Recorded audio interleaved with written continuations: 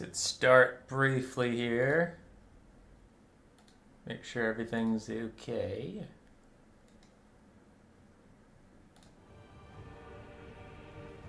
Well, that's not helpful. Okay, correct microphone. I'll start briefly here. Happy Fat Rat Tuesday, everyone. That's not a thing. You've lied to me. Pick which Warhammer background I want. Let's go with the Shadow on the Blade. That one's good. Hey, everybody. It has been a busy couple weeks in real life. Not been around to stream too much.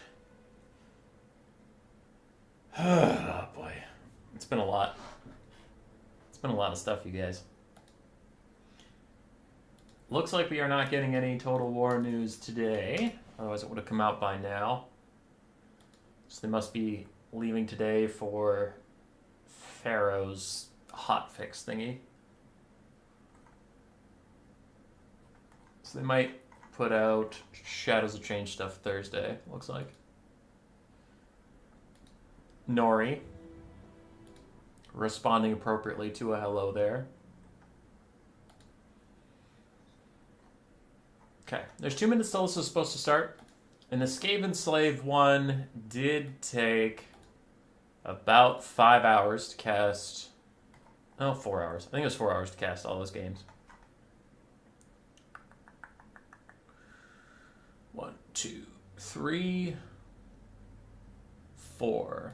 Okay. So I have over 30. I have over 30 replays to get through today.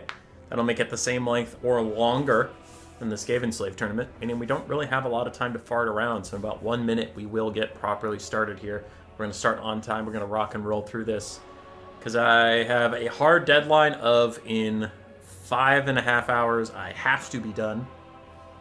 Prefer to be done in 5 hours, so I have a little time, because we have a friend coming over tonight for dinner and stuff, so can't be late.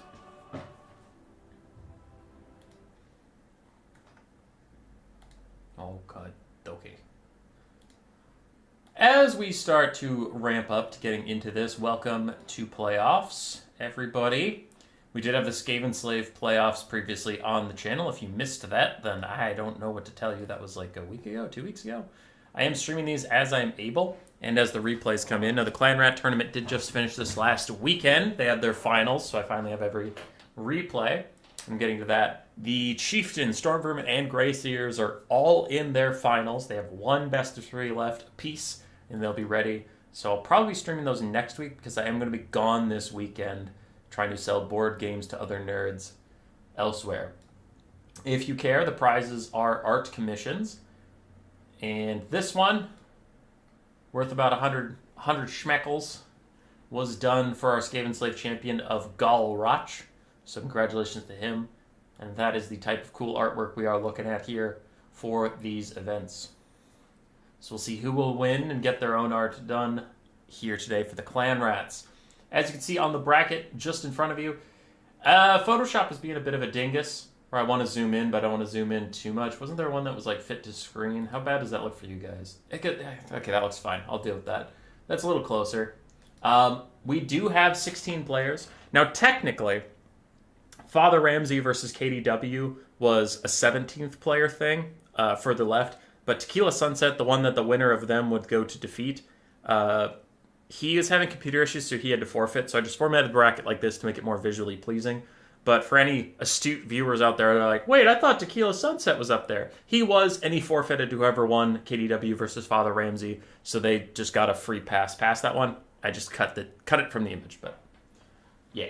So we have Father Ramsey, KDW, his dudeness, FNG, Joy Boy, Old Omen, General Eisenbart, Zuri Han, Salinator Stead, Button Eyes Mark, Lampsauce King, Gojira, Ride of Rohan, Lasaurus, and AI Guy.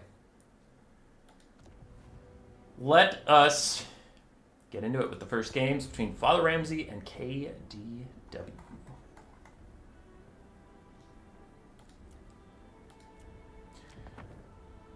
Now, my usual disclaimer before we get into these playoff streams is these are playoffs. There's a big prize involved, and people want to try super hard. So you're probably going to see a lot of meta stuff.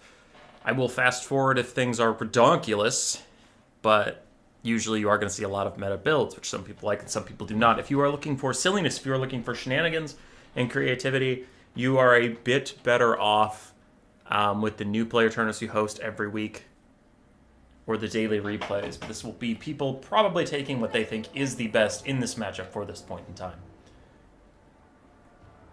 Why not have a co-caster? I don't know.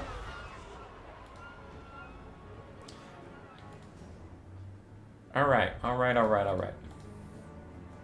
For Father Ramsey on the Warriors of Chaos versus KDW's Dark Elves, we have double Hell Cannon, Sigvald the Magnificent, Chaos Sorcerer of Fire with Burning Head and Flaming Sword of Ruin, Aecold Hellbrass to also team up with Sigvald, and then the Severed Claw Aspiring Champions and a front line of Marauders with some Marauder Great Weapons in the back too. We have one Doom Knight of Tzeentch for mobility. On the other side for the Dark Elves, we have 4 Dark Shards, a Black Guard of Naggarond, a front line of Bleak Swords, Dread Spears, and Black Arc Corsairs, all thoroughly mixed throughout, and then triple Cold One Dread Knight.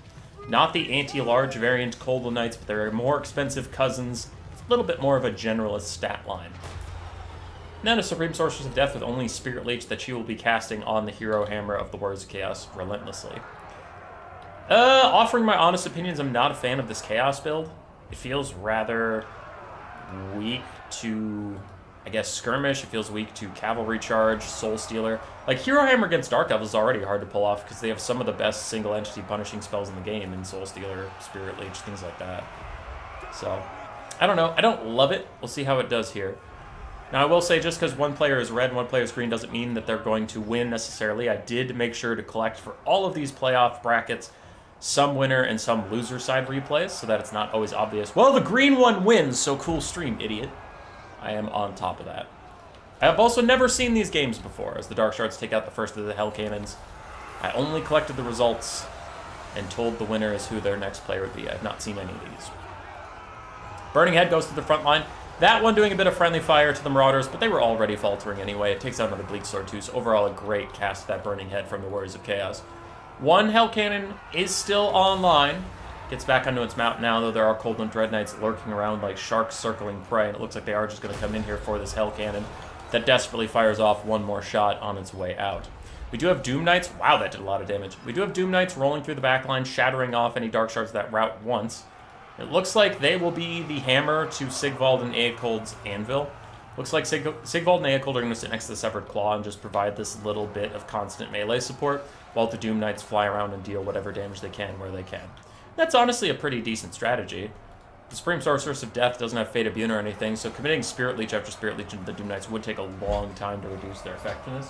And leave her, have a good day, leave her rather vulnerable to killing Aecold and Sigvald in melee combat. So I like that strategy. Well, I didn't love the build, like, overall starting the game. I really like how Father Ramsey is playing it. He's playing it superbly so far. For the Dark Elves, not a lot of complaints either. Right, they picked a lot of good engagements. They have a good build. Yeah, it's just solid. It's a solid game from both players. Not a lot of big mistakes I can point out early on. And I guess that would be expected. Playoffs in general, even the Skaven Slave playoffs, you're going to get some pretty good players who have put a lot of hours in and whatever, but theoretically, as we move up the tier list, you should be seeing better and better players. So we should see less mistakes in the Clanrat playoffs than in the Skaven Slave playoffs, and so on and so forth, all the way up to Grace here, which should be the best of the best players. You'll always get slip-ups once in a while, but I think we'll see less, like, basic tactical mistakes, like just, like, not to be a dick, but casting Fate of Bune on, like, a single entity. You probably won't see that at the Storm Vermin or higher level. It'd be rare to see here. Now, a big problem that is emerging for the Warriors of Chaos is the Doom Knights of Tzeentch are not able to keep getting back into the sky and being annoying. It looks like they got caught up by Cold One Dread Knights, and they are taking a lot of damage from that.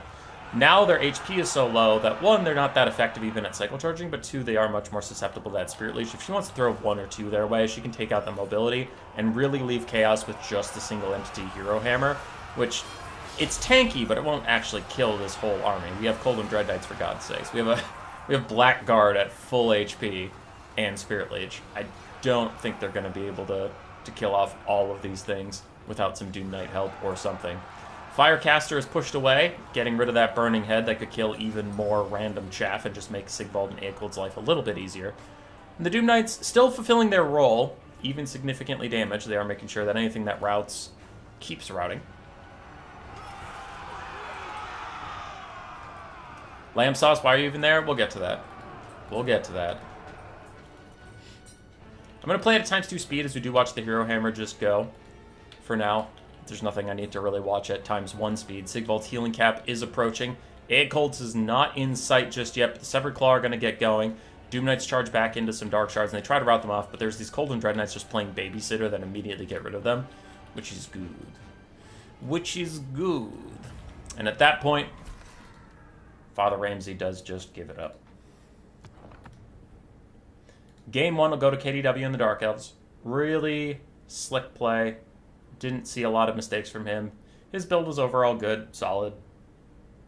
A little creative with the Cold and Dread Knights, but I don't know. I've seen Coops taking them recently, and he plays more Dark Elves than I do, so it's not shocking to bring Cold and Dread Knights. It is a little spicy. I'll appreciate it. For Father Ramsey, I felt like he played fine. He played fine. I didn't love the build, but played all right. Hell Cannons are really hard to make work. I think you have to rely on your opponent, like, mega boxing. If they go super box, then your double Hell Cannon can do a lot of work. But if they have any mobility element, or if they're rushing you, they just can't get their value back in time. Lamb Sauce, yeah. Yeah. All right, take you back to the Photoshop for just a second. Just a little second here, so you don't see spoilers, whether it is a 2 or a 3 game series. That'll be my version of a blocker today. So game 2, if you're hoping for a game 3 between these two, you are rooting for Father Ramsey on the Dwarves. Or if you just want a quick 2-0 for KDW, then you're rooting for Balthasar Gelt and the Empire. Hey, Tequila Sunset. How you doing?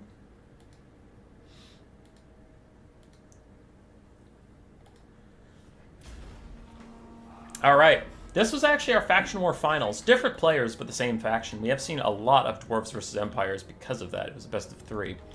But we did see that there's actually a lot of dynamic ways to play this matchup now after the Empire has received some buffs, especially on their Great Swords and Outriders grenade launchers, and the Dwarves have taken some nerfs, more specifically in Thoric Ironbrow. So both sides actually having some decent ways to play this. Now it is an artillery battle, as we have 2 Great Cannons and a regular Hellstorm Rocket Battery versus, looks like, 2 Flame Cannons and a Bolt Thrower. On the Dwarves side after that, we do have 2 Giant Slayers, Trollhammer Torpedoes, Dwarf Warriors, and Miners with Plastic Charges across the front line, and Thoric. For the Empire, we do have Balthasar Gelt with Searing Doom and Found Transmutation. The Silver Bullets, some other Handgunners, Great Swords, and Halberds on the front line with some Swordsmen and Spearmen, and some Empire Knights. I really like both of these builds, actually quite creative. The only one I actually will say I don't know what it's there for is the Trollhammer Torpedoes. The Empire doesn't really have single entities the Dwarves are particularly scared of. And Trollhammer Torpedoes are like all in on betting their opponent gets Franz or Volkmar the Grim or something. So, I don't know. I don't love that. The rest of this build is fine. The rest of the Empire build is really, really good. So, I can see it. The Flame Cannons are here to deal with Empire Archers and Huntsmen. It can get rid of them very quickly. But seeing that it is just artillery versus artillery, they are outclassed. But I don't hate the build in general. Like, if the enemy was Outrider with Grenade Launcher, Kite, and a bunch of Free Company Militia or a bunch of Archers, then these would have been really, really good. But currently, they're fighting some cannons they want nothing to do with. Strangely, they're actually doing well in that fight overall. Not well for their price point, but they are doing better versus the cannons than I had dared to hope. As one of the Bolt Throwers is still online, has 2 models left out of 4. Flame Cannon's getting pushed away now by the Silver Bullets and the other Handgunners that are firing in here. And Giant Slayer's trying to find somewhere to get active. It looks like they're going for Balthasar Gelt. They'll tear him apart if they can catch him, but it looks like KDW knows that and immediately paths them away. And the Giant Slayers do actually catch some Empire Knights, which once again they will massacre. Regular Slayers already murder Empire Knights, but like Giant Slayers with their AP and anti-large bonuses, oh, they do great. And the way I said that implies Slayers don't have an anti-large bonus. But that's just me being stupid and dumb. What up, Cuden?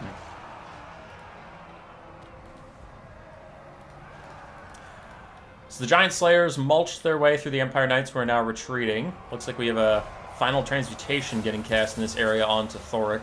And Gelt was far enough away to either not take any of the miscast from Thoric, or just didn't really take too much damage from it. But the Empire has not been getting away from this scot-free. We have lost both cannons. The Hellstorm Rocket Battery is offline for now. We'll see if they can come back to rally, but that is a significant amount of loss. And like we said, the only Empire Knight that was brought also took significant damage. Dwarves are actually up on the balance of powers. They still have a Flame Cannon online. They still have Trollhammer torpedoes, and then a good number of just random state troops, quote-unquote. Which, Dwarves versus Empire, they will win the straight-up just stand and fight. So Empire's going to have to get something done here. They'll have to make the most out of Balthasar Gelt's magic, and then I guess these great swords. I suppose they're still kiting around the handgunners. Because the Dwarves didn't bring any Quarrelers or Rangers, which could be a problem in the late game for them as they waddle after handgunners. Silver Bullets and the basic handgunners are going to shoot at Thoric as he tries to retreat. He does have physical resistance and missile resistance, so he's 40% resistant to that handgunner. This one, he's only 15% resistant. I believe I did that math right. Yes. So he's taking a lot of damage as he starts to run away here. Rune of Speed giving all these guys attack damage and a little bit of movement speed. Gelt does take a little bit of Overcast as the Flame Cannons continue to try and hurt the state troops, killing off some great swords, which is pretty good. And a big Final Trans hits all these Dwarven units, but it does not hit Thoric, crucially. It might have wanted just been focused on him. Bolt Thrower crew has returned somewhere. Their flag is erroneously on the actual artillery piece, which doesn't apply.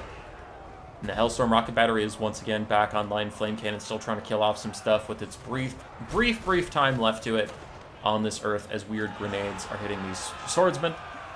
They start to charge in as they get grenaded to death. Bounce power shifting away from the Dwarves, and I do agree. Thoric has taken so much damage, and the Empire State troops are holding on rather admirably against their Dwarven counterparts, while they kept their handgunners alive, who are just tearing into the back of these Dwarf warriors over here. Silver Bullet's still alive and kiting away from Giant Slayers, who are now going to get shot at. So yeah, it's a hard time to be a Dwarf. If Gelt can finish off Thoric, then I think that'll be GG. The Dwarves' stalwart leadership will start to falter. The Giant Slayers do get a catch onto the Silver Bullets as they get shot in the back. Trollhammer Torpedo still trying to stay alive as Empire Knights. Only 7 models left. Continue to be a nuisance for them. Oh, that's going to be a really good Searing Doom on those Giant Slayers. Oh, that was so much value, because that's like a 1,200 gold unit. Yeah, nice job, Gelt. Nice job. Anyway, handgunners not too concerned about actually finishing off Thoric. It looks like they're just focusing down everything else. I guess that's fine. Thoric is more of a symbol than a real carry threat. It's not like he's going to kill all these Empire State troops by himself. Gelt dives in briefly, and then he's going to start backing off. The handgunners might want to take this opportunity to shoot at Thoric, who is slightly above these swordsmen and spearmen. But that's looking like about it for the Dwarves. We have a quarter health Giant Slayer. Everything else is tattered beyond all repair. And for the Empire, we still have a full health handgunner with a lot of ammunition. Ragged amounts of state troops around, but it still have a Hellstorm Rocket Battery. So the Rocket Battery, if it doesn't get shut down by these minus blasting charges, could just focus all of its time in the last remaining Giant Slayer with any amount of HP. Kill that off and the game's over. Another Final Trans is hitting Thoric. It's not Overcast, so it'll just do a little bit of poke damage. He does have spell resist to get through that as well, but it's GG. Dwarf player backs out.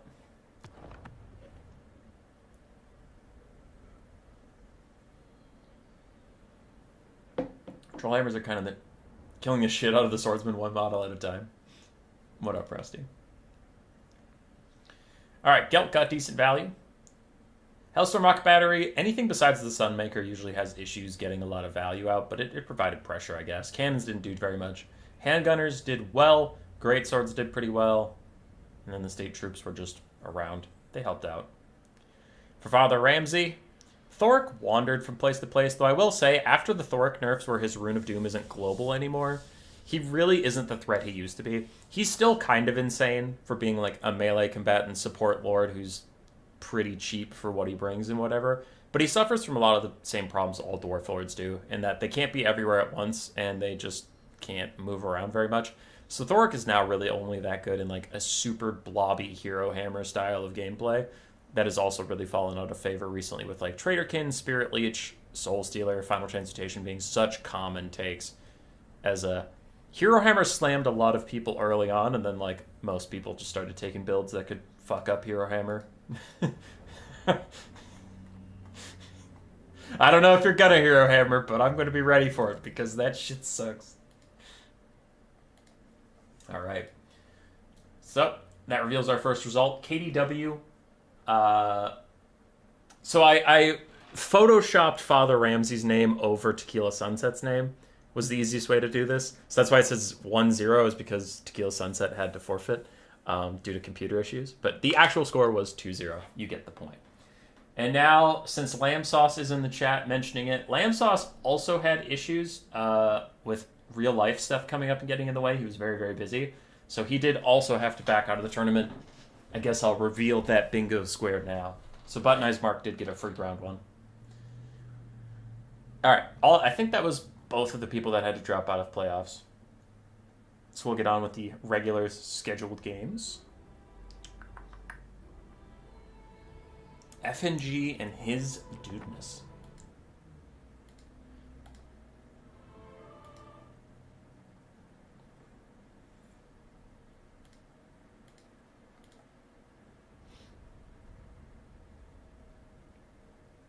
What up, Edwin?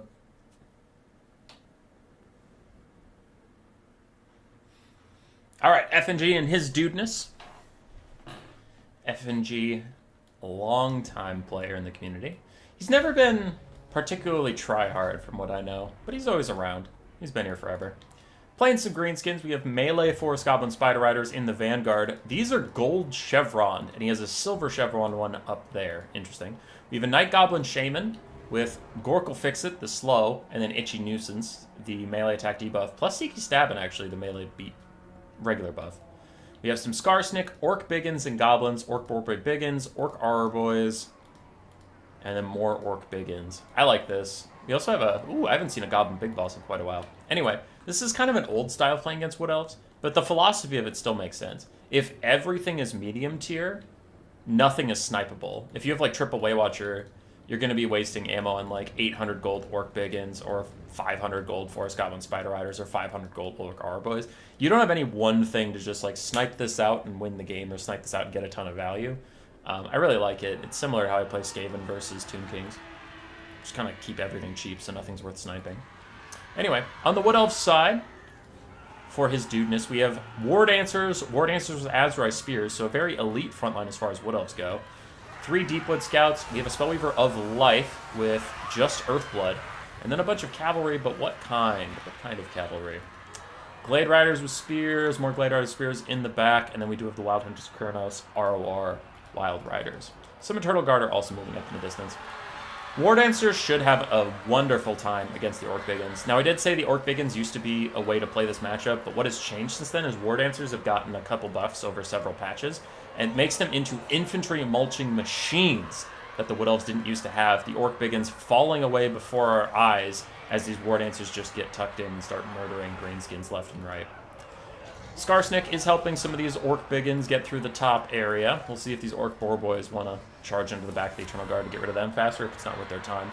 Spider Riders are now getting committed to the backfield to try and stop some of these Deepwood Scouts from firing in, as the Wood Elves have penetrated further into the Greenskin lines, already getting Orc Aurors to rout, and other ones are having to run away just to try and get the safety.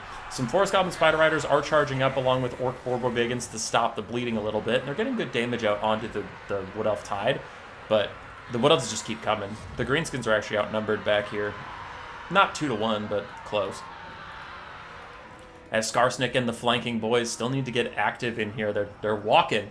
They've been walking forever, but the fight is happening down here entirely. I don't think they anticipated being the ones getting aggressed on. Deepwood Scouts now at the mercy of these Orc Boar Biggins. Some Glade Riders with Spears are going to come help out, but they will not accomplish anything against these heavily armored big pig lads. They'll be fine. So both sides going to trade some value now as Deepwood Scouts get shut down. One of the Deepwood Scouts is already in trouble from the Goblin flank plus some Orc Auror Boys. Some Orc Biggins did manage to hold in the front line and are pushing up on those War Dancer Azrai Spears.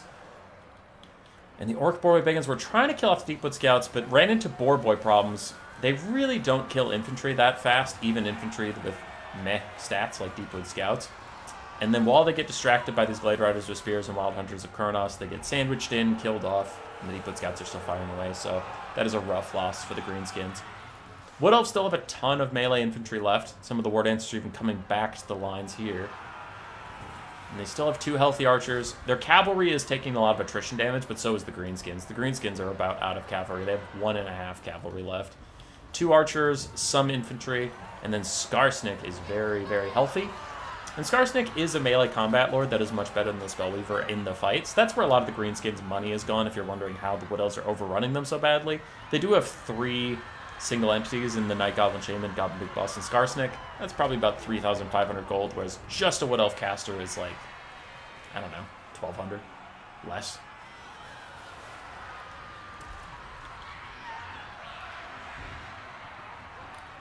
Alright, Skarsnik is now surrounded by War Dancers. And those should be able to cleave through him pretty good.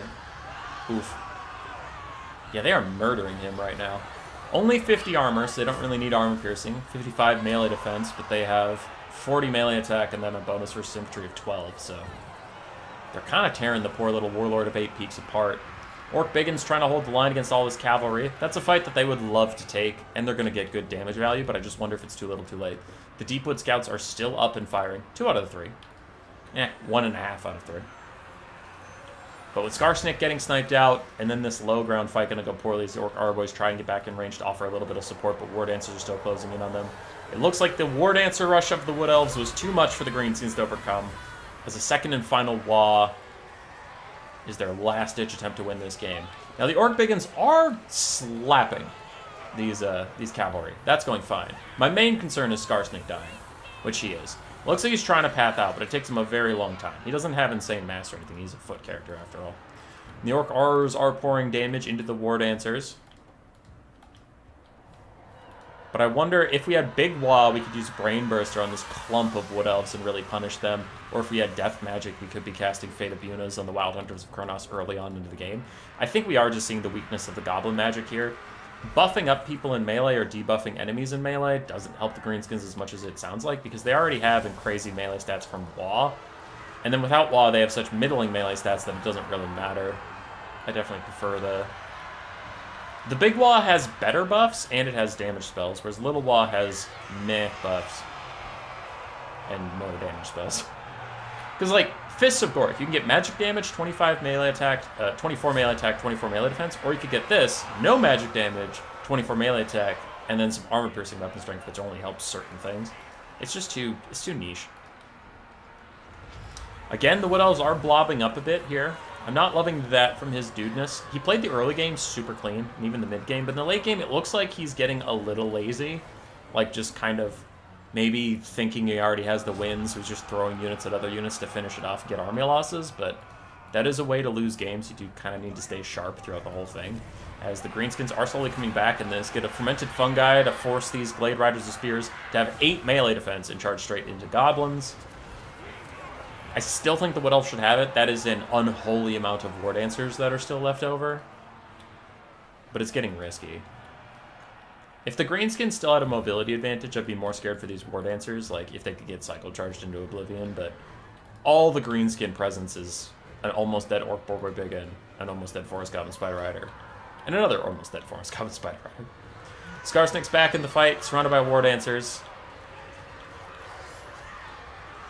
And that's not really his cup of tea. Greenskins would have won easily if they brought Doom Divers. Doom Divers are the trashest trash I have ever trashed. They're awful. They're horrendous. I cast several replays of Doom Divers doing nothing in a row. It was annoying me. Itchy Nuisance lowering these guys' melee attack down to 6 for the Spear variant of the War Dancers, but they got another Earthblood that keeps healing them up. Orc Aurors are down to about half HP. Goblins almost dead. And the Night Goblin Shaman gets caught out as these War Dancers are going to eat him alive. 26 melee defense and a HP pool of less than 3,000 is much easier to tackle than Skarsnik. Skarsnik, I think his HP pool is around 6,000, right? Anyway, the little Night Goblin's going to die.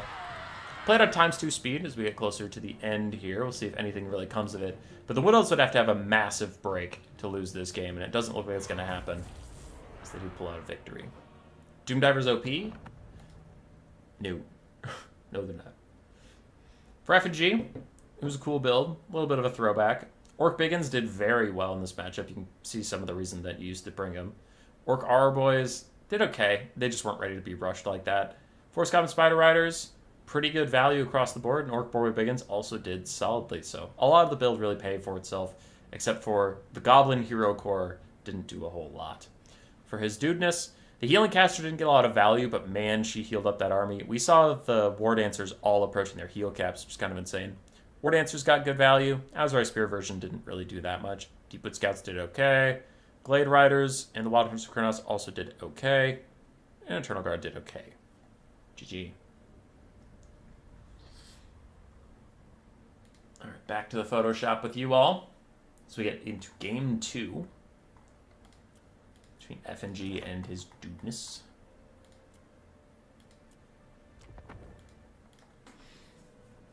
If you want to go to Game 3, we're rooting for FNG and the Vampire Counts.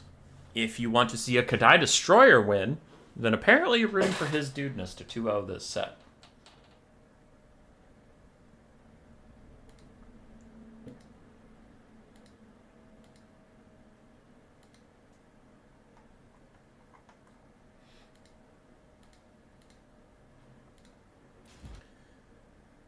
I'm getting pings. Alright. What do we got? What do we got? We have a Von Karstein Vampire Lord. Oh, for Flock of Doom.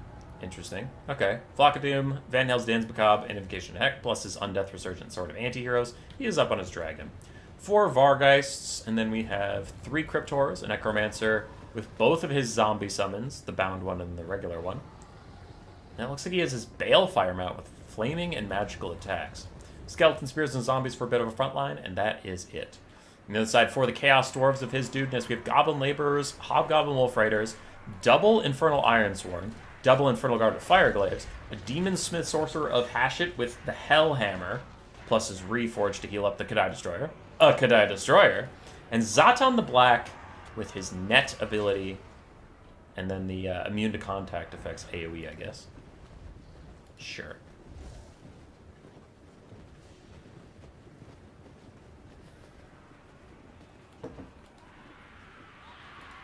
Okay.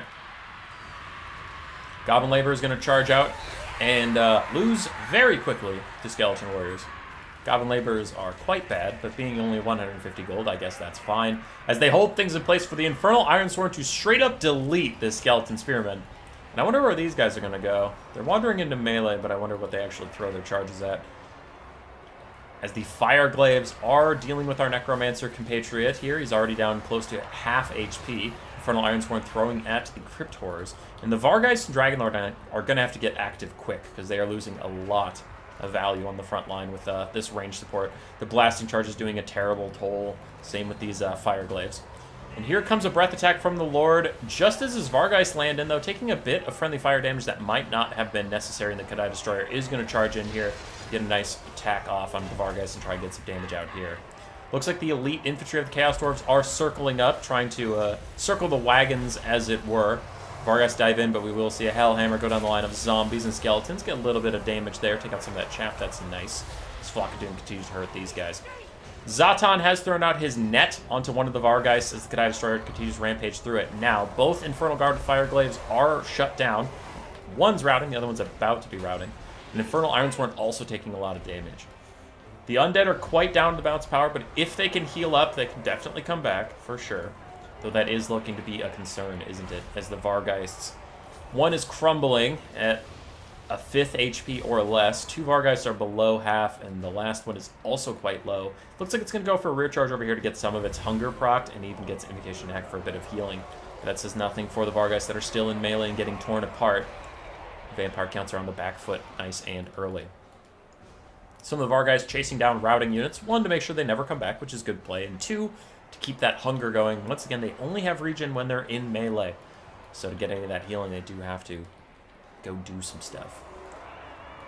As it looks like we have lost 2 of the 4 Vargheists. How are we doing on Cryptor count? Oh, never mind. Who cares about that? As the Sword of Anti-Heroes has popped on the Von Karstein Lord. He's trying to fight back against the Cathay Destroyer and get some poke damage down there, though he keeps landing and taking off in the same motion, so that is unfortunately jank for him. He's not getting a lot done. Cryptor is helping chase off some stuff, as another Hellhammer comes through the Skeleton Spearman, just get rid of the support for the Vampire Counts, getting good damage out there. Vargheist coming over to join the Von Karstein Lord, who has finally landed, though now his Sword of Anti-Heroes buff has worn off. Anyway, I was going to check on the Cryptors. Crumbling, but okay.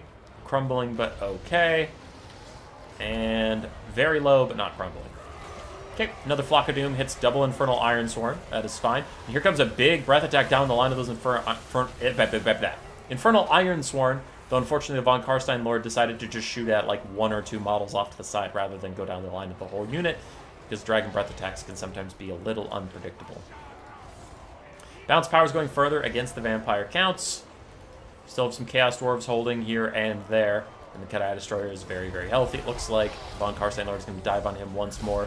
Try and get some good charge attacks out. Get a little bit more poke down onto that guy.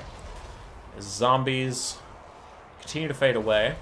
And remember that the Vampire Counts do not have any summons right now because their Necromancer died, and he had both of the summons on him.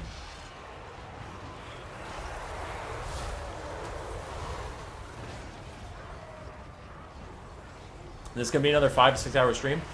Probably. I am on a schedule, so I do have to cruise through it as fast as appropriate, but yeah. Aren't most Chorf units resistant to flame and magic? Cool Umbrella answered it down there, but they do have a lot of fire resistance on their roster, not a lot of magic resistance. Infernal Ironsworn are starting to rout. I don't think the undead really have the lungs left in them, though, to fight against a full health Cathay Destroyer, full health Zatan, full health Demon Smith Sorcerer, and they still have some Infernal Ironsworn to get through. Still have some Chaos Dwarf Warriors rejoining the fight. There's just too much left. Dragon Lord is once again taking the fight with the big angry machine bull thing. Cryptor is supporting him as well. They're going to tear out off the support. It's looking doomed, but like this would be your best chance to get back into this game, is to surround and kill the Cathay Destroyer, I guess. A lot of stuff for the Chaos Dwarves is routing, so this looks to be a last hurrah for the Vampire Counts. Either they do something miraculous here, or the shit just ends. Vampire Lord going for the Demon Smith Sorcerer instead, trying to get rid of that healing before he pops it onto the Cathay. Still has 1 use of Reforged left. I don't believe he's ITP. Oh wow, he is ITP. Why? Whatever. So maybe you can route him and chase him off the map, get rid of the enemy caster, get rid of the enemy healing before you really have to deal with it. Vampire Counts like being scrappy in these late games, man. Cryptor's still trying to heal up. Varguy's still trying to heal up. Von Karstein Lord getting good shots on the Demon Smith Sorcerer of Hashit. Maybe he can get up into the sky. Did he have any breath attacks left? No, he used all of his breath attacks. Here comes the Destroyer. Here comes a hammer that actually might do more friendly fire damage than enemy damage. Yeah, it's about mixed.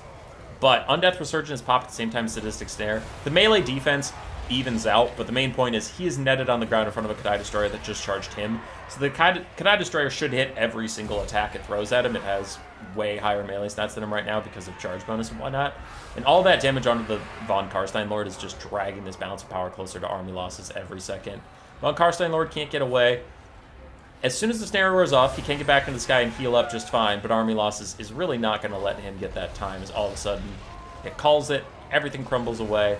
And I don't necessarily disagree, there's still a lot to chew through.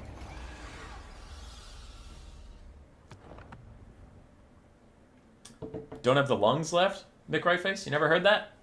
It's like a term about like a race. Like, you're supposed to go faster down the final stretch and like really finish it out, but if you're completely dead tired, then you don't have the lungs left. It's a phrase I heard the other day and I liked it, so I was just gonna steal it. Just glancing at the values, nothing's really that surprising. Cathay Destroyer got good value fighting the Vampire Counts. Infernal Ironsworn did fine. Infernal Guard Fireglaves did really, really well, so that's GG there. For Effigy, I think he played it well.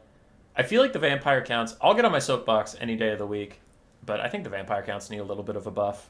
I don't think they need more healing. Their healing got nerfed, and that's what brought them back down to earth with the rest of us casuals, but I feel like they need some damage buffs or something. Some of their worst units need help, like Vargulfs. Honestly, even Blood Knights need a little bit of help. Because they're a fine unit, but they're not great, and the Vampire Counts kind of need them to be great. So, I don't know. Just, for the love of God, don't buff their healing again and be like, huh, they used to be OP when everything on the roster would heal cap. What if we get back to that? No, that is boring and dumb. They already heal cap anything that matters. Just make the stuff good. On to MTK's Joy Boy versus Old Omen. Joy Boy? Why you do this? Joy Boy, why you do this? Is it not? I thought it was Joy Boy that took Tic-Tac-Toe. Maybe I'm thinking of someone else, but I thought he took Tic-Tac-Toe and a Heavens Caster versus Blood Penguin. Or was that a different MTK? I don't know.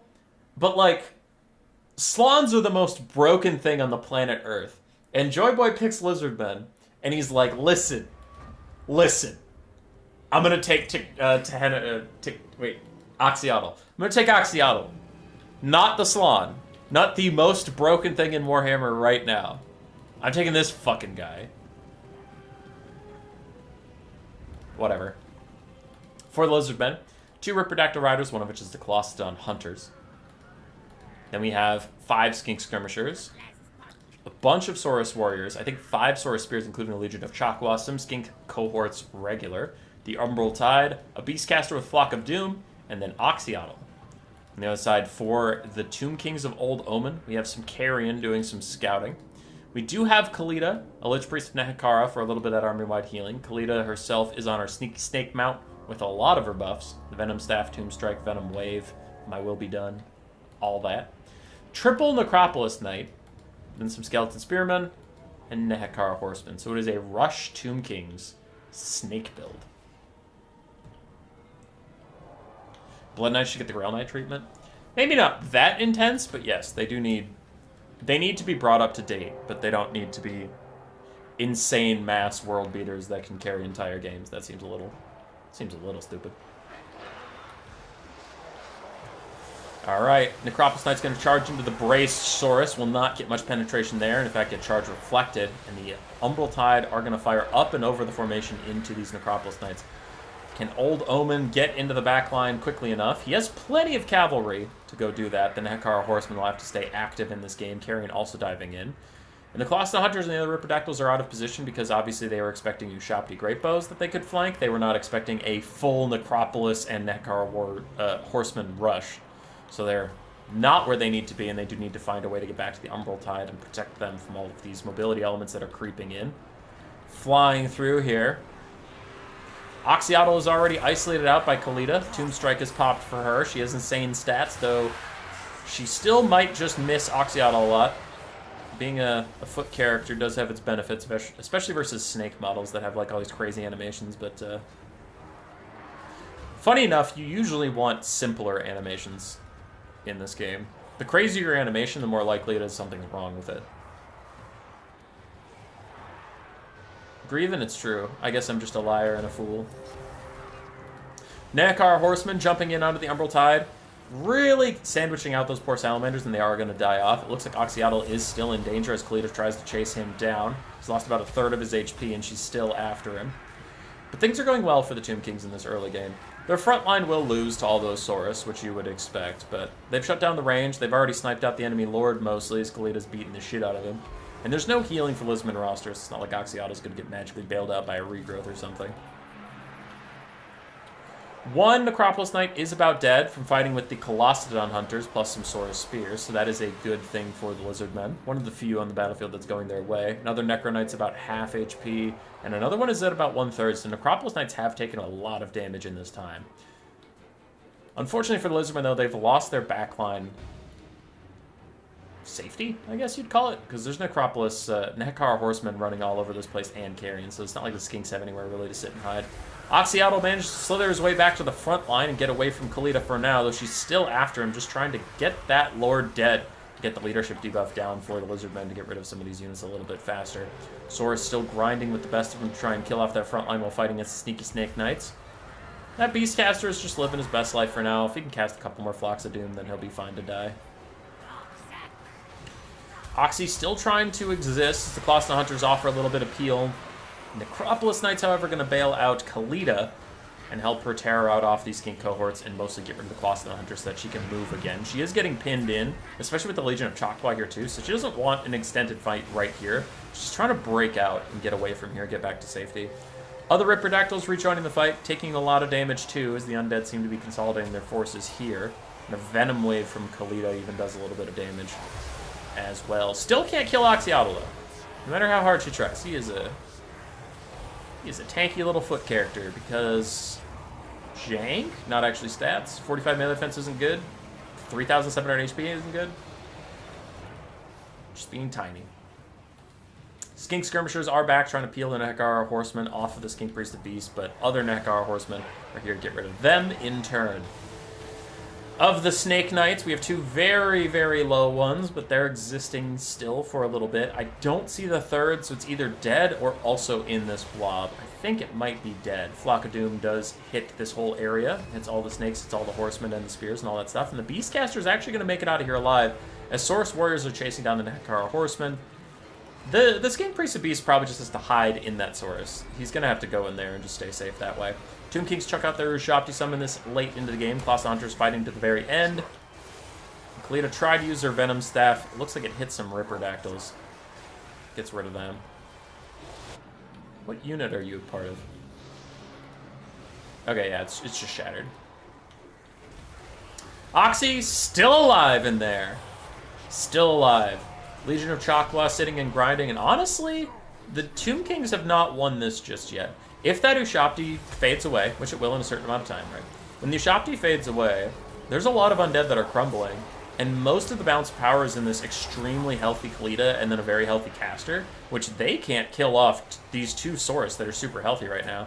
Though as I say that, she actually gets a crazy Venom Wave that does a lot of damage. But anyway, my point remains, if these Saurus can just hold on, and the Beastcaster can regroup with them, provide his little Encourage Aura, his Cold-Blooded every so often, and spam Flocks of Dooms, I actually think the Lizardmen still have a way to win this. They're disfavored, sure, but as I'm looking at it, I'm like, wait, the Saurus don't have a lot of things they're scared of left. There goes a little snake staff thing. Oxyotl rallies after getting shot. I love that he rallied after getting shot. Like, it looked like that's what caused it. Not his distance from her, which is actually what caused it. He was just really far away, but, like, it looks like he got hit with the thing. He's like, oh, what's going on? Oh, I'm awake. As he runs away from Khalida, she is going to slither after him as the music hits a crescendo. He's at 600 HP, not a lot, and she charges and misses. Once again, dude, I can't express to you enough. Her snake animations make her physically miss the target quite often. Like, look at this. She's not even knocking him over. She missed, like, every single fucking time getting rear charges on him. That time she knocked him over. Then she just missed. Can you understand now why I say this unit sucks? She misses again! God damn it! In the end, she just uses her staff. It does like 30 damage. And those staff uses, in the late game, you're going to have wanted those for the Saurus Warriors in the grind fest you're about to have. So Khalida might be getting a little too antsy to try and finish this kill onto Oxyotl as she just continues to jank the shit out of it and misses every single shot. Oxy just breaks again. Finally, she gets a hit in, taking him down to 49 HP, and the Skink Priest of Beast is routing off. I think this army loss is completely insane. If the Lizardmen get army loss before getting to really fight it out, I think that is just insanity. That's wild, because we still have a full health Saurus over here that is completely fine. Oxyotl dies, and with him, he might take the Legion of Chakwa. He might take this other Saurus Warrior, as they have to kind of huddle up. We have Skink Skirmishers rejoining the fight. But the undead are losing 2 units to crumbling, which can help the Lizardmen stabilize, can help get them through this army losses phase, maybe, if those guys die off. Where's Human Boy going? Spiritual Journey? What did I do? Oh, have you already found out about the whole job thing? No, still applying around, still trying to figure the job situation out. There's another Venom Staff, and that did pretty good damage. Imagine if, like, not to be too much of a dick, but, like, if those two hadn't been used on Oxyotl in the chase, you'd have 2 more casts of that, and this game would be put away for sure. But now you actually have to beat Saurus in melee. The Saurus need to turn and fight. They need to get the charge bonus for charging an enemy to get a little bit of that leadership buff, because if they just get rear charge, they're going to rout. Skink Skirmishers are trying to peel for the Skink Priest of Beast, get him back. That's a significant boost to the balance of power. Chucks out a Flock of Doom immediately onto the Nekara Horseman as he tries to fight these guys in the swamp. But the balance of power has been so dangerously bad for the Lizardmen for so long. Skeleton Spears continue to fall apart, and a Cold-Blooded is popped to keep Skink Skirmishers in the game. But a rear charge threatens to take out the Saurus Spears. If she pops that Tomb Strike, she'll have Terror, and she can Terror out them off, which would end this game. But it looks like she's going in now. Jaff's Incantation Curse Blades, more weapon strength as she hunts for the Skink Priest. Misses him entirely. And now he is in with the Saurus Warriors as she starts to plow through them. Hasn't taken any damage yet as she just plows through all of them. Never stops. Terror outs him off, and that'll probably cause army losses. There we go. As she didn't give a shit about any of those Saurus. Good job, Kalina.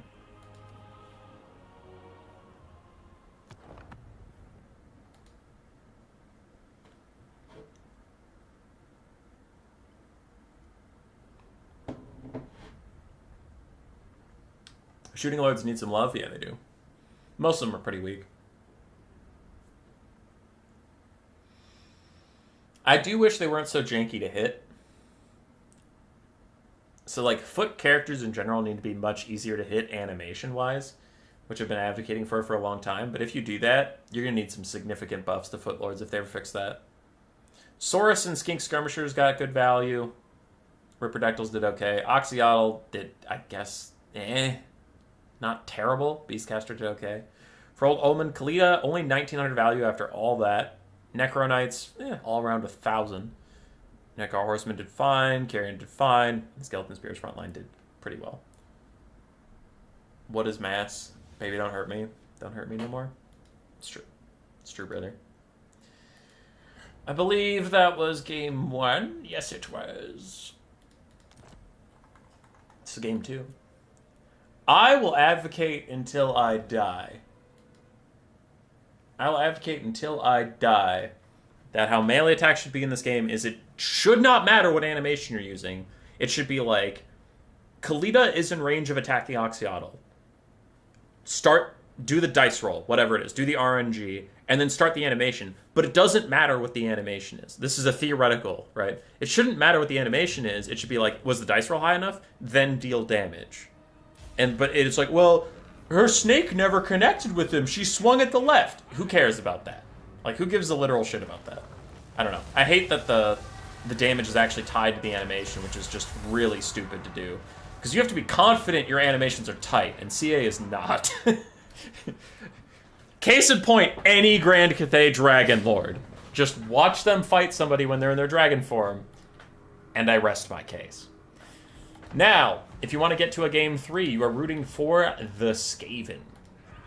For Joy Boy, we do have 2 Poison Wind Globes, 1 Avalanche Mortar, the Council Guard, Ixchia's Triads, Rat Ogres, Clanrats, Spears, Ikkaklon is Doom Wheel, Flensing Ruin, and Warp Lightning, and then some Clanrats and Rat Ogres. On the other side, if you want this to be a 2-0, you're rooting for the High Elves. A quadruple Lyran Reaver Archer, some more Lyran Reavers, a Life Caster with Earth, Blood, and Awakening of the Wood, and then a front line of Rangers, Lothern Sea Guard, White Lions of Christ, and Archers. Archers, Archers, Archers. Can Skaven win one of their few good matchups left, or is this faction a dog shit? All lords need magnets attached to their weapon. Foot lords need damage when it knocks them over. Warhammers only said would be knocked during acid combat is good for you. It's true, Sebastian. So true. Avalanche Mortars are very happy to see all these archers they can shoot at. And look at that 2-for-1 value as the White Lions and the archers get a little too close. Oh, that is beautiful to see from the Skaven side. Lyran Reavers are going on their suicide run into Poison Wind Globes. They will not do a lot of damage. Poison Wind Globes have 100 armor, which will keep them largely safe as Rat Ogres and Clanrats Spears try to run into Peel. The High Elves are taking a ton of damage on the advance, as they usually do in this matchup, and they're already losing an Archer, a White Lion, and 2 Rangers, as another Ranger takes significant damage from Ikkaklaw's Warp Lightning. Awakening in the Wood, trying to disrupt the Poison Wind Globes, as the Lyran Reaver Archers are thrown into melee combat with these guys, trying to disrupt the Avalanche Mortars and these Poison Wind Globes at the same time. They're not quite able to actually stop the Avalanche Mortars, however. Skaven frontline is already starting to fall apart, however. They are significantly outclassed by the High Elves stat-wise, with Rangers and whatnot. You'd hope that High Elf Rangers could beat Clanrats or Spears, so they do, and that's fine. That's honestly not a problem. Lyran Reavers once again disrupting these guys. I'm liking this so far from the High Elves. Pretty good stuff to keep throwing different units in here to keep these globes from throwing. I like that a lot. The one globe is still out here able to throw in, hitting these rangers, hitting the Lone Reaver archers, and they're both going to tear out away from Claw as an overcasted Flinting Ruin is hitting the Archmage of Life. She uses an Earthblood to heal herself and her little compatriots, but she's doing okay. Skaven are way up on the balance power. They have 2 Wolfrats I didn't notice. Wolfrats in the back line. Let's go, lads. They should be able to flank these archers and do good work. Do the Illyrian Reavers see them? Because if the Illyrian Reavers have attack orders, their cavalry charge, the mass difference, will actually help them a lot in this fight. And it looks like they did not see them. They didn't get impact damage, so they were running away. They weren't attacking. Illyrian Reavers fighting Rat Ogres in the back line. Claw also catches these guys out with a bit of a brass orb. Avalanche Mortar is still desperately trying to find a place to stay alive as Ixtra's Triads are fighting against the White Lions of Praise, though an Awakening of the Wood will do some little poke damage to them. Council Guard are also bouncing back and forth trying to find a home, and the Wolf Rats have routed off one of the archers and the Illyrian Reaver archer as well. For now, they're just trying to find a home. I don't know if they can take out these Loudon Sea Guard. They're just running a little low in leadership. Loudon Sea Guard's bonus versus large won't help them at all versus the Wolf Rats, but still, I mean, they're cowardly little Wolf Rats. Oh, that lady's on a chariot! Okay, well, look at her go. She's gonna chase down some Wolf Rats, route some of them off. Good for her. Good for her, man. You'll have to see it. Rangers fighting Rat Ogres as the Illyrian Reavers continue to chase down anything else they've managed to rout today. The Avalanche Mortars are still online, are still managing to get shots off, and Joy Boy has done a really good job keeping them alive. Council Guard are unfortunately getting kited at the moment. Not too much they can really contribute.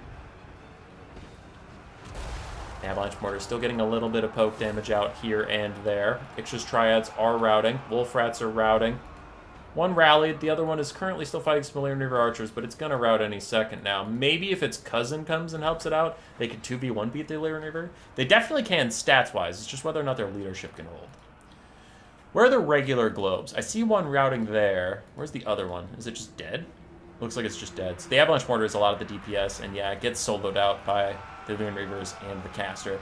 Skaven are out of range potential, and you can see the bounce power has all of a sudden gone back to neutral, maybe even getting better for the High Elves as this goes on. Council Guard are very low. Rat Ogres are all routing, and Claw is still trying to snipe out the Archmage of Life with Cleansing Ruin, though she can just throw some Earthbloods on herself and make everything okay. The Wolf Rats did manage to beat the Illyrian Reaver in the distance. Leadership still faltering a little bit, but it's stabilized for now as one routes just as I say that, because Loudon Sea Guard are shooting at him. But the High Elves are holding on. And that's really why the Skaven aren't that great in the meta in a lot of matchups right now, is they can't hold on. And high leadership factions are really good at just withstanding the pressure and hanging in there in the late game to get healed up and stuff. As the Skaven do burst damage, and then it usually just gets healed off and they get chased around the map. Do have some Wolf Rats coming back. We do have a Poison Globe coming back that if it gets orders quickly enough, it can save itself from the Illyrian Reavers. But it does not look like that'll be the case. It looks like it is just going to get pushed off once and for all. Illyrian Reavers taking the charge should demolish these Wolf Rats on the charge due to the mass difference. There we go. Kills that one. The other one is hanging on for just now, as it does rout and that Illyrian Reaver withstands. I know things sometimes. Wolf Rats are good units. They're very good units, but they hate getting charged by cavalry because the mass difference makes them take insane impact damage. The Council Guard got kited out. I generally don't take the Council Guard for reasons like this. They just can't really get too much done, unfortunately. So they are pin-cushioned by arrows and pushed away. And the Archmage of Life just needs to throw some Earthbloods on herself at this point and stay alive. If she dies, then the High Elves might have a chance of actually routing off and stuff, but actually not even. It doesn't matter what she does at this point. It gets all that's left. Everything else for the Skaven is gone. The High Elves have a shit ton of archers and spears all firing away at Claw, getting good pokes down. Armulus is going to hit and say goodbye to the Skaven dogshit faction.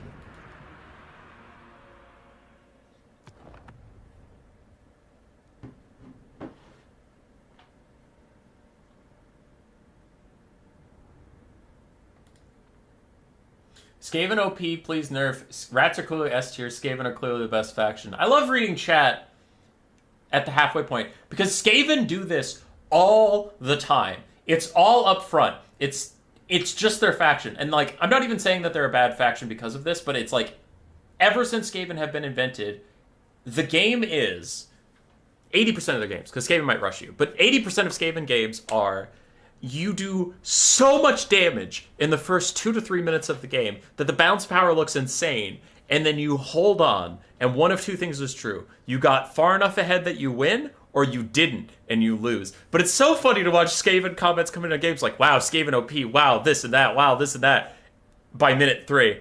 And then there's no comments. And then by minute 8, they say, ah, GG, the Skaven tried. And it's like, yeah. That upfront damage is scary, but then they have no follow-up. Ah, shit, they got into our lines. GG. Alright.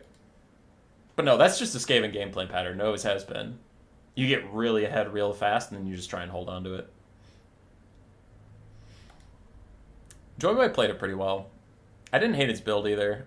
The only thing I would change about it is the Council Guard. And then you want the Poison Wolf Rats, not the Magic Damage Wolf Rats. The Magic Damage Wolf Rats are tempting because they have armor piercing, but they suffer a lot of weapon strength to get that armor piercing, and it's usually just not worth it, unfortunately, for them. So, yeah. For the High Elves, their Illyrian Reavers, all 6 of their Illyrian Reaver cav did pretty well as far as what they needed to do in the game. Ranger Frontline did okay. Lothern Sea Guard and basic archers were annoying pressure. So, it was good. It was good stuff from Old Omen. Queek would have carried. I think you all might be delusional. Joy boy. I suppose I can remove the top Warhammer 2 now, as we know that that is KDW and his dudeness. So we know that. Who am I looking for next?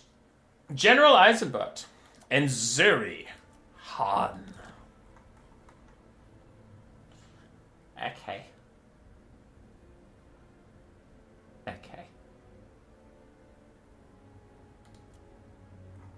Let's go. Hey! This could be interesting. It won't be, but it could be. Grand Cathay versus Warriors of Chaos, but that's a Terracotta Sentinel.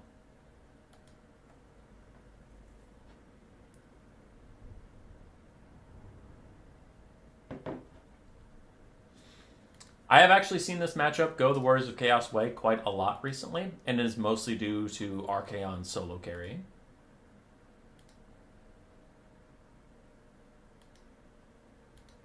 We do have Archaon versus Grand Cathay, so I am already concerned. I don't know if some of those replays have aired yet, but I know one has, where Archaon beat the shit out of, I think, like, Miao Ying, and then, oh, we also had Hellebron beat up Double Alchemist and Shugenin Lord, so. Yeah, Grand Cathay is not the best at killing single entities. That's one of their real weaknesses. To deal with that, though, we have 4 Ironhail Gunners, so let's get into it. For Grand Cathay of Zuri Han versus General Eisenbart. So this is Zuri Han. Zuri Han took Zhao Ming, the Iron Dragon, with Final Transmutation and the Dragon's Breath. 4 Ironhail Gunners, a Terracotta Sentinel, and then Jade Warriors, Peasant Long Spears, some Jade Lancers, and 1 Onyx Cronin. On the side of the Warriors of Chaos and General Eisenbart, we have a whole bunch of Chaos Knights, Arcane the Everchosen with Spirit Leech and Searing Doom, a front line of Forsaken, and then some dogs in the back line. Now the dogs are getting wrecked, so are the Forsaken, as everything descends into chaos immediately. I do like the Terracotta... Well, I hate the Terracotta Sentinel. I like the idea behind it to protect against Archaon. I also like taking Final Transmutation on Zhao Ming to just poke down Archaon or Sigvald or whoever. Because you know the Warriors of Chaos are going to be relying on their Lord to do a lot of carrying. Dogs and Forsaken still trying to find a gap in the formation as they charge in these Peasant Long Spears. 42-20 versus 28-32, though. Those are rough stats for the Forsaken to overcome. And we'll see how quickly they can get through the Peasant Long Spears. They're actually doing a good job of it. Just not taking a lot of damage in return, despite their low melee defense. Chaos Knights taking a lot of damage from the Ironhail Gunners that are firing uphill into that blob, however. And the 3 Chaos Knights all being in the same spot does seem to be a bit too much of an overload. It is really hurting the Warriors of Chaos chances here, so they do need to spread out and kind of diversify a bit, get through the enemy backline more wholeheartedly, and then throw all your knights at 1 Peasant Long Spear that's currently holding, man. It's just holding. Grand Cathay up quite a lot of balance of power. Overcast's Searing Doom is going to try and hit 2 Ironhail Gunners. 1 starts to dodge. Takes a little bit of damage on its dodge, but overall, quite successful. The Onyx Cronin and Jade Lancers are going to peel off those dogs with Zhao Ming's help. 1 Forsaken over here is quite injured. The other one is just fine, but the Ironhail Gunners are safe and sound. For Archaon and the boys, still the Chaos Knights are just way too committed to this single fight up here.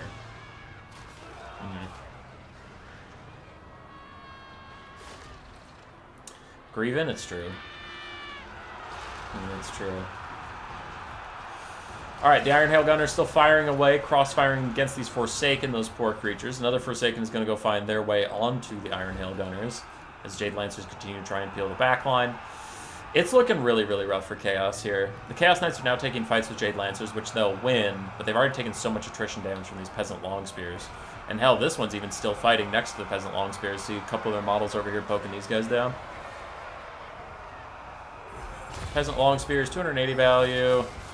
130, I guess it's not as crazy as I would have thought. Another overcasted Searing Doom onto the Iron Hail Gunners. I really am against overcasting Searing Doom. I think you mostly just want to undercast it because it's more focused. It'll do a lot more damage to a focused target than when you spread it out like that. You're spending more Winds of Magic and you're potentially overcasting just to spread out the damage. I don't really like it as much. Archaon has popped a lot of his buffs to fight back against the Terracotta Sentinel, though he is sitting in infantry support of the enemy, so that'll be a little tougher on him. He'll beat the shit out of that Terracotta Sentinel for sure, but yeah, it's a tough time. He's mostly alone now. Chaos Knights are starting to rout off. Forsaken have mostly routed off. It's just a half-health Chaos Knight and Archaon at this point. And Zhao Ming should probably transform into his human form any moment now and overcast the Final Transmutation on Archaon. That'll wrap this game up.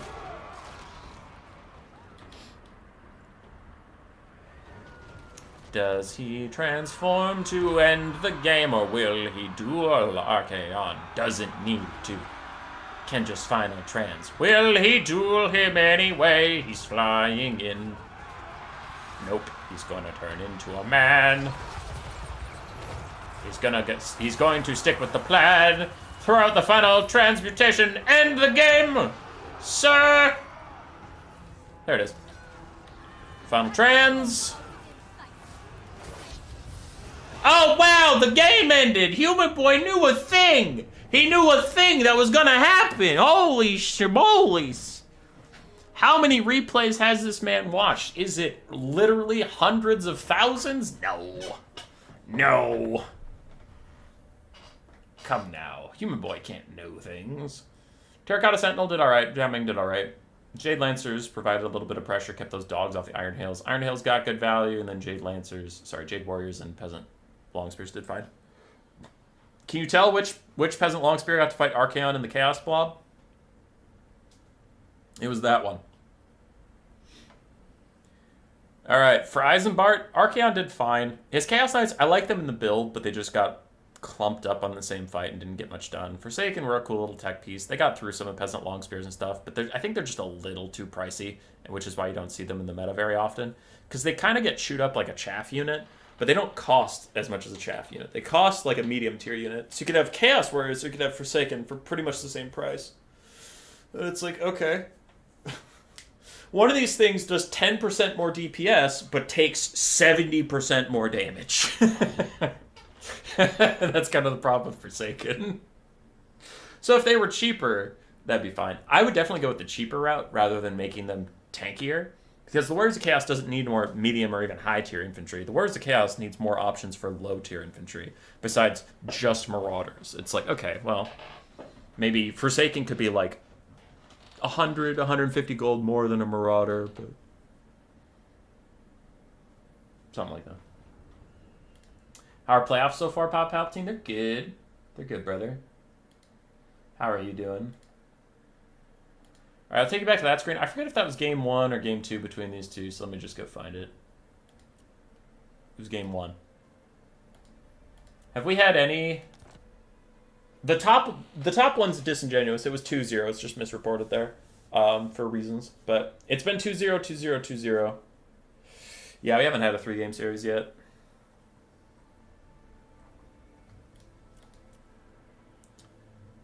All right. It is a Dark Elf mirror. So if you want this to go to game 3, you are rooting for the Dark Elves. Or if you want Zuri Han to get a quick 2-0, you are rooting for the Dark Elves. It is two very different strategies, though. I'll say that. Scourge Runner Kite with some Cold One Knights versus Sister Rush. Just pure Sister Rush.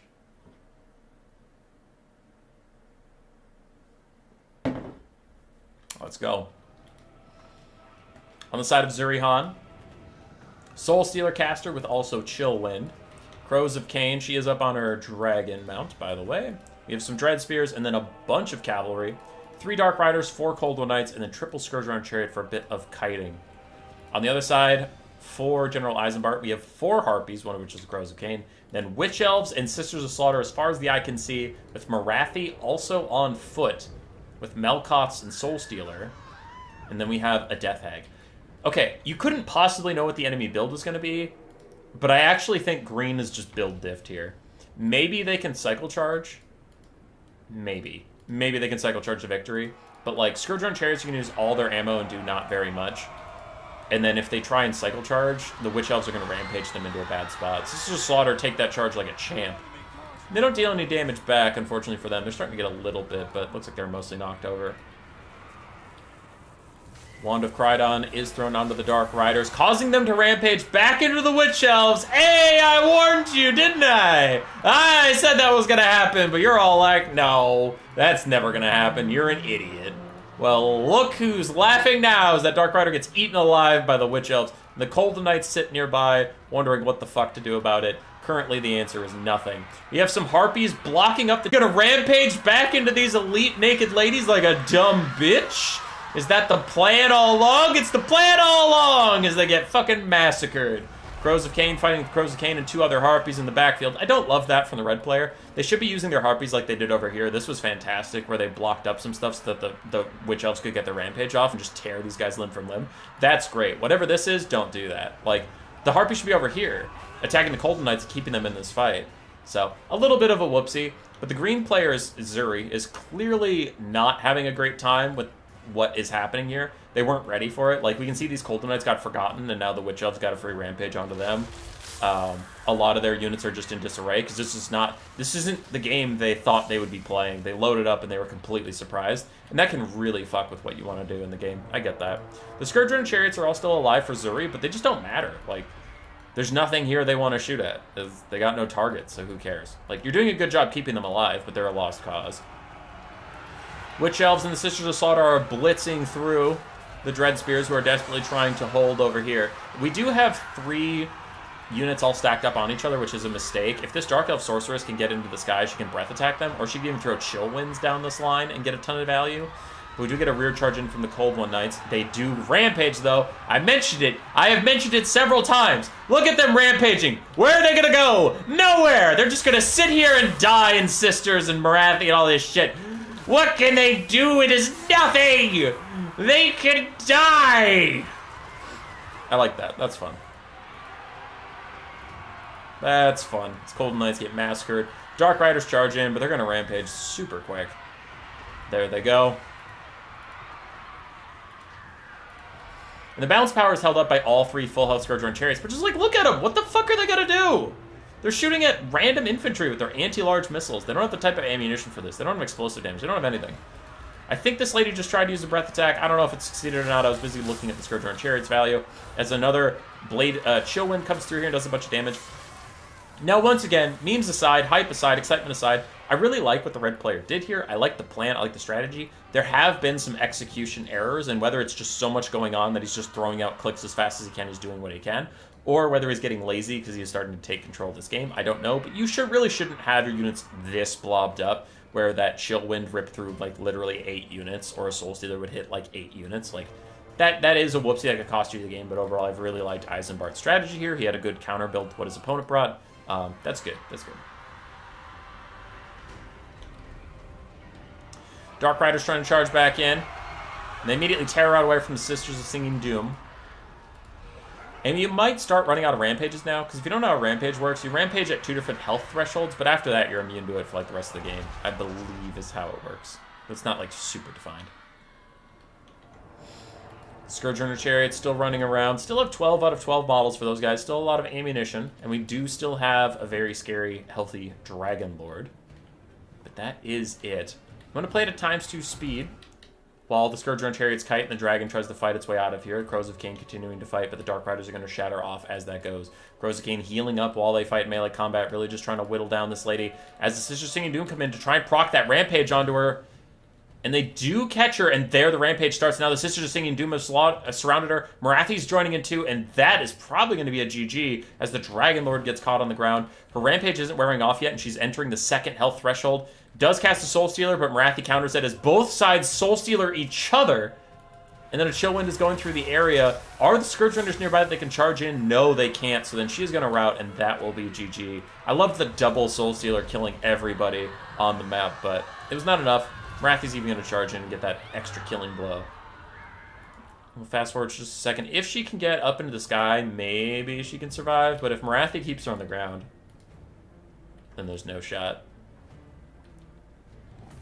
Yeah, that's GG. Bounce Power really loves those chariots. I mean, the sisters and stuff had all taken significant damage. I get it.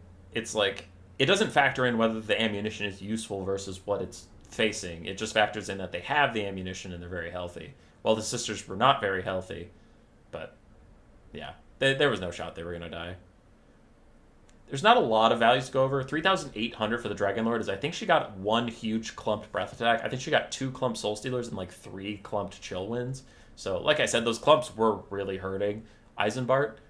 Bit of a whoopsie there. But overall, he entered the map with such an advantage in the build phase just by YOLO throwing the shit at the wall. And it's like, well, your opponent really wanted to like hard kite some large single entities, so that's not going to happen. So that's pretty good. And then overall, he played it well. And I shouldn't say that, like, Eisenbart made these mistakes and Zuri didn't. We saw one of Zuri's Colden Knights just sitting still and got rampaged by a Witch Elf that just walked up to it. Like, clearly, they were put on the back foot and flustered and made some mistakes here and there. And shit happens, but, yeah. It was not a clean game. It was just it was a brawl. Both players just throwing everything at each other. That will take us to a Game 3, if you forget which Dark Elf you were rooting for. Zuri Han's Grand Cathay slapped Game 1, but Game 2... General Eisenbart came right back. And here we go. To finish it out, it is another mirror match in a way. It is Undead versus Undead. It's these players shaking hands after Game 1. Can Ark in the Black, Nagash's loyal follower, win for General Eisenbart, or will Zuri Han clutch it out with the Vampire Counts?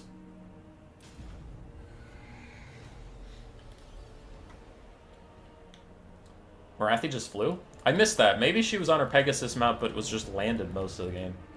I honestly did just miss that. Alright. For Zuri Han and the Vampire Counts, we have a Blood Dragon Vampire Lord, much more the meta Lord choice here with Invocation Heck and a Zombie Summon. You have a Necromancer just with his Corpse Cart and the Stroking Rod. A White King with Scabscrath, front line of Crypt Ghouls, Graveguard, including the Sternsmen, and Zombies. We do have some Vargeists. We have some Fellbats.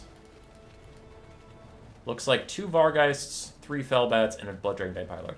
I think the limit on flying units is 5, and I think we have 6 here. It's not a rule that's come up very often in Warhammer 3. But if that is true, this rule break would have had to been submitted when they played this like 3 weeks ago. So, for anybody out there who's noticing it, it's way too late to do anything about that one. Alright, on the other side for General Eisenbart, we do have a front line of Skeleton Warriors, triple gold chevron Skeleton Spearmen in the back line, a Casket of Souls, the Kepler Guard, the Sphinx of Isekf, which I can never say that one, Ark in the Black, Spirit Leech of Fate, and then Stalkers. Real quick, before we get too deep into this, what is going on with the Sphinx, man? I took it a couple times to be spicy and strange, and then I forgot about it for like a month, and it was fine. It was okay. It wasn't great. And then in our new player tournaments, it was all over the damn place. And now in our playoffs, it's also still popping up. And it's like, was there a meeting I wasn't a part of where everyone decided that this was a good unit, which it isn't? It's fine. It's a fine unit, but it's not good. And like, everybody's bringing this fucking thing. Whatever. Anyway, a Fated unit onto the Vargeist plus a little Stalker Volley does take about 2/3 of its HP off, so that is crucial in such an expensive unit. Fellbats and Vargeist also landing onto these Stalkers, though the Fellbats will not get any damage done whatsoever. They're just here to distract it and stop it from shooting the Vargeist. Wonder if Vampire brought the Helm of Discord? Hell yeah, he did. Really nice breath attack onto the triple gold chevron Skeleton Spearman. And now fighting Skeleton Warriors with the help of his little Crypt Ghouls. Crypt Ghouls will provide more DPS than the Vampire Counts are used to getting out of their infantry. So we'll see how well they can do there as these guys are getting a downhill charge onto Skeleton Spears. And the Vargeists are all piling up on this one Stalker now. They're going to kill that thing off as the Fellbats continue to try and distract this other one, the Eyes of the Desert. The Sphinx has found his way to the Blood Dragon Vampire Lord, and the Blood Dragon Vampire Lord is going to get off the ground, fly away. Limit is 6. Nice.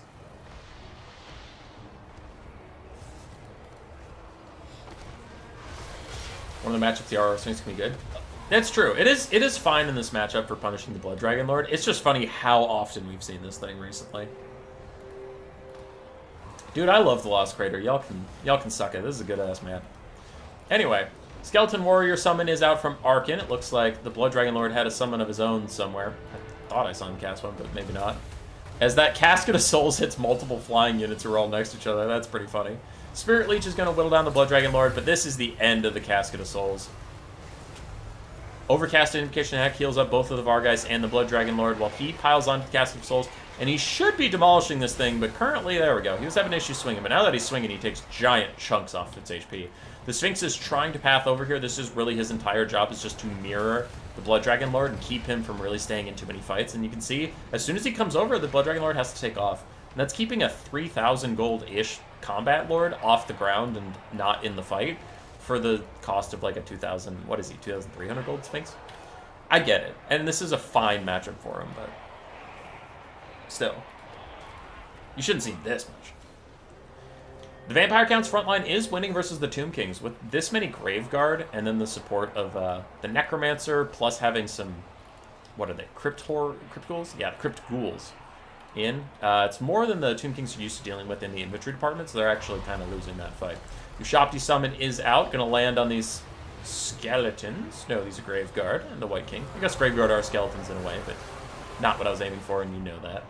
Sporkle Stalker's trying to protect Arkin as the Blood Dragon Lord briefly landed on him and then ran away. Overcast Invocation of Heck trying to keep these guys safe. The Blood Dragon Lord looks to maybe just be going straight for the Sporkle Stalker. He's going to take them out rather than focusing on Arkin, and his Zombie Summon will support him in that endeavor.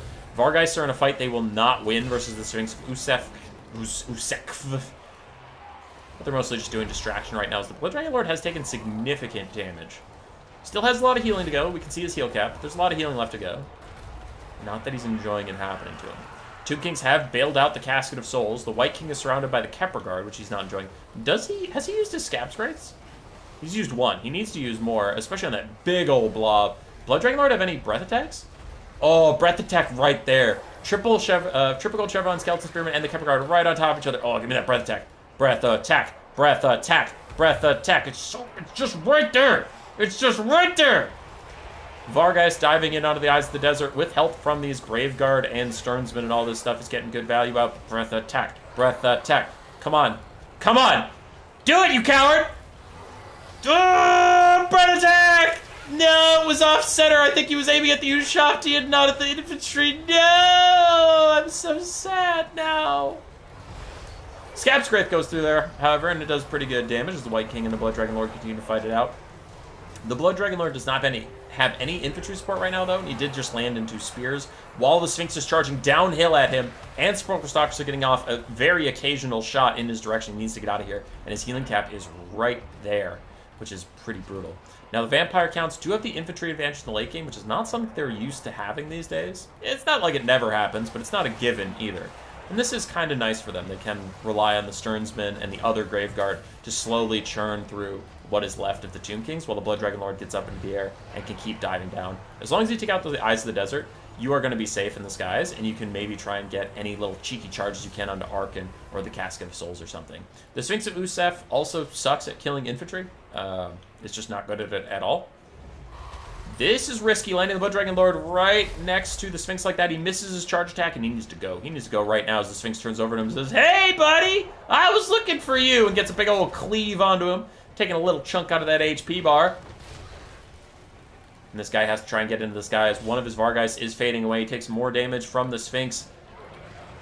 And he's like calling out for help, but the Vargeists are abandoning him, but he's just trying to find anyone to save his life. Bounce power has crept back towards the middle, though, over the course of this fight as more and more Tomb Kings are fading away, including that healthy Ushapti summon that they used. When that faded away, that really did hurt their bounce power quite a lot. We have some Skeleton Warriors. We still have the Kepler Guard, and Overcast Invocation of Heck is going to heal him and his Vargeist, but it also damaged him, and as a Spirit Leech comes in, his health pool is a very finite resource. He's not feeling great about it at this moment. The Sphinx gets dove on by the Vargeist and the Blood Dragon Lord, committing everything to this fight while this thing has no support. I guess it's the best shot he's going to get to take it out. He is on top of his own corpse cart, so he gets some melee buffs. That guy is taking a lot of damage. Kepperguard get decimated by another Scab Scraith from the White King. Just as he crumbles away, he did use the last of his Scab Scraith, so that is pretty good stuff. Tomb King's just about out of infantry, and the Casket of Souls is offline. It's not shooting! Casket! Casket! Turn, you dumb fuck! Turn! Shoot at the Graveguard, shoot at anything! You have extremely limited time to be participating in this game, because all of your defenders are dying. Do something! Casket! It's driving away right now. I don't know where it's going, but it needs to be participating much more than it is. Blood Dragon Lord's diving back in onto the Sphinx. That's getting very low. Though a Spirit Leech tries to take him out, the Casket still just chills! It just vibes, man! No! Oh, no. Arkan is fine, but the Sphinx is dead. Arkan throws out a Skeleton Summon to try and buy himself a little bit more time. He needs a couple more Spirit Leeches, but the Casket, it now recognizes that it wasn't facing the correct direction for the last, 4 minutes of combat, but that is unfortunately probably a game-losing mistake. As now the Vargeist and the Blood Dragon Lord are going to take him out. That'll leave just Arkan all alone. Another Spirit Leech onto the Blood Dragon Lord. That's not going to matter.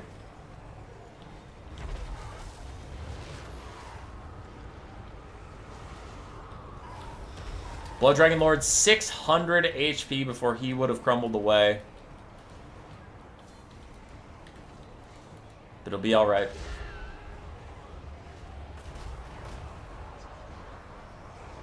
The Casket does not serve. GG.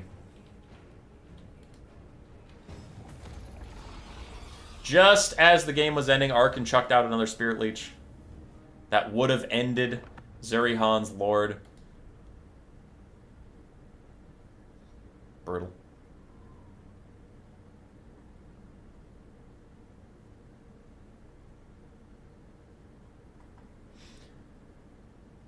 Alright.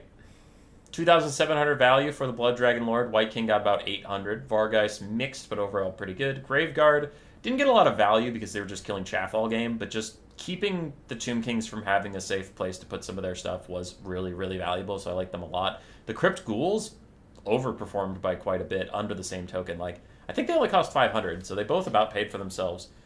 But, again, killing chaff, you don't expect to pay for yourself, especially undead chaff, because, you're denied the last 10 to 20% of the value because the unit's just going to crumble it away, right? You don't get that value. So, yeah, that was nice. Arkan, 2,800. The Sphinx, 2,300. Sporkle Stalkers, 2,500 and 700. Casket of Souls, 1,750. And then the Skeleton Spears and Skeleton Warriors got mostly destroyed, and the Kepperguard did alright. But, no, the Sphinx is fine here. The Sphinx is fine. It can really punish the Blood Dragon Lord, take a lot of his HP. Because he's going to heal it all up and shit, but you gotta do the damage. So Zurihan will advance in a very intense 3-game series. Let me find that game and hurl it into the sun. There we go. So I don't have to scroll past it to cast again. So that was a good 3-game series from General Eisenbart and Zuri. And I can now reveal that it is Old Omen versus Zurihan. Salinator and Stead. Game 1. Ogre Kingdoms versus the Empire. Another Faction War Top 4 game between Blood Penguin and Berserk featured Ogre Kingdoms and the Empire. Blood Penguin did win it. I won't say handily, but it also wasn't the closest edge-of-your-seat game you've ever seen. He did seem to have a pretty good grip on it. And he took Karl Franz and Demigryph Knights with Halberds. This is very different, as Stead takes Balthazar Gelt, Halberds, and Huntsmen. Alright, for the Empire of Stead, we have 4 Empire Knights, a whole bunch of Halberdiers, 4 Huntsmen too, the Silver Bullets, and then a front line of 5 Spearmen. Balthazar Gelt in this guy with Plague of Rust and Found Transmutation. Really good, solid build, like it. On the other side for the Ogre Kingdoms, 5 Noblar Trappers, Ogre Bulls, and Iron Guts. Spammed as much as possible to just run through here. Slaughtermaster with Great Maw with only his heal, and then we do have one Crusher? One Crusher with great weapons. But it's mostly Ogre Bulls and Noblar Trappers. Thank you, General Eisenbart. You put up a good show. You put up a good show, buddy. So far, the only round 1 thing that was not a 0-2, and your Dark Elf build was very creative. Chat liked it a lot. The Sisters. The Hard Sisters rush with Rampage. But anyway, I should focus on this game that is happening right now, as the Spearman line has already been broken, but really good play here from Stead, bringing up the Halberds preemptively to try and get them in the way, as the Huntsman doing a lot of damage here, already routing off one Ogre Bull. Nobbler's not feeling too good either. Crushers are massacring an Empire Knight up on the high ground. I don't know how much you can do about that, unless the Huntsmen have time to shoot up there and help you a bit. For now, just sending some Halberds is probably the best you can do. Empire Knights are also running up as an emergency front line, but the Ogres are still piling through, getting onto the other Halberds and Silver Bullets. And the Halberds are thinking about routing. At half HP, they have plenty of love left to give, but Massacre is popped. Their Tier 2 army ability of the Ogre is causing terror, just trying to get rid of these Halberdiers, but they manage to hold for now. Sigmar blesses them, and they do not rout, dealing so much damage to the Iron Guts as they get hit with the Overcasted Plague of Rust while Huntsmen shoot in at them. That is a disaster for the Ogre Kingdoms, and it was a good play. I liked the terror, but the Halberds just held for a little bit longer than the Ogres really wanted them to. Crushers are having free reign on the backfield. Empire Knights running out of HP as they are the front line. And it looks like this Ogre straight-up rush is going just fine. Noblars, Ogre Bulls, and then Ogre Bulls with some armor on their bellies is all you really need, apparently, to win this game. As more Iron Guts catch more Huntsmen, Halberdiers are struggling to hold the line. Even where they get a fight, they are getting slammed by the Ogre Kingdoms. Bounce Power's turning a little bit against the Empire, and Halberdiers are chasing the Crushers. But it doesn't look like Salinator's going to let them get caught for too long. He is trying to path them out of here, just lead the Halberds on a wild goose chase. If they really want to pursue him, that's fine, as he has some Iron Guts ripping through Huntsmen and all this stuff. Empire Knights still helping out the front line a little bit. Halberdiers also holding for now. The Ogre Kingdoms have taken a lot of damage, but I think they still have what they need to win. They still have 2 Iron Guts that are healthy in the backfield. They have a full health Crusher with great weapons. And that should be what they need to close out this game. As I've accepted that this Iron Gut's probably going to die. These Noblar Trappers are probably going to die. It's okay. It's fine. Crusher's killing off stuff. Halberdier's still trying to catch up to him. We do have some Huntsmen trickling in, going to shoot at those Crushers, and Overcast Plague of Rust does take them down to 60 armor, making them much more vulnerable to this type of attack, so that's fine. Good little play there from Stead. I do wonder how much it's going to matter, as Final Translation is finally coming in for the Slaughtermaster. Maybe he doesn't care. He's fine. He might even just use his Troll Guts on the Crushers right about now. Defunct So Rubber. Check it out now. Something is getting cast. It looks like indeed the Troll Guts is thrown onto his Crushers, try and keep them healthy. Ogre Kingdoms continue to ram through the Empire. And the Empire's last couple holdouts of strength are faltering. These Iron Guts apparently got some healing at some point as their heal cap is approaching. But everywhere else, the Empire's in mass disarray, retreating. We have 2 healthy Halberdiers left over here, and then Gelt in the sky. That's about it. As the Iron Guts go plowing through these guys. Spinning Tops of Doom. Beyblade live action remake. Let it fucking rip. All times 2 speed as these Halberds try and grind through infinite Ogres, but doesn't really look to be going their way as a nasty sandwich takes out that one.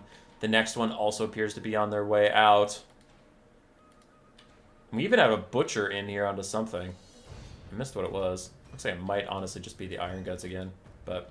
Last the Halberds routes. Bounce power is way too bad for the Empire to come back on just Gelt alone. He even throws out a Final Transmutation as a desperation play.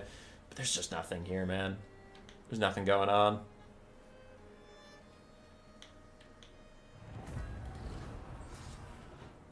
Are Flagellants unironically not bad against Ogres? Wouldn't it be? They don't flee since they don't have a lot of...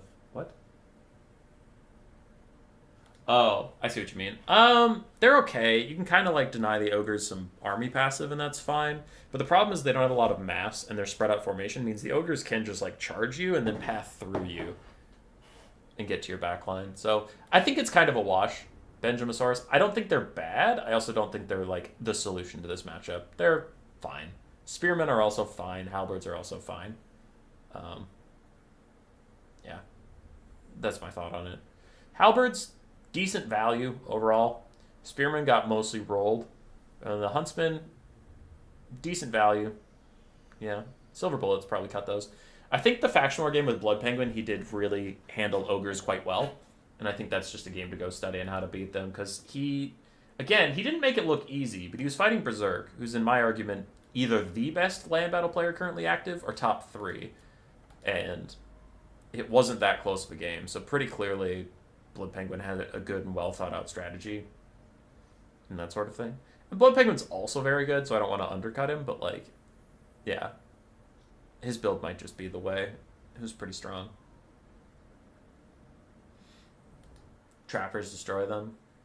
True. But Trappers destroyed these unshielded spearmen as well, so it's kind of potato-potato. On to game 2.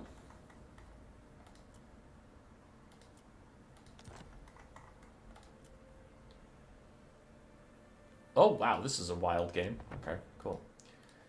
If you're rooting for game 3, you'll root for Stead and the Wood Elves with the Zote, 4 Sisters of the Thorn, and Durthu versus Salinator's Demons of Chaos, which Demons of Chaos in itself is kind of a meme, but we do have some Flamers.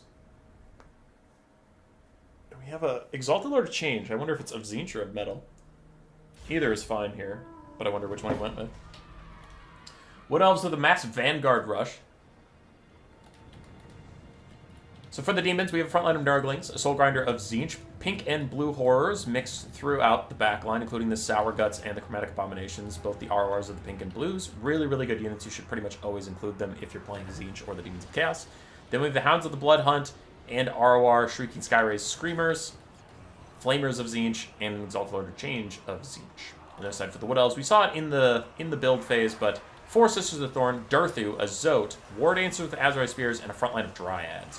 Dryads do magic damage, which is a plus, but they rely on physical resistance, which is a negative, because demons all deal magic damage. So Dryads, you get a bonus on one side, and you get a negative on the other, so it's kind of a wash. They're still just a fine unit. Sisters of the Thorn trying to charge in, though they take a lot of damage on the advance from the Flamers and Pink Horrors, and already that 1,200 gold cavalry piece is routing away, and that is a disastrous loss on this bottom flank for the Wood Elves. Top flank is going much better. They're getting through the front line without much issue.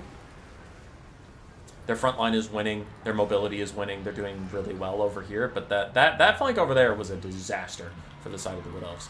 Durthu was lumbering forward, trying to offer a little bit of support. He has Flock of Doom and Sword of Daith to help clear out some stuff. And is that a Sword of Daith? It's a Curse of Honor here and a Sword of Daith. Really like that cast. That was a great cast to try and help out your Sisters of the Thorn. And just get rid of the Demons of Chaos mobile elements and maybe buy yourself a certain advantage on the battlefield. Because if their mobility can win, then they can run down the Flamers and that expensive unit gets murdered. But if the demons keep the mobility advantage, then the Flamers can kite your Dryads and kite Durthu. Because Flamers will do a lot of damage to Durthu if they can get him into a late game situation where they can just sit and shoot.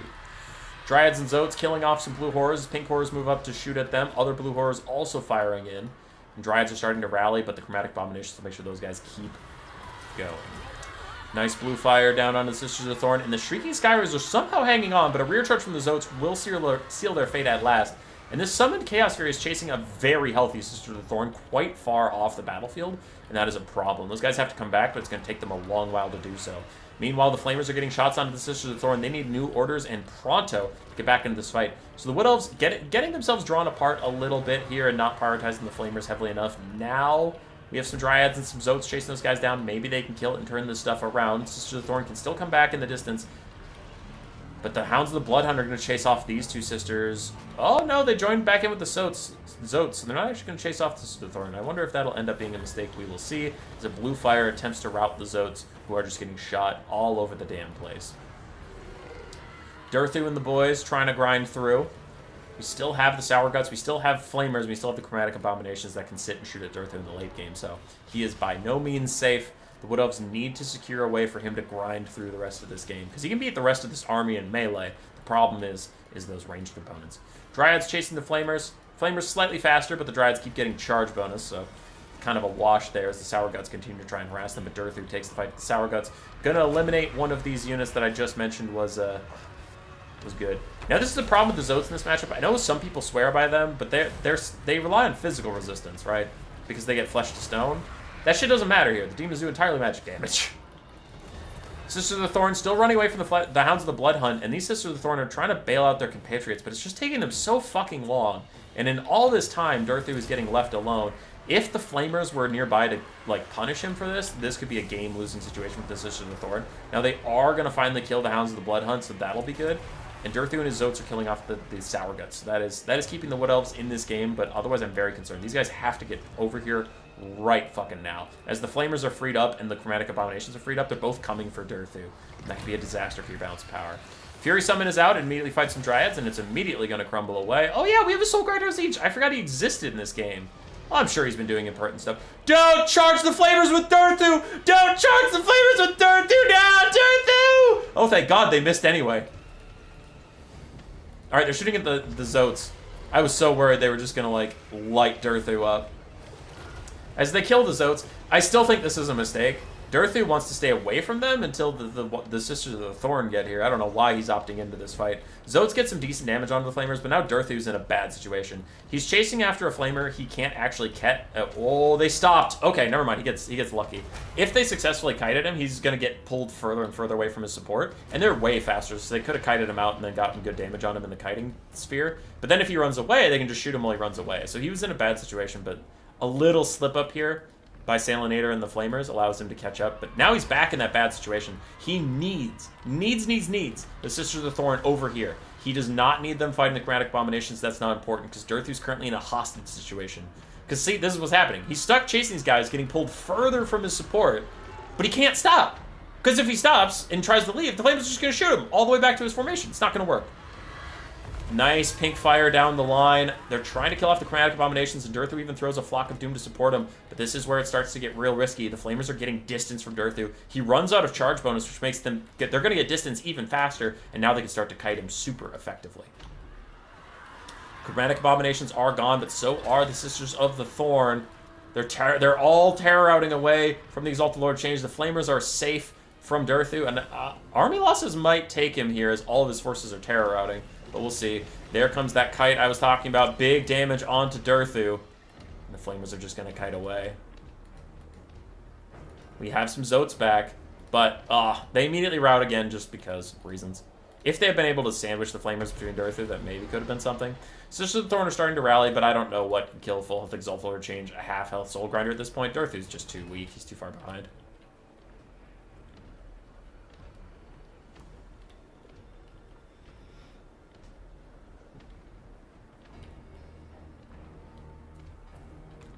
Alright, Flamer's trying to kite it out. They're trying to get one more big volley onto Durthu here to trigger army losses. And they do it, so nice. And that is GG. Well played overall. Well played overall.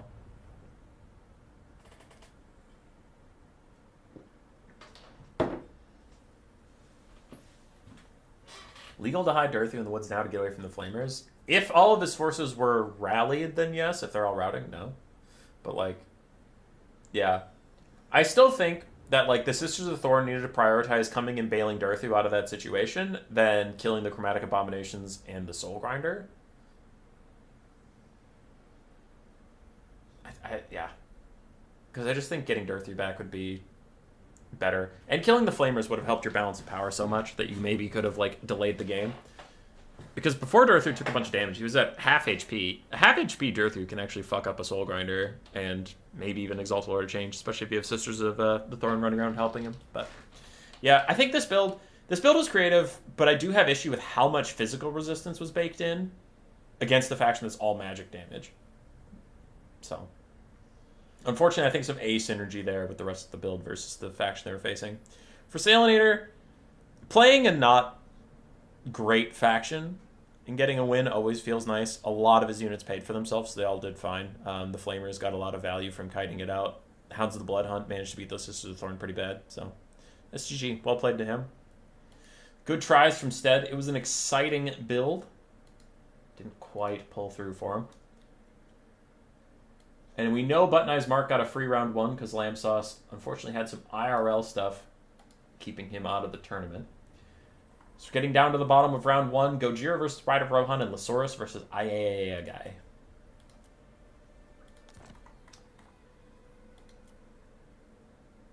Okay, let's get this started. More Wood Elves. Very popular faction today. Gojira on the Chaos Dwarves versus Rider of Rohan on the Wood Elves. Rider of Rohan is a very good elf player. Not shocked to see him picking the Wood Elves. Gojira's just Chad. I don't actually know what his main is, though. Gojira just kind of plays stuff. I guess I would most predict him to play Greenskins, but he just does whatever. He's Goji. Would have been better to have the Wild Riders ROR or no? Probably. I think the Wild Riders ROR would have been fine there. Okay. Wood Elves versus Chaos Dwarves. For the Chaos Dwarves, we have Infernal Ironsworn, Chaos Dwarf Warriors, the Blazing Beards of Bazrak, more Infernal Ironsworn, and then Hobgoblin Wolf Raiders, some with bows, some without. And we do have a Bull Centaur Render shielded, and Astragoth Iron Hand with Ash Storm and Flaming Sword of Rune. On the other side, for the Wood Elves, we have a Great Eagle and a Spellweaver of Life on her own Eagle with Regrowth and Earthblood, and they are diving strangely aggressively. All right, quickly for the rest of the build here. We have Wildwood Rangers, the Great Sword variant, then Dryads, some Blade Riders with Spears, War Dancers with Azrai Spears in the back, and then the Wild Hunters of Kurnos. But yeah, this is happening right now. So the Hobgoblin Wolf Raiders are trying to keep these little eagles on the ground while the Bull Centaurs come in. If the Bull Centaurs get here, they are going to slap some fools.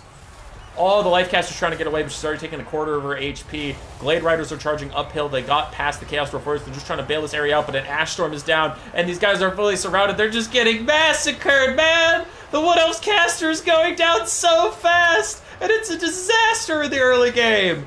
As some of the Wood Elves front line is just getting engaged now, both Chaos Dwarves and Wood Elves are dying over there, but no one cares because the main fight was back here. As the Wood Elves lose the cavalry unit they tried to bail the situation out with, they lose the Spellweaver of Life, and the Great Eagle is also thinking about routing well at like full HP because of reasons, I guess, as Astragoth just smacks him in the goddamn face! It takes about more Hobgoblin Wolf Riders run in, and this has been a massacre by Gojira. 2 minutes into this game, and the balance of power is that disastrously bad, and I do agree with the status quo of the situation. Wildwood Rangers are trying to fight it out on the front line, but it just doesn't fucking matter. It just doesn't matter. As the Great Eagle dies, the Great Eagle dies! It was full HP when I last looked at it, it is dead! The enemy lord is shattered! Oh, it's a disaster!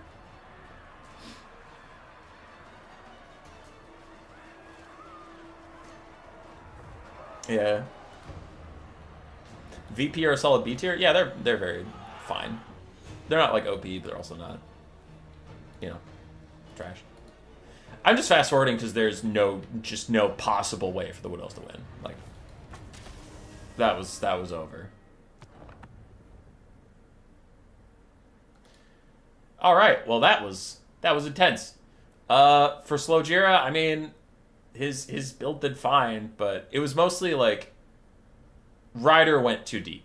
He went far too deep with the Eagle Harass and got punished for it and lost like his Lord, lost his flying monster, and the rest of the game didn't matter from that point. So that is a whoopsie costing you the game, and shit happens sometimes, you know?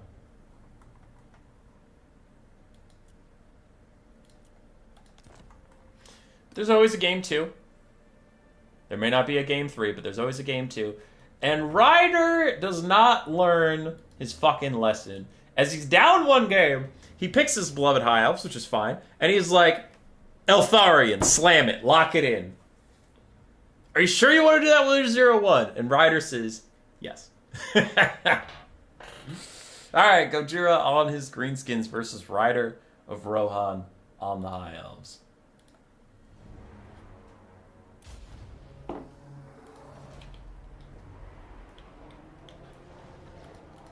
For Gojira and the Greenskins, we do have 4 Orc Borboy Biggins, 2 Skirmish Cav, both of the RORs, which are both very good, some Forest Goblin Spider Riders regular, Day Peak Loons, Fanatics, and then Orc Boys and Goblins across the front line with Azhag the Slaughter with Fade Up Unit and Spirit Leech, and then his odd armor.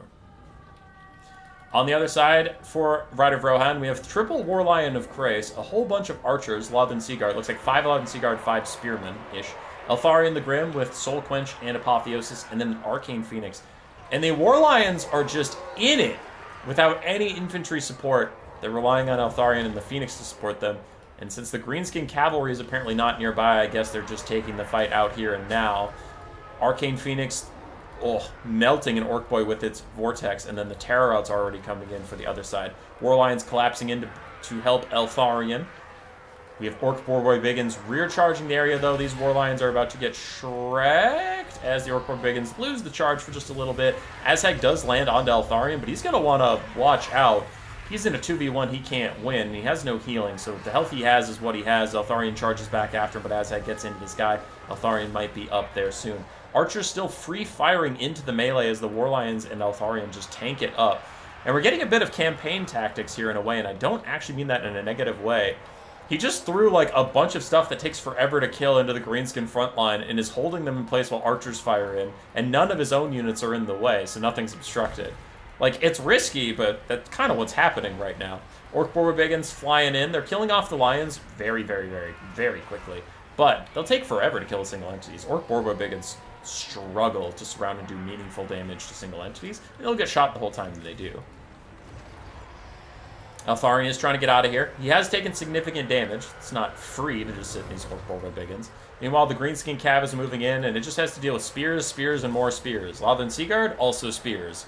And they're not happy about that whatsoever. Eltharion's still trying to path out of here. And the Greenskins are up on the balance of power. Clever tactics aside or not, Eltharion did still lose 3 War Lions for that play. He has lost some Spearmen, and he himself lost a lot of HP. So he'll need Apotheosis to heal that up and make the sacrifice worth it. The Greenskins' first Wa is out, and the Forest Goblins are piling up on the Lathan Seaguard. Their leadership is faltering real bad as the Skirmish Cav also fire in. And can the High Elves hold on? They're shredding this cavalry, though. The rear shots onto these guys with 45 armor and a bronze shield. The bronze shield is facing the wrong direction because, they're getting shot in the back. They're taking a lot of damage. Eltharion's still fighting with his Arcane Phoenix pal. And if he can cast, 3 Apotheoses on himself, he'll be fine.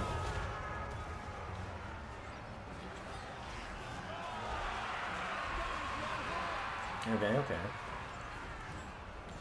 Some of the High Elves are routing. We have an Orc Boar Biggin charging downhill into these Lathan Seaguard, though we do have Spearmen coming to aid them, and the Lathan Seaguard really don't take that much damage on the charge. Spinning Loons are out through the formation. Looks like they tried to poke down some Spearmen a little bit, and the Arcane Phoenix is fighting back against Squigs and the Orc Boar Biggins.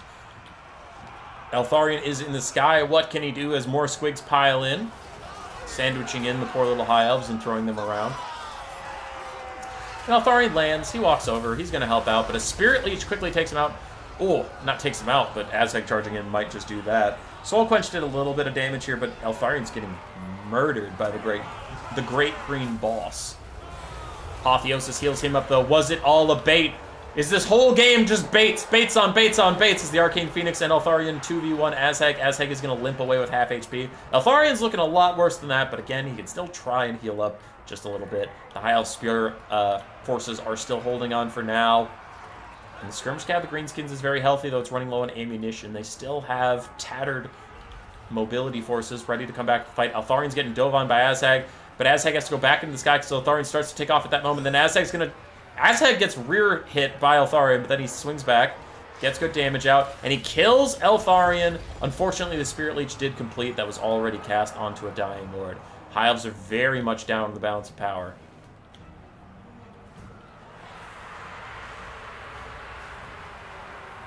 Teclis is still very good? No, he's not. Dude, I hate Teclis.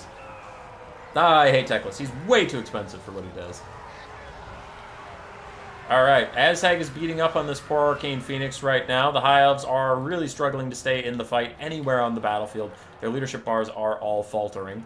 Still have some War Lions routing off into the distance. And we'll see. I think the only thing that could win the High Elves the game now is if the Arcane Phoenix manages to kill Azhag outright. Maybe.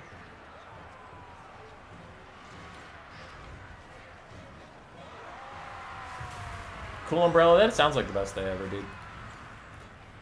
Okay, now I'm confused.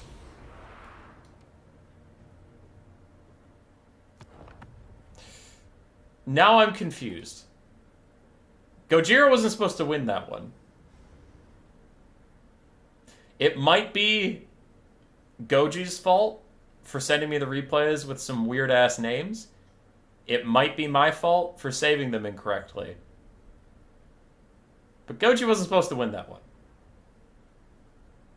Scrolling over the values, they're all fine, but it was just a good Greenskin game from Gojira. That whole time, I was like, wait, this is gonna flip somehow. Because I know there's a game 3.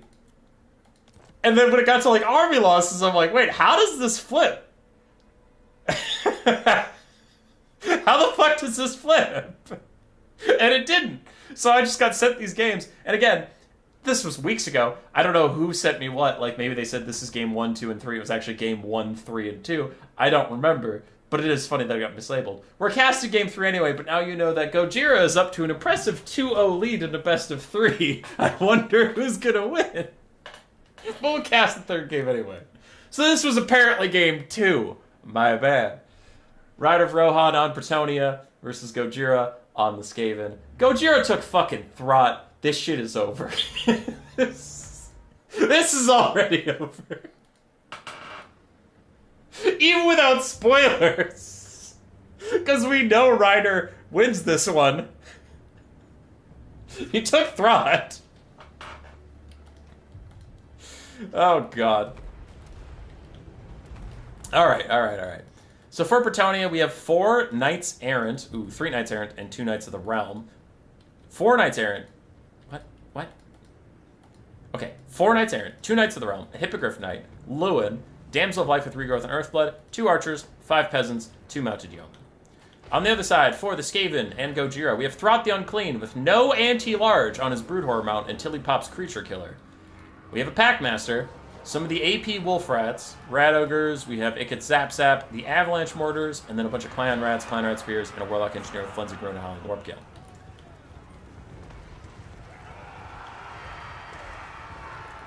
Alright, Knights Errant taking some damage. They are killing those Clanrats, but the Avalanche Mortars are making them pay a little bit for it. Knights Errant all just piling in here. Throt gets out his Rat Ogre Summon, but remember that Throt costs as much as Lewin. Throt costs as much as Lewin. Those are not the same character. Anyway, I digress. Hippogriff Knights dive onto the Ikit Zap Zap and the Avalanche Mortar. Both of those are routing already. The Molder fight is in. The dogs are all routing, and one of these Rat Ogres is a summon.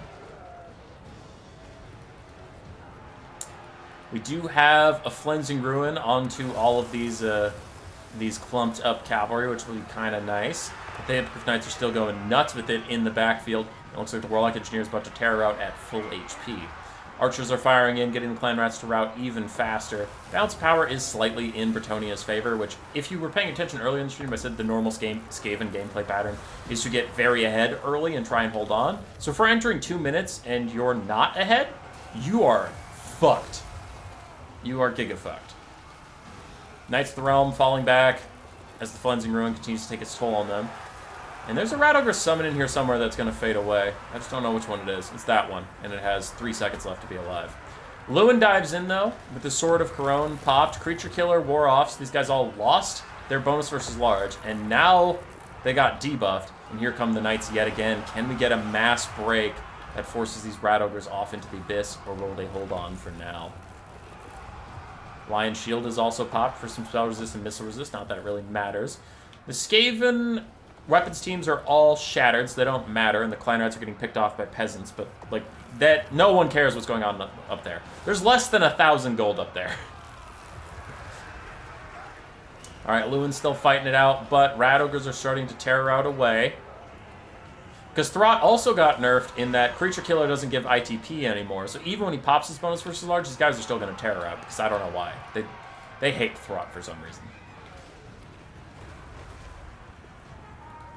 Anyway, Throt taking big damage, already about to rout at 3/4 HP. So that feels good. Sure glad that my Lord is routing at 3/4 HP. Oh, 2/3 HP and he routs. That's new. That's new and special. I love when my Lord routs at 2/3 fucking HP. And he costs as much as that one. He costs as much as that one. These are the same fucking character in the eyes of CA. Same shit. I'm not mad. Dude, I'm not mad. Throt's a good character. He's real good. I don't constantly rant and rave about how dog shit he is. No, he's a good character. He's real good. He's the best. Knights of the Realm catch him out. They'll finish him off. That's army losses. GG.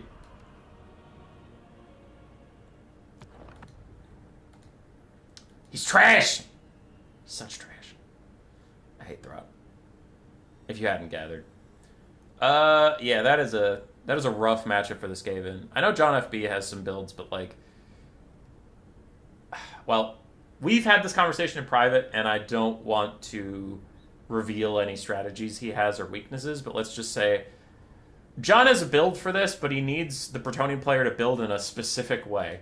And he's like, yeah, no, it's still a bad matchup because I'm gambling pretty hard on what they bring.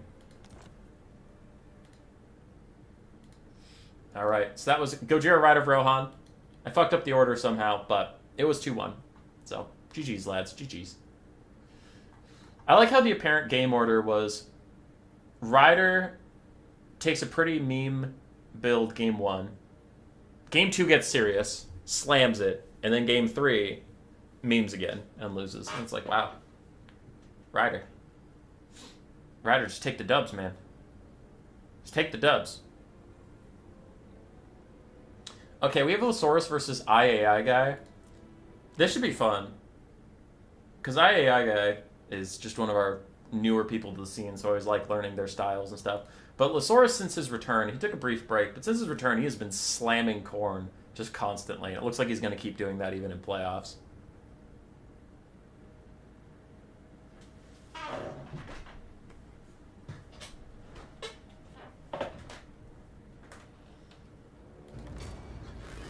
Yeah. Cool Umbrella and Tequila? I agree. Grieven? That's Pog. Inject it straight in my veins. Why have I seen this before?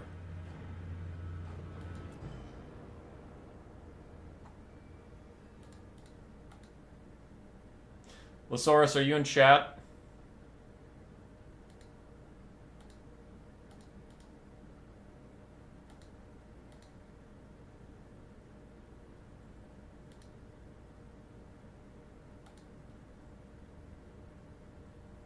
Okay, yes, I have seen this before. I made a video on it. The video's not out yet, so thankfully there's no spoilers. But Losaurus, don't!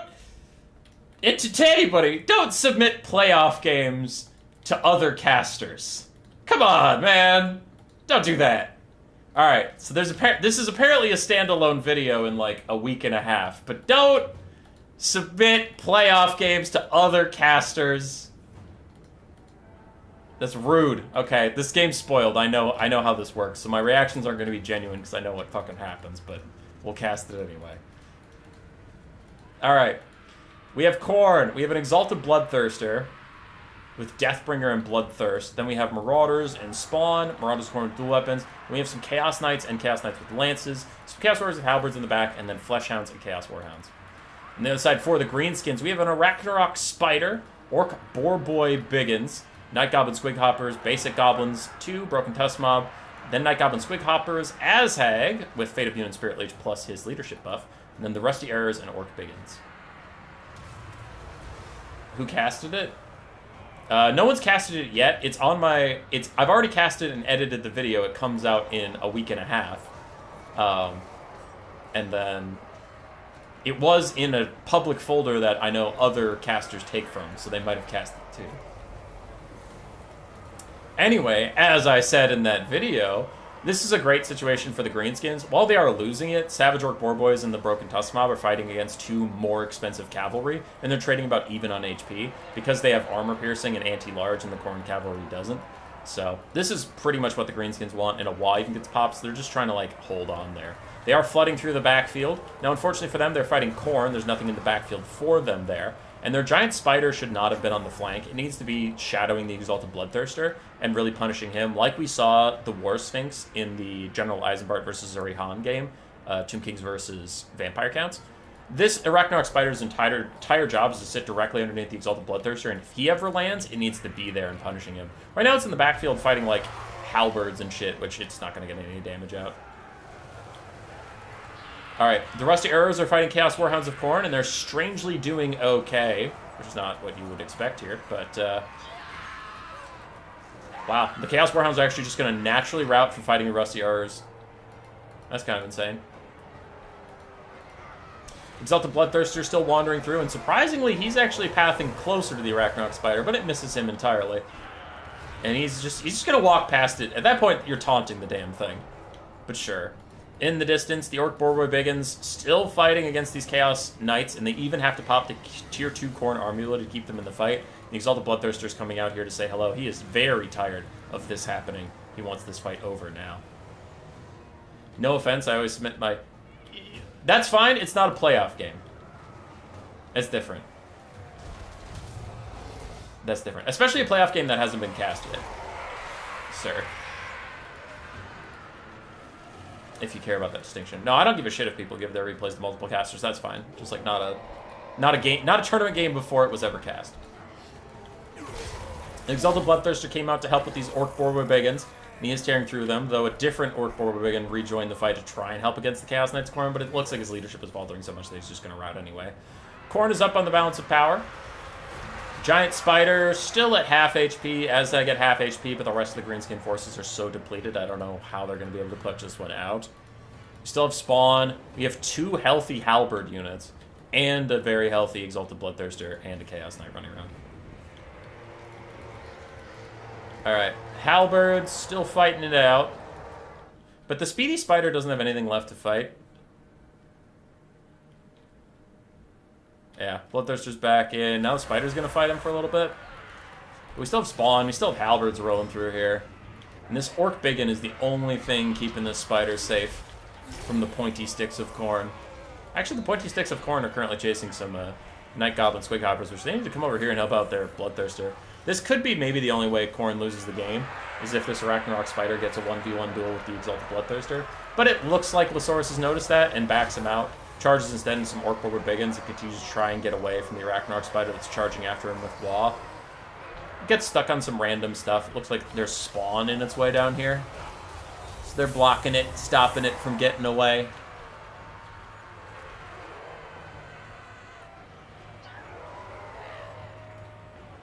Alright.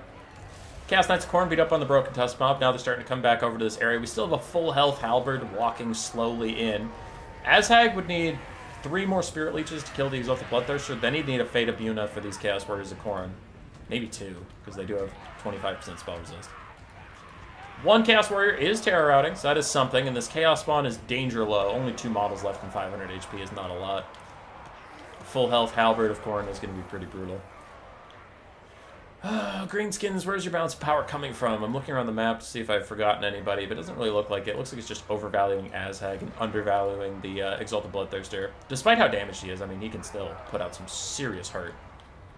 Giant Spider is trying to come back. The Chaos Knight should be able to rout it yet again. It is a Greenskin monster after all. Its leadership is not what it is known for. Spirit Leech onto the Chaos Knights to try and help the Arachnarok Spider maybe win that battle and get back into the fight. It doesn't look like it's going to be the case. Its leadership is faltering. Azhag takes some nasty shots, and he is routing away.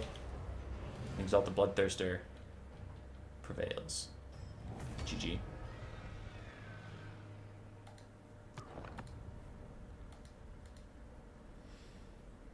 Alright, 1900 value for the Exalted Bloodthirster. 2 Chaos Knights both did okay. Spawn did fine. Halberds did amazingly well. And Chaos Warhounds and Marauders did fine. GG.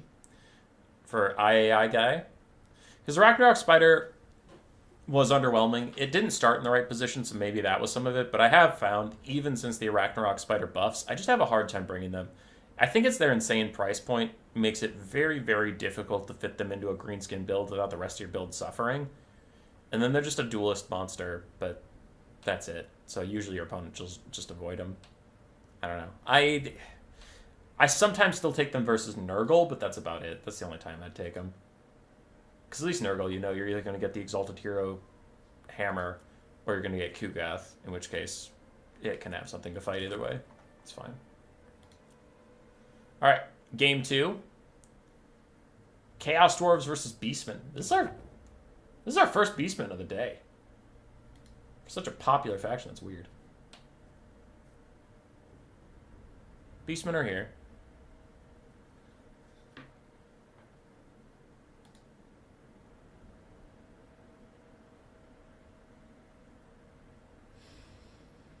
Taurox versus Chaos Dwarves is problematic.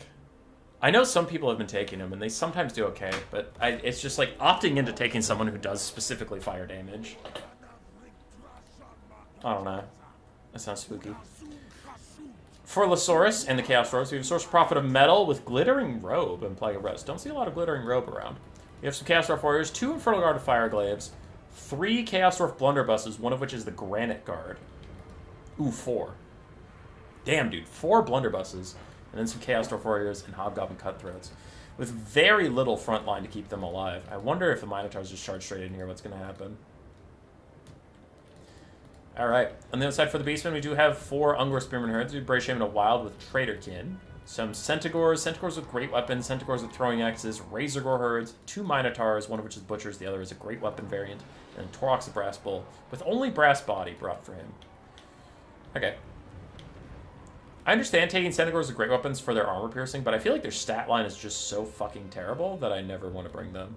Because basic Centaurs have 7 more melee defense, 3 more melee attack, only 2 less weapon strength, but you're paying more for the great weapons. I don't know. Great weapons need a little bit of love.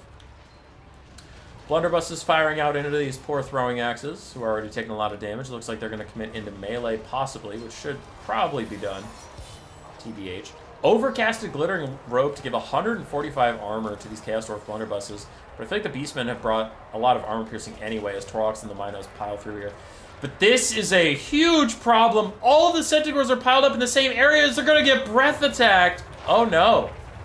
Oh, no, Batman. Now, thankfully, it wasn't a Dragon Breath attack, so it didn't do that much damage. But the Centaurs are not spreading out at all and abusing the fact that the Chaos Dwarves brought so little infantry. You need to cover the map. You need to get as far, like, around as possible so you can slip in through the gaps. Piling up like this, all of your units on the 1 or 2 melee units that the Chaos Dwarves have is really, really brutal stuff. They're still doing okay on the balance of power. Butcher's Accountant Guard and the other Minos have already gotten through one of the Chaos Dwarf Blunderbusses. One of them. As the Infernal Guard are turning, they're all going to shoot at Toroks. He does have Brass Body Pop to try and stay alive a little bit. He has Ward Save and Missile Resistance, but still, that is a lot of armor-piercing fire coming straight his way. The Centaurs really, really piling up on these Chaos Dwarfers and Hobgoblin Cutthroats. They're just getting nowhere as these Razorgore Herds and Ungor Spearman Herds try and get around the sides, maybe get to these Fire Glaives. The Toroks took a beating in that fight.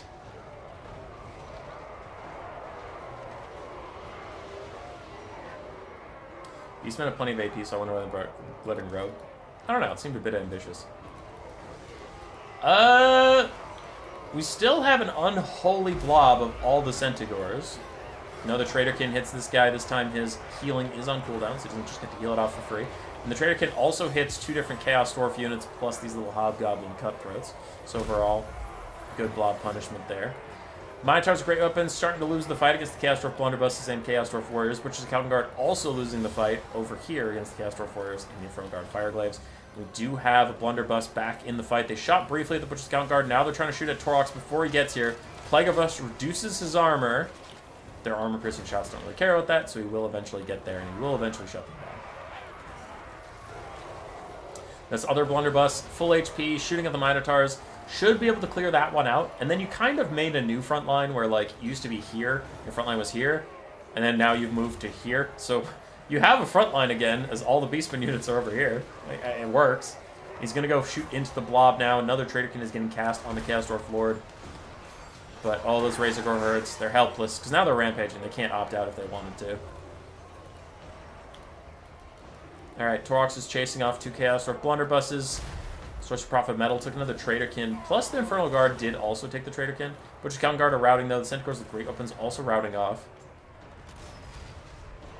Looks like this Brave Shaman is taking a lot of damage. The Blunderbuss is still firing into the blob of Beastmen who are fighting these Infernal Guard. Does Toroks come back? No, he's wandering into the distance. Uh-oh. Uh-oh. Traderkin caster trying to disrupt these Blunderbusses, save his blob, but now the Infernal Guard are shooting at him. It looks like the Source of Profit Metal is thinking about diving back in. He does still have 2 breath attacks left, right? Yeah, he does. He's fine. Brave Shaman of Wilds is routing. The Beastmen are overall routing. It's looking like a 2-0 to Losaurus. Chaos Dwarf Blunderbuss is rallying in the distance. Toroks is trying to come back to the main fight. We'll see if he even arrives. Another Glittering Robe is out for the Infernal Guard Fire Glaives. 160 armor for them, but army losses is the best armor. It's a GG. Infernal Guard got good value. Blunderbusses, mixed. Overall fine. Chaos Dwarf Warriors and Hobgoblin Cutthroats did okay. Freya guy, I didn't mind his build, but like the Centaurs all piling up in the same spot was really brutal and just a nasty misplay that cost him a lot of battlefield presence. So that's rough. I think his build was just fine. I think his target priority for Traderkin and Torox was fine too, but like that one Centaur play really fucked him over. What do you think about Cathay getting a new hero? Could they just turtle around and use this ammo? Scared that might happen. I mean, Cathay already has insane ranged units. Like, they have the best ranged units in the game. They don't need a half-assed bone giant to pressure you into them. They have cannons. They have firing rockets. They have the giant war balloon. Right? Like, Cathay's never had an issue forcing you to come to their box. So, it's not adding something they don't already have, so I'm skeptical it'll be good. If he's really good in melee, maybe. But for now, I'm thinking that that hero is just going to be whatever. I honestly don't think you'll see him too much. All right. We've gotten through all of round one. KDW, his dudeness, Old Omen and Zurihan, Salinator and Butnice Mark, Gojira, and Lesaurus. Start at the top. KDW versus his dudeness. Let's go. KDW back on the Dark Elves for his game one. His dudeness on the Beastmen, who we had previously not seen for the first half of this stream, and now they're all over the goddamn place.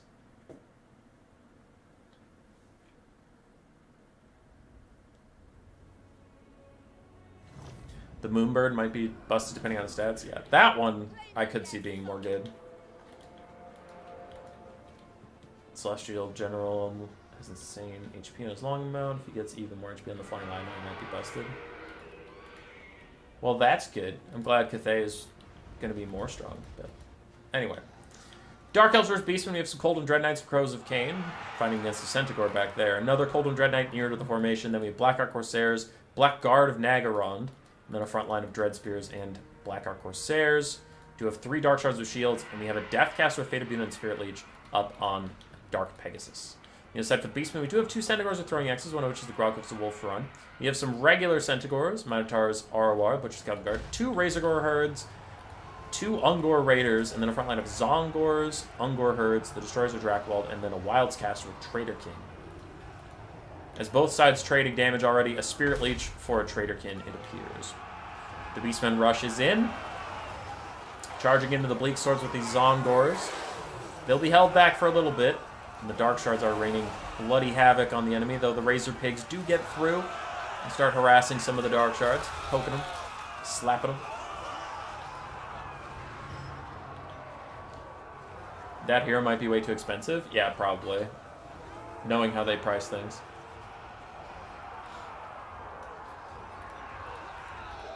Alright, Centaurs and the Grogcliffs of Wolf's Run are running around with the Cold One Dread Knights in the distance, just kind of kiting those guys out. We'll see how the overall fight goes for them. But the Beastmen have broken through the Dark Elf front line.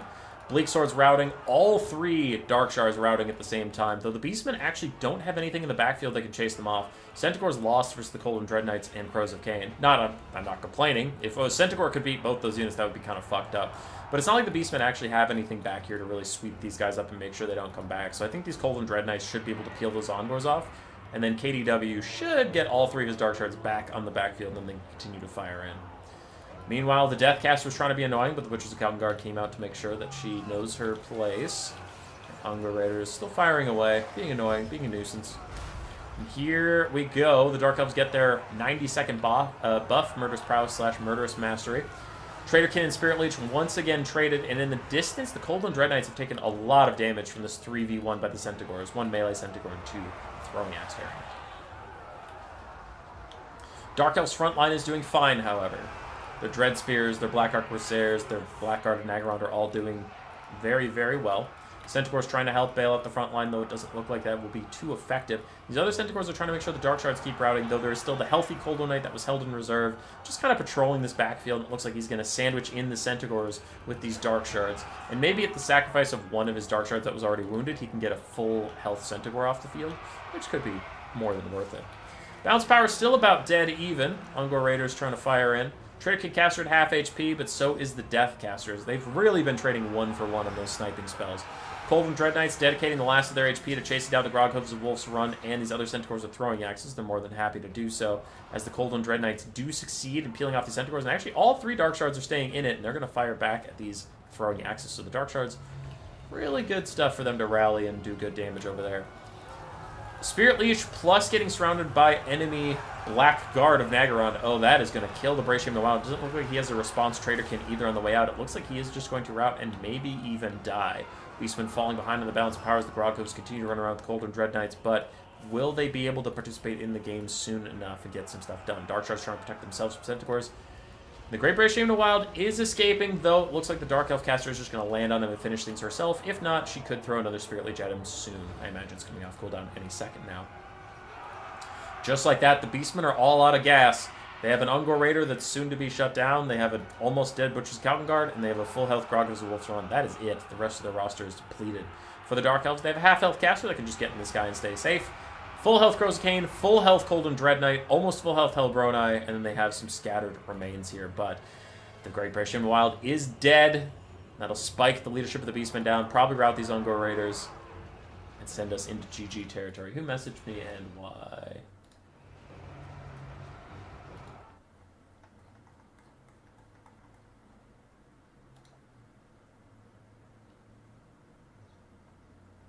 Okay, weird. People just complaining about the bot.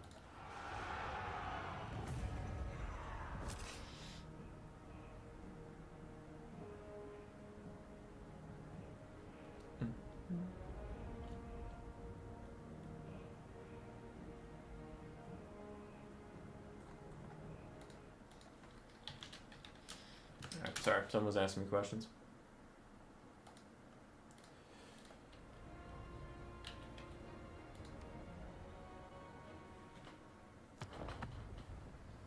Pay for the lore of hags, not to be busted. Mother O will be more annoying.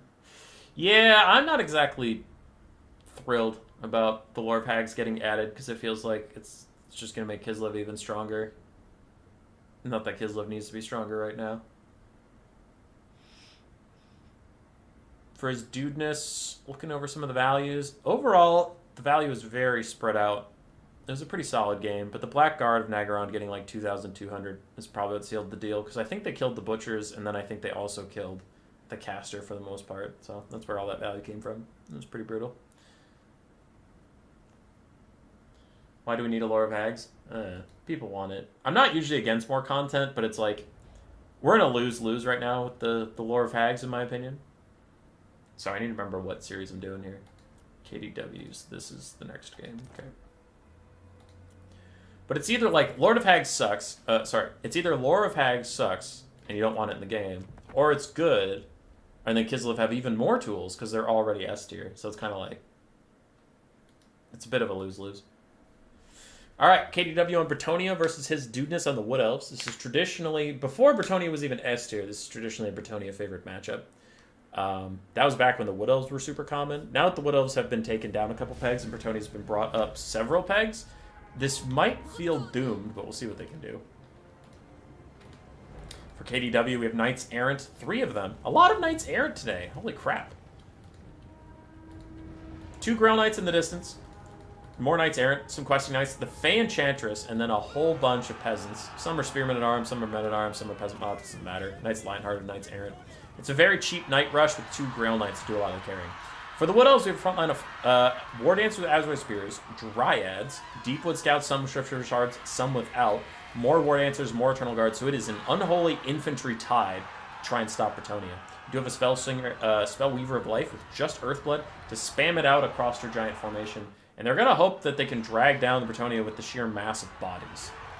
Defenders of Fleur-de-Lis already down to half HP, though, so it appears to be working as far as this goes. Also, the Knights Lionhearted in here taking a lot of damage as well. The War Dancers and Eternal Guard chasing those guys around.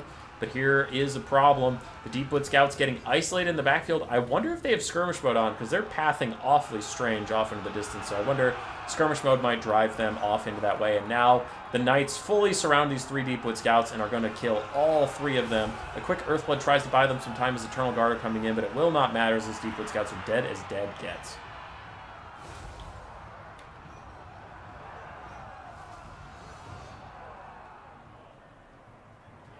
Good spells or campaign spells. Moving Vortex.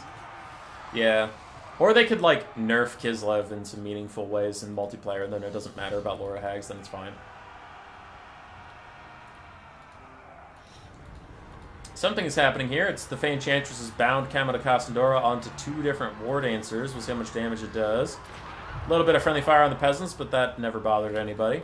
Deepwood Scouts are all routing. I wonder if any of the Knights Errant can take time and chase those guys off for good. Meanwhile, Questing Knights, Lionheart are cycle charging some War Dancers in the backfield.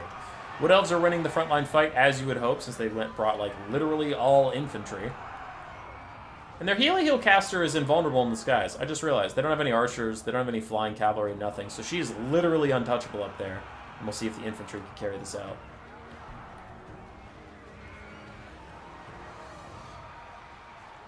Nerf Patriarch's healing? Yeah, if they nerf the amount of healing that Kislev has, and they nerf Mother Ostankia because she is ridiculous, then the faction would be fine. But for now, it's just not fine. You can't have one of the best blobs, but also some of the best spread out stuff, also some of the best healing, and also one of the best and most cost-effective caster lords, who's also an artillery piece, who's also a tank, and you have the only working chariots in the game. That's, like, just too many things. You can't do that.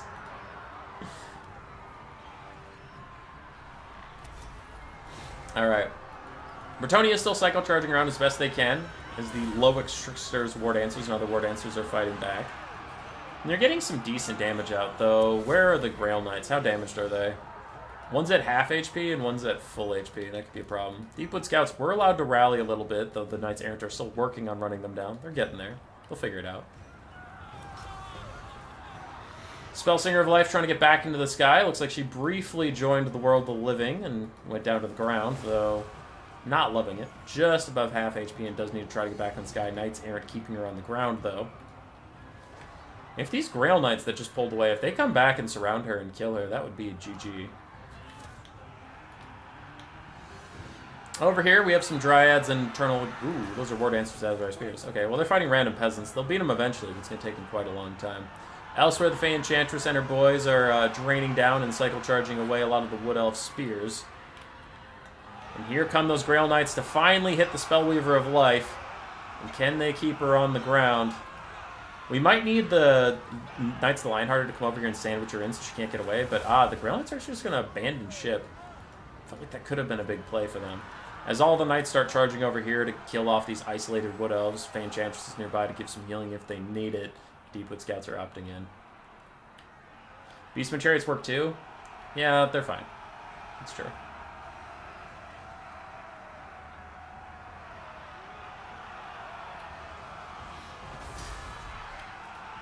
Okay. Fey Enchantress is going to just start healing up all of her Knights while they cycle charge over and over again.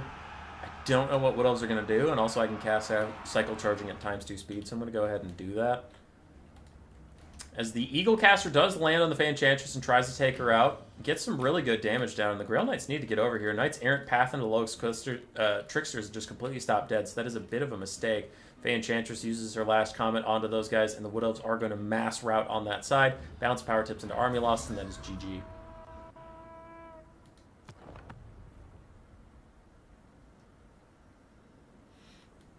Well done by KDW.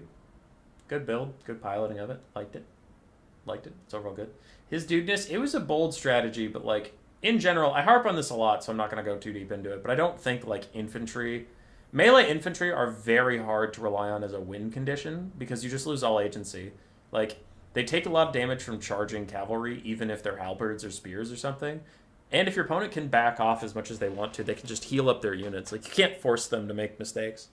So, it was a bold build, but I do think it's just kind of suffering from, like, and I don't think it's necessarily a bad thing, but I just think the current state of the game does not support infantry spam being a strong way to win games. And once again, I don't really think that's a bad thing, but it is the meta right now. The meta is to secure the mobility advantage and win from there.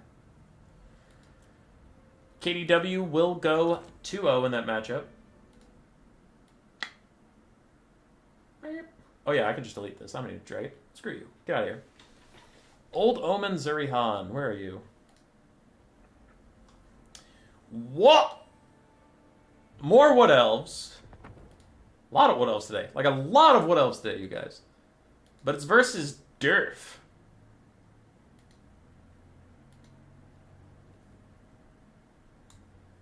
Derf? Whew. This is a weird build, too. Alright, Zurihan versus Old Omen for Zurihan. We have Dwarf Warriors and Longbeards as the front line. 5 Quarrelers. Armored, shielded, good versus Wood Elves. Then we have triple Ironbreaker.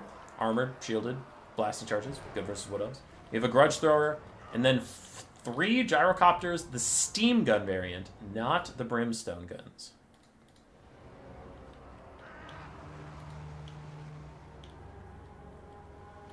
On the other side, we have a Spellweaver of Life with Flesh to Stone and Earthblood, and then Dryads and War Dancers for a bit of a melee combatant. More Blade Singers and Eternal Guard on this side. And then we have a Branch Wraith and another Branch Wraith. And both of them are just kind of melee heroes with Call of the Woods for more melee attack. Interesting. Oh, we have the Lost Sylvan Knights. The Great Stag Knight RR. Cool, cool. Gyrocopters looking for Waywatchers or looking for Deepwood Scouts to go harass. They don't find any, and instead they get an eagle to the face, which they don't like. They're going to try and fall back now. And can the Dwarves hold against such reckless infantry? Blade Singers, did you get rock dropped? Yeah, one of the gyro bombs hit you. As these guys try and get a little 2-for-1 over here.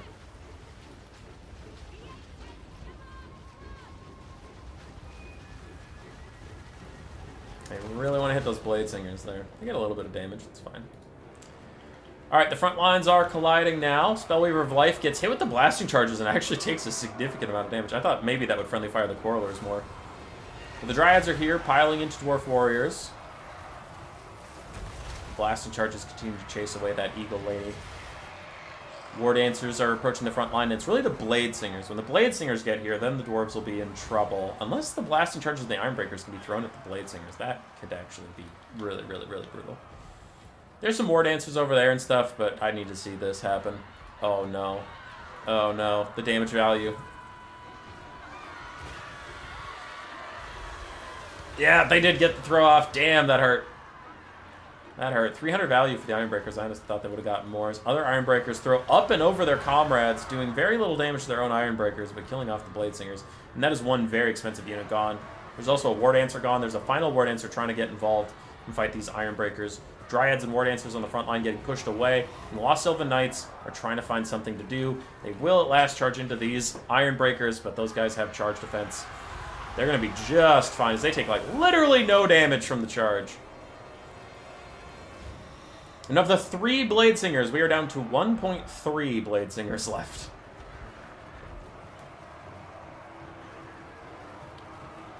Papa Palpatine. Yeah, it's really annoying in the Skaven matchup, what Umbrella's talking about, where, like, Costified Dervishes can literally suicide in and, like, kill off the Avalanche Mortars or a Warp Lightning Cannon team by just sprinting at you because they're unbreakable. Yeah, it can be kind of brutal. War Dancer's still getting pushed away. Wood Elves are down to the bounce bar by quite a lot as the Dwarves continue to hold, and the Dwarf Lord is out here doing his darndest. Lost Sylvan Knights have taken a lot of damage in their time running around and doing what they can. Spellweaver of Life gave herself some Flesh to Stone physical resistance to try and be tanky. Lost Sylvan Knights disrupting 2 or 3 Quarrelers all at the same time, though I don't know that it matters. Still have a Grudge Thrower being annoying, and way off in the distance, a Longbeard has led an Eternal Guard far away from the fray, so they're sacrificing themselves like proper Dowie. We have finally one Terror Routing Quarreler, though I don't know if that is a worthwhile trade for all the Wood Elves have suffered. And the Blade Singers, man, now that they're in melee, they are doing really good versus these Ironbreakers, but they're just like there's so much support against them. There's all these Quarrelers, they were getting blasting charged earlier. There's too much. There's just too much. Give Blow to Corpses 400 speed. Problem solved. Easy. Easy clap. Alright, at this point, we're going to see if the 2 Branch Wraiths and then the Healy Lord can win, because the Wood Elves are out of everything else. Even the Great Stag Knights are just beyond repair at this point. 700 HP for them, and they're still getting poked down. Army losses is actually hitting too, and I can't say I blame it. That was a good Dwarven build, and it was played pretty clinically. Old Omen Tried to bring some spice, bring some flair. But I feel like Miners with Blasting Charges would have done similar things. Blasting Charges in general just make the Wood Elf Rush versus the Dwarves so hard here because all of their infantry are weak to it.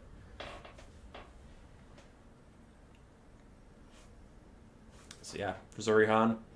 Ironbreakers did pretty darn good. Grudge Thrower did okay. The Gyrocopter Steam Gun variant also did fine. And then Quarrelers offered slow little pokes all throughout the game. So that's GG. For Old Omen, nothing really panned out or paid for itself. Some of the Blade Singers got close to doing something, but everything else got slammed. Rip.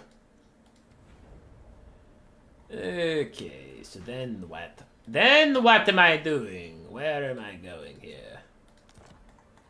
Oh no, this one. Okay, yes, this is correct.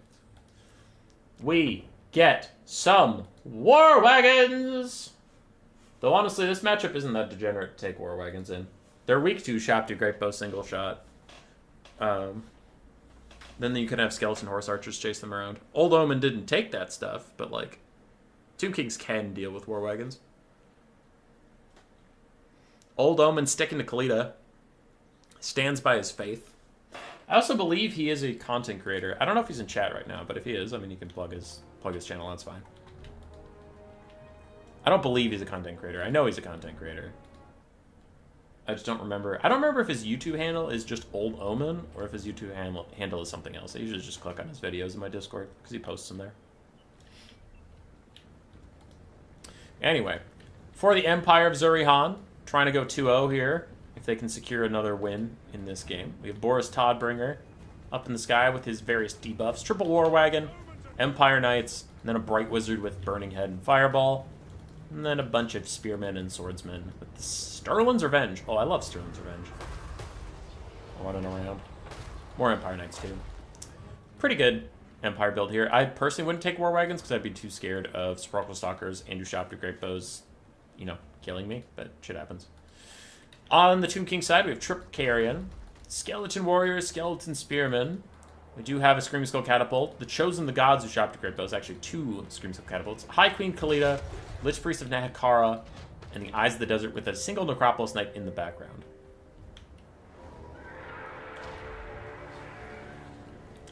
Carrion gonna go dive Empire Knights. A bit away.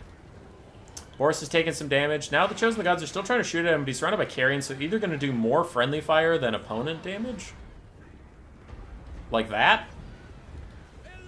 Or they're just going to be obstructed. So this is a bit of a whoopsie. You really don't want to be shooting these cluster missiles at your own Carrion, and yeah, that was just unfortunate.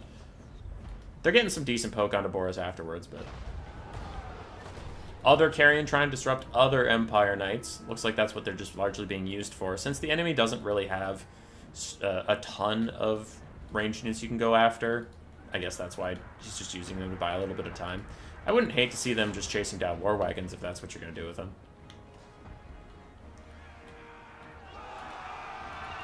True, Cyrus. How was your vacation? Sounded like you were having fun during the time. Boris is taking significant damage from the Chosen of the Gods, more than I honestly would have assumed, because usually their spread shot doesn't do that much to models that aren't gigantic. But they're doing all right here. They do need to finish the job, though. He is a self-healing lord, so if he can just get away, he'll come back stronger than ever before. Necropolis Knights holding right next to the edge of the white line. Once again, if this was a rule break, which it looks like it is, this would have had to be brought up to me at the time, but the Tomb Kings did deploy too close to the white line here. Like, that's not 200 meters at all, so... FYI, if you see it and you're questioning it, yeah, it is a rule break, but past the past, and they could have brought it up, but didn't happen. War Wagon shooting at the Sprockle Stalkers who are distracted by Empire Knights. They're also shooting at Khalida, who's trying to chase them down. These other Empire Knights are chilling nearby, wondering what to do. Necropolis Knights guarding against these other Empire Knights who are trying to get in. But this Empire Knight did manage to sneak its way through. Kills off a Scream Skull Catapult.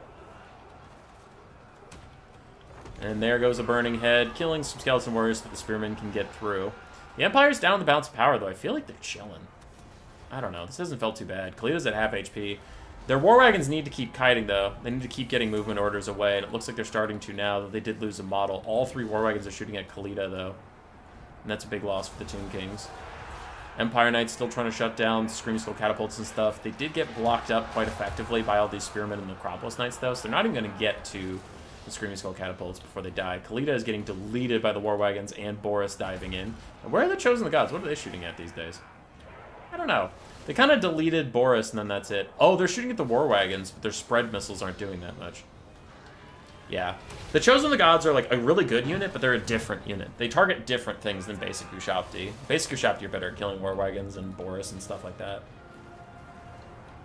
Khalida is dead. She used her Venom Staff one last time before dying and did some decent damage to Boris Todbringer, but now the war wagons are poking at the Purple Stalkers, and Boris is after them.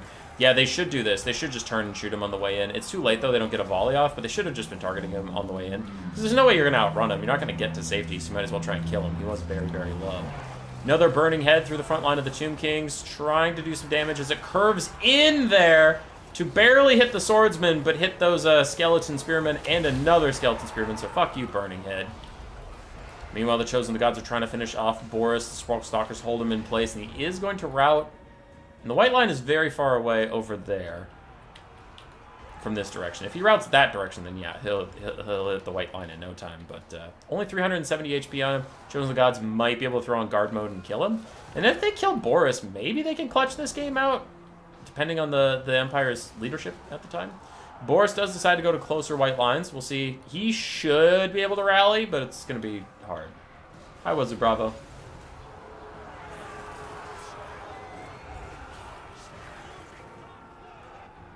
If Toddy has enough time to heal, Empire will be fine. He's back for the final time. If he routes anymore, he's going to be, like, dead.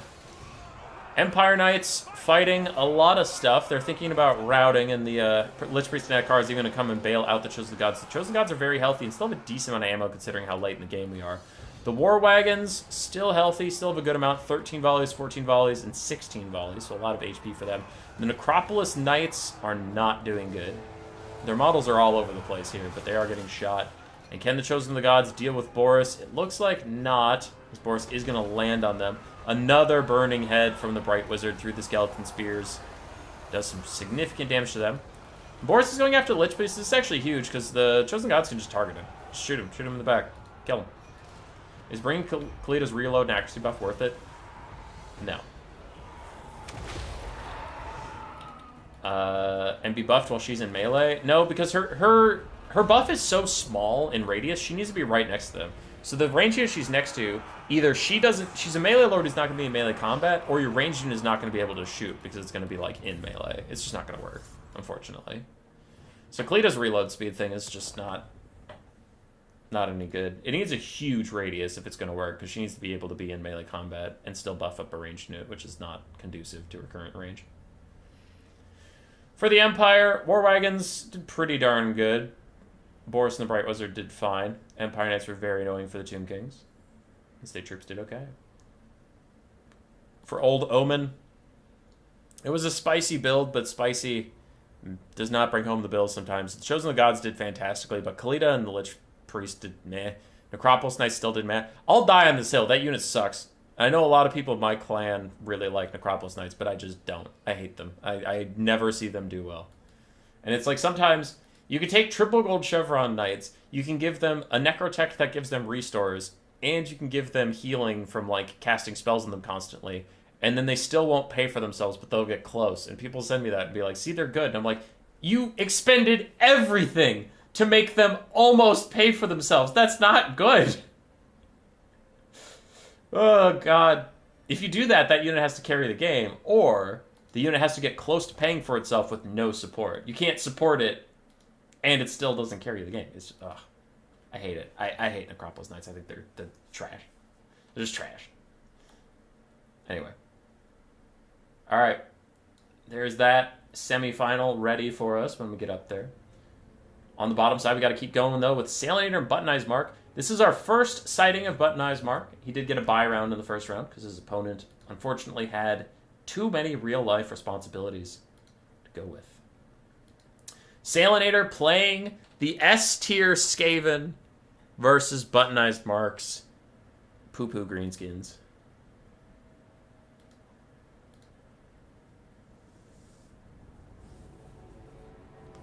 Oh, boy. This is an okay Skaven build. I hate the Warp Fire Throwers, but the rest is fine. He's using the Warp Fire Throwers for the Discourage buff, which I get. I get why he's doing that, but, like, still. I think they're still just too bad. But we'll see. For the Skaven, we do have 2 Warp Fire Throwers, the Council Guard. Why?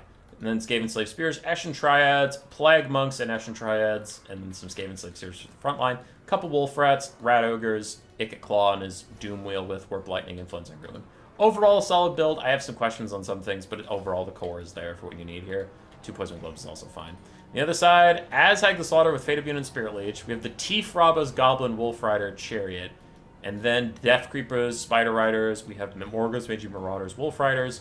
4 Stone Trolls, a bunch of Squig Herds, a bunch of Goblins, and then some Savage Orc Arboys and Orc Arboys. Okay. Never played Greenskins, so I was shocked to learn that Squigs are something like 400 points. They're 350. Yeah, they're real good. They're real good. Stone Troll's gonna get hit with globes, and that's a lot of damage, you guys. It's a lot of damage. Warp Fire Thrower is also gonna fire in on them. That's also a lot of damage, you guys. Warp Fire Throwers are trash. At least globes are good versus cavalry. Warp Fire Throwers are good versus fucking nothing. Because they're spraying into these trolls, but the trolls are blobbing up on the front line a little too hard. They needed to, like, path towards the Warp Fire Throwers and at least shut them down. You have Orc Arboys need to be firing in soon. The trolls are piling up. Take the charge! Take the charge! You can just kill the wolf rats on the charge! No, they're running away! God damn it, you could just kill them on the charge. Alright, Warp Fire Throwers firing sideways into this blob, doing a lot of leadership damage as Eshin Triads charge in. It looks like the Greenskins are going to rout here. And Azhag is fucking around with some wolf rats. He's starting to come back now. He's going to use a Fate of Bune on the Council Guard. That's alright, but you should probably Fate of Bune this Poison Globe and then dive the other Warp Fire Thrower. You gotta take out the Skaven's damage potential, not the Council Guard. The Council Guard are like... They'll be the last unit on the battlefield after you army lost the enemy. You don't need to Fate of Bune them. It's not worth your time. The front line is faltering for the Greenskins. They're all running away. Warp Fire Throwers try and hit Azhag, though he jukes out of the way with his juke moves. Greenskins are in mass disrepair. Their Skirmish Cav are trying to rejoin the fight now. Morgans Magi Marauders finally got into melee with the Wolf Rats, and they were crushing them, but they're still trying to kite. Stop trying to kite! Just beat them! Just go into melee and beat them in melee! God! Just kill the Wolf Rats so you can get on to more important shit. There, those guys got rid of them, but it might be too little too late as they're starting to rejoin the fight now, but the Skaven have already killed your entire front line, and Azhag's been fucking around on the back line instead of disrupting this back line too. Oh, no. Balance of Power is close, but this is not close. Skaven have got it. What up, Platy? It's been a while.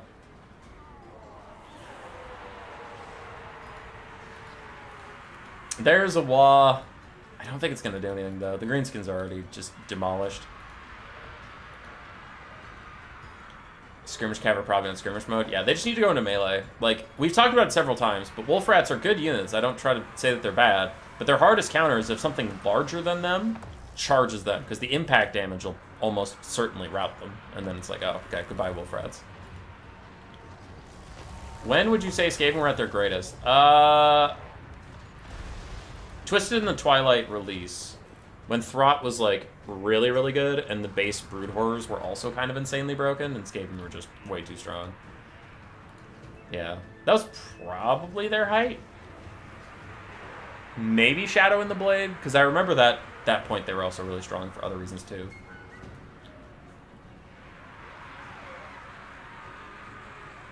Rusty said sorry, Caps, and I didn't see any caps from you. So I'm confused.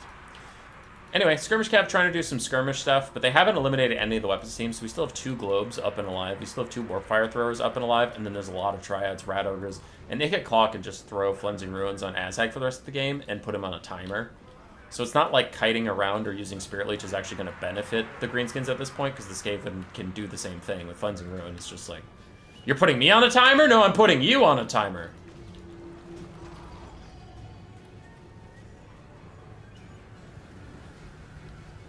So broken, to be honest. Oh, it's true. Skaven are too strong. There go those trolls. Shattered off. Warp Fire Thrower is going to shatter off more trolls. Council Guard. Just AFK. Taking damage. But that's fine, because the globes are going to deal with these little skirmishers, and then we have some Tief, Rabba, Chariots, and Azhag. Trading Flensing Ruin for Spirit Leech, he will die. Bye, Cyrus. Yeah, I have a different build from the Greenskins as Buttonized Mark, but one of the big things is, like, you can't clump, because the Poison Globes will get a ton of value on you then.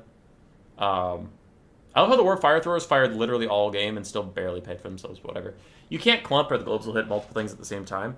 You also need to really pressure the front line. And I don't take Azhag on his Wyvern because I think he's too expensive and not helpful enough, so I usually have him on the front line where he can offer support. But I do usually take Doom and Darkness with him and overcast it on a certain part of the Skaven blob. Like, left flank, right flank, center flank, doesn't matter. You just, like, you overcast Doom and Darkness and punch a hole in the front line, and then your Stolen Trolls can get through that area and disrupt the back line. And then without the back line support, the Skaven front line will lose elsewhere. So your Doom and Darkness creates the first hole, and then the first hole cascades and makes everybody else lose. And the Skaven have no front line. And then your Skirmish Cav is sitting behind them. So anything you route gets picked up by your Skirmish Cav. And then soon you'll just have Globes running away from Stone Trolls, which they can't outrun them, and you'll beat them every time. I have some live streams where I play Greenskins versus Skaven, and Zegzi is someone who always comments the things. Just go look for Skaven, Greenskins Skaven in my past couple live streams where I was playing. And you'll see how I do this, but, like, I think my current record is 9-0 in this matchup, playing it the way that I play it. Buttonized Mark's build is close. It's close. Azhag needed a different spell than Fate of Buna. He needed Doom and Darkness. And then I don't have any archers. But other than that, it's more of like a how you play it thing rather than like a build thing. But yeah. You just need to abuse Skaven's really bad leadership right now in the state of the game where, like, leadership fluctuates. I made a joke about it in my Discord that I thought was funny and no one else thought was funny. But it actually happens a lot with Empire and High Elf mains. They'll talk a lot about... Sorry, I have to figure out what game that was. That was game 1, so we're going into game 2. But I talk a lot with my Discord, and one of the jokes I was doing was Empire and High Elf mains like to joke about, like, leadership in this game is so fucking busted, man. Look at my Dragon Princes, all right? They have 80 leadership, and then watch.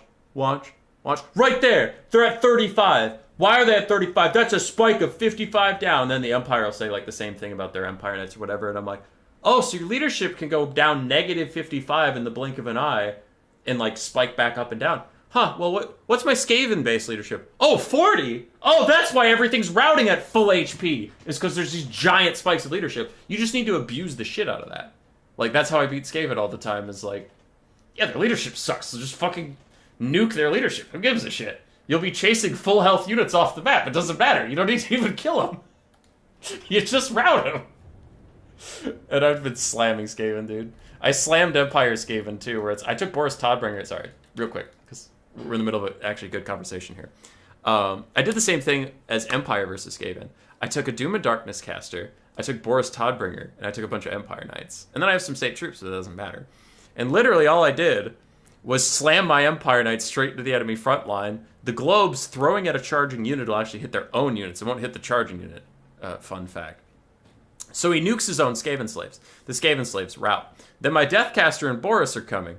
So the Rat Ogres and Wolf Rats have to get pulled up, deal with my Empire Knights. And his Globes are falling back to their second firing position. Overcast Doom and Darkness on that blob as Boris lands. Their leadership gets spiked because Boris is charging them. And he has his leadership debuff. And he has his melee debuffs. And Doom and Darkness. So then, boom, 2 or 3 Rat Ogres are routing, 2 or 3 Wolf Rats are routing, and all of a sudden the Poison and Globes aren't even to position 2 yet where they can turn around and throw, and already their second line of defense is routing, and now your Empire Knights are already on the back line, Boris is on the back line, the game's already over. Like, it's really fucking easy. Or Burning Head, you could do the same thing with Burning Head. I don't know, dude, Skaven suck ass. And then last thing I promise, then people complain to me, they're like, Skaven are OP, I'm like, okay, and they send me a replay where like, Skaven OP, and I'm like, okay, I'll pull it up. I took 8 Chaos Warriors and Festus, and I walked slowly at them, and all their weapons teams killed my heavily armored, slow-ass infantry. Okay, bro, that's cool, but why were you taking slow, armored, expensive infantry versus an armor-piercing kite, like, not kite, but like, ranged faction? You just took the way wrong unit type. Nah, Skaven OP. And they sent me another replay of Skaven being OP. I'm like, alright, what do we got here? Dark Elves versus Skaven. Well, I took 3 Cold One Dread Knights instead of 10 Dark Riders. I'm like, why would you take an expensive cavalry unit I could just Poison and Globe to death? Or Flensing Ruin to death? Or Rattling Gun to death? Or Warp Lightning to death? Why did you take a bunch of cheap cav and swarm me? Nah, Skaven OP. And I'm like, alright, you just don't know how to play versus Skaven. Alright.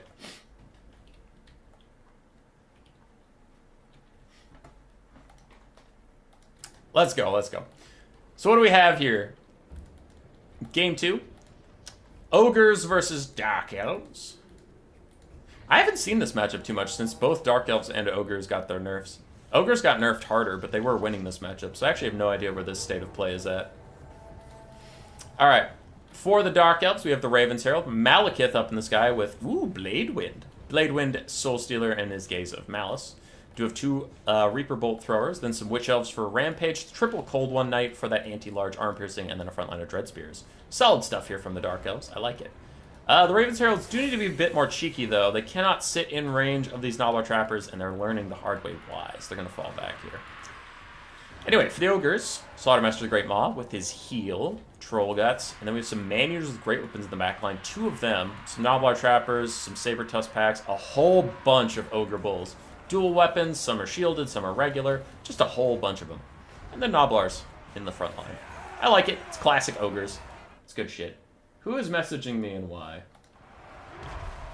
Do you happen to have the replays for me in Chosen One, please? Rusty, I know you're in chat. I do. Why? Are you worried you didn't send them, or do you need them back for some reason? Anyway. Ogre Kingdoms are going to start blitzing through this front line. Now, they still can usually do well versus Elven front lines because of the low HP. You can usually get through them before your Nobblars start routing.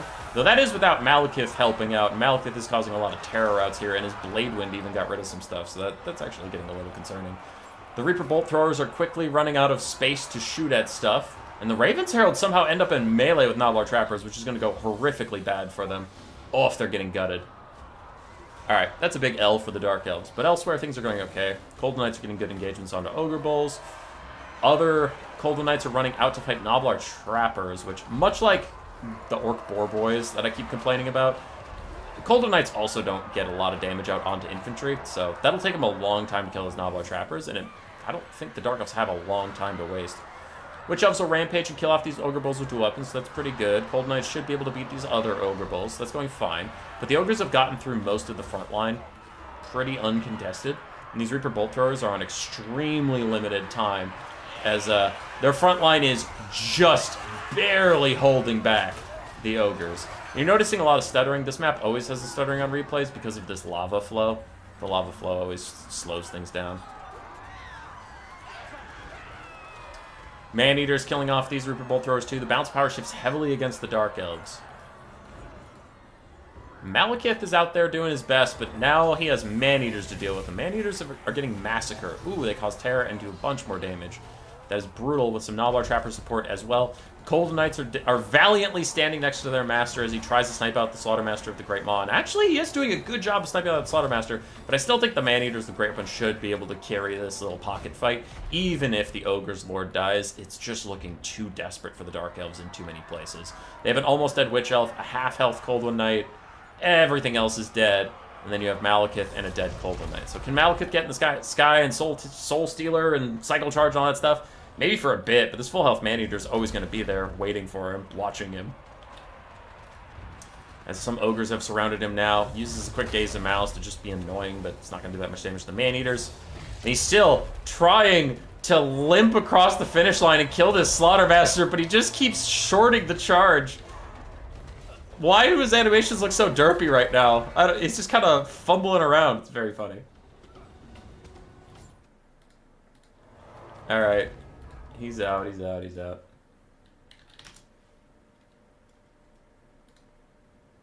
That's some nice lava, though. Hi, Wurzag. Wurzag, I don't recognize your name from around here, so hi, Wurzag. Ogre Bulls did well. That was just a well put together Nice rush build from Salinator. This was my old favorite way to play the Ogres before the nerfs. And then I haven't tried it too much since nerfs. The couple times I tried Ogres, they felt really, really bad, so I gave up on them and stopped playing it, but I like Ogre Bull spam. It's just fun to watch a bunch of big-bellied boys sprinting at the enemy. And when I say spam, I mean like 6.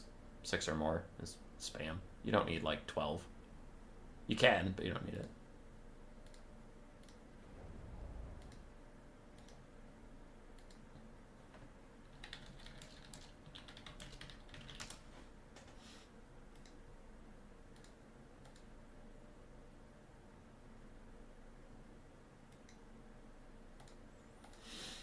All right. People ask me questions while I'm streaming. God damn it.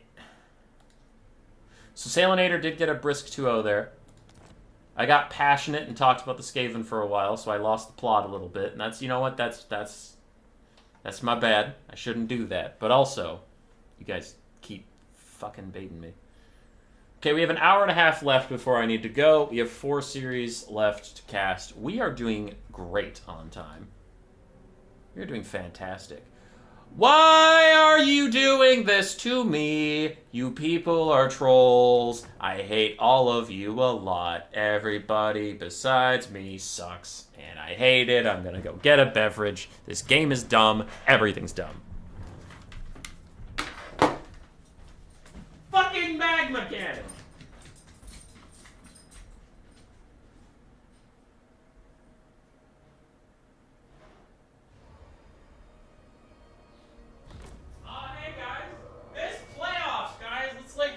Some good content, some good shit, so people can think we're good at video games, everybody. It's playoffs. Time to try it. Let's take fucking Cathay and a fucking magma cannon. That's fine. That's whatever. No need to be serious. No. It's not like it's goddamn playoffs or anything. I'm sorry, Art Splash.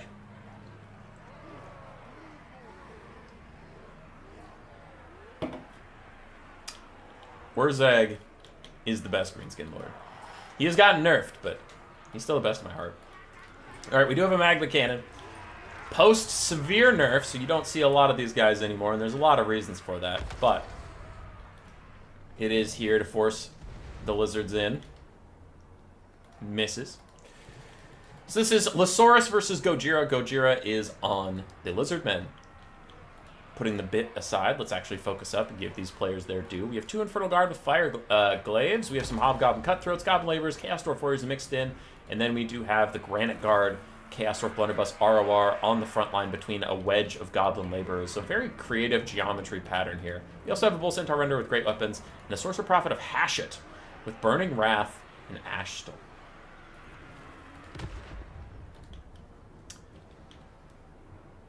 On the other side, for the Lizardmen of Gojira, we have Feral Cold Ones and Cold One Riders, which Cold One Riders are troll, but fine. No, they're not troll. They're a unit that I don't like, but certain people do. They're not, like, objectively bad. We have Red Crested Skinks for some armor-piercing skink support. Then we have Kroxagore Rush, including the Horde of Waddle, a Skink Priest of Beast with just the Manticore summon, and then Nakai and a Bastilla Rev Crystal to round it out. The Skinks are running up the channel to try and get at the Granite Guard. The Granite Guard are desperately holding the line. It reminds me of the game They Are Billions, if you ever played that. It's a zombie defense game that's very fun, but that kind of reminded me of that little interaction there. As these Red Crested Skinks get hit with an Ash Storm and then a Fire Breath from the Source Prophet of Hashut. I'm really liking the combos here. Besides the Magma Cannon, which I've memed on several times. Besides the Magma Cannon, I like this build a lot. I think the Magma Cannon's dog shit, but the rest is fine, and his formation is really cool. For Gojira, the rest of his build is fine too, besides Nakai and then a Manticore caster. I don't know what the Manticore's going to do here, but my guess is not much. Manticore's coming. He's going to try and do stuff. Horde of Waddle trying to fight it out, as that was unfortunate. This guy just overcast Burning Wrath, and it did more damage to the Chaos Dwarves than to his the Skink cohort that were his target. Cold Ones and Feral Cold Ones are in here to try and get through these sidelines, but oh wow, the Bull Centaur Renders are massacring the Cohort of Waddle with a bit of support from the Sorcerer Prophet of Hashut. That is insane. Chaos Feral Manticore does dive down onto the Granite Guard trying to stop them, as the Red Crested Skinks that were previously here to do some damage have long since routed. It looks like they even shattered or something. Maybe that's them way over there. Cold One Riders and Feral Cold Ones not able to penetrate into the backline. The Chaos Dwarves and their little Hobgoblin friends are holding for now. Infernal Guard using their Fire Glaives as halberds to fight back against the Croc Scores. And these Bull Centaur Renders the Grey Opens are slamming the Cohort of Bottle right now. It is brutal. Sorcerer Prophet Hash took a little bit of damage. And I guess that is kind of clever. To take only the 2 Manticore summons, then that'll stop this guy from getting a ton of healing. Because you only cast 2 spells throughout the whole game. I guess I kind of get it. You shouldn't take the Beast's passive if you're only going to take the Manticore summon, because you're not going to cast enough to get use out of the passive, but I don't know. I can kind of appreciate it. Chaos for Manticore still trying to chase this guy around. Got about 250 value worth out of itself, but now it is going to disappear. Beep, boop, boop. And it is gone. Balance of Power is in the favor of the Chaos Dwarves by quite a lot. Now, Lizardmen do have significant healing on their side, and the Magma Cannon is a lot of the balance of power, but if these Jav Skinks turn and throw at it right now, or if the Lizardmen can ever get onto it in melee, they can even up the balance of power by quite a lot. I still don't know if it's going to be enough, because in the real state of the game, I actually think things are quite dire. The Infernal Guard and Fire Glaives, there's a full health one over here that's doing just fine. We have a lot of Chaos Dwarf Warriors left. We still have a decent amount of Bull Centaur Render HP, too. For the Lizardmen, they're out of gas. Nakai is healthy-ish. Stone Red Crystal is healthy. Another Searing Doom goes out. Or what the heck is that? It's Burning Wrath goes out, but doesn't do very much. Magma Cannon's chilling, dude. 200 kills, 700 value. Let's go. Can it shoot? Answer is no. Apparently. Nakai getting into a fight with Sorcerer Prophet of Hashit. And now you have a tough decision. Do you summon a Manticore to help Nakai duel this guy, but then give him a big heal, or do you not summon a Manticore and let Nakai fight him on his own? All that stuff. Okay, Rusty, I thought you meant right now. Nakai Terror Routes, because he doesn't have ITP. That seems a little odd. It seems a little odd that Nakai the Wanderer doesn't have ITP, guys. Because isn't he like Grom Brindle, but for the Lizardmen? Like, he appears when you need him most, and he's the defender of the jungle. What if he shows up and he's like, I, Nakai, am here to... Big scary dinosaur! Oh my god! Holy shit! Oh my god! Did you guys see that dinosaur? That was huge! Oh my god. Scared the death out of me. Okay, what are we doing? What are we doing? Oh yeah, I'm protector of the jungle and shit. I don't know. It's dumb. This man needs ITP. He needs ITP.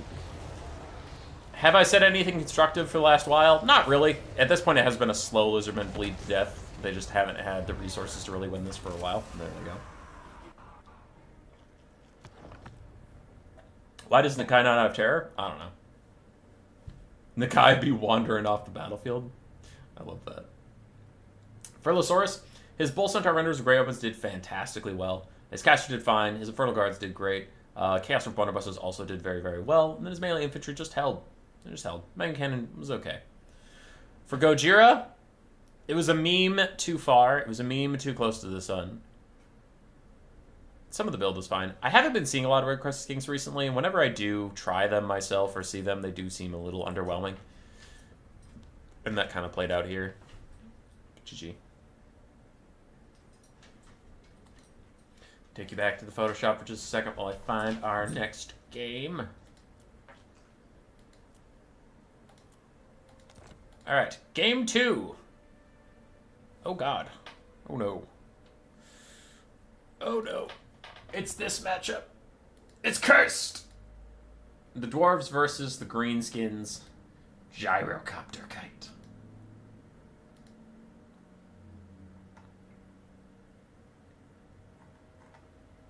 This is a very smart way to play the matchup from Slowjiro's side. This is a good build. I know Gotrek Starbreaker has a really good build for this that I just, like, I can't beat. Even knowing exactly what's coming, I can't beat it. And then if you do beat it, it's so close, and your build is so specific against Gyrocopter Kite that it's like, if the Dwarves just go with a standard Dwarf build, you lose. So this is a tough matchup these days. So Gojira, If you want a game 3 between Losaurus and Gorgier, you are rooting for the Dwarves. Goji brought triple gyrocopter, all with brimstone guns. Then Dwarf Warriors and Miners in the front line, with the Miners with blasting charges in the secondary line. Thunderers, Slayers, and then Longbeards. Some with great weapons, some without. We have Grombrindle, the White Dwarf. Since Thoric Ironbrow's nerfs, we have been seeing a couple different Dwarf Lords, though usually, honestly, it's just the literal Dwarf Lord. If you don't take Thoric, you just go super cheap on the Dwarf Lord. But some people take Grombrindle here and there. And he doesn't feel terrible. He still doesn't feel good. He's just like, he's at best fine or still a little bad. I still think the Dwarf Lords in general need buffs almost across the board besides Thoric. I think most of the Dwarf Lords are supremely underwhelming. Ungrim being the chief one. Thorgrim Grudgebearer is also pretty bad. Grombrindle's a little underwhelming. Belagar is fine, but just because his price point is really, really low. And then the basic Dwarf Lord is fine because his price point is really, really low. But you're not taking them because they're good. You're taking them because you literally need to fill the Lord slot before the game starts. So, yeah. Dwarf Lords could use a little bit of help. On the other side, for Losaurus, we have triple Goblin Rock Lobber, including the Hammer of Gork. We have Durkit Swighoppers and other Night Goblin Swighoppers, the Crimson Killers, Black Orcs, ROR, Savage Orc ROR Boys mixed in with Orc Boys, and then the Rusty Errors and a frontline of Night Goblin Fanatics. And the Warlords Boys? Oh, they're the ROR that's the armor sundering ones. They're not the 8-peak balloons. Okay. Lizardmen Cav is just really bad. I generally think it is. Some people disagree with me. I know a lot of the MTK guys really like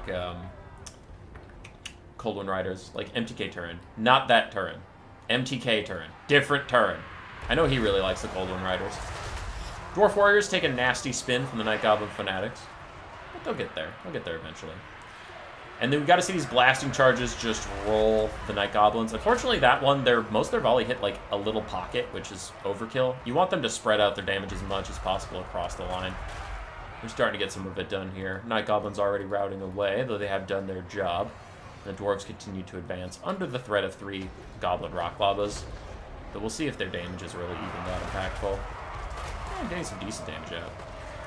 Squigs and Orc Boys are here, plowing into Basic Miners. Basic Miners, without the melee stats to hold like Dwarf Warriors, they should get shredded by the Night Goblin Swighoppers, especially since we have a wall around the corner I'm starting to expect. They've been in melee for a little bit, so I'm betting we'll get a wall before the 3:15 point, in which case these Miners will just turn into butter. Alrighty.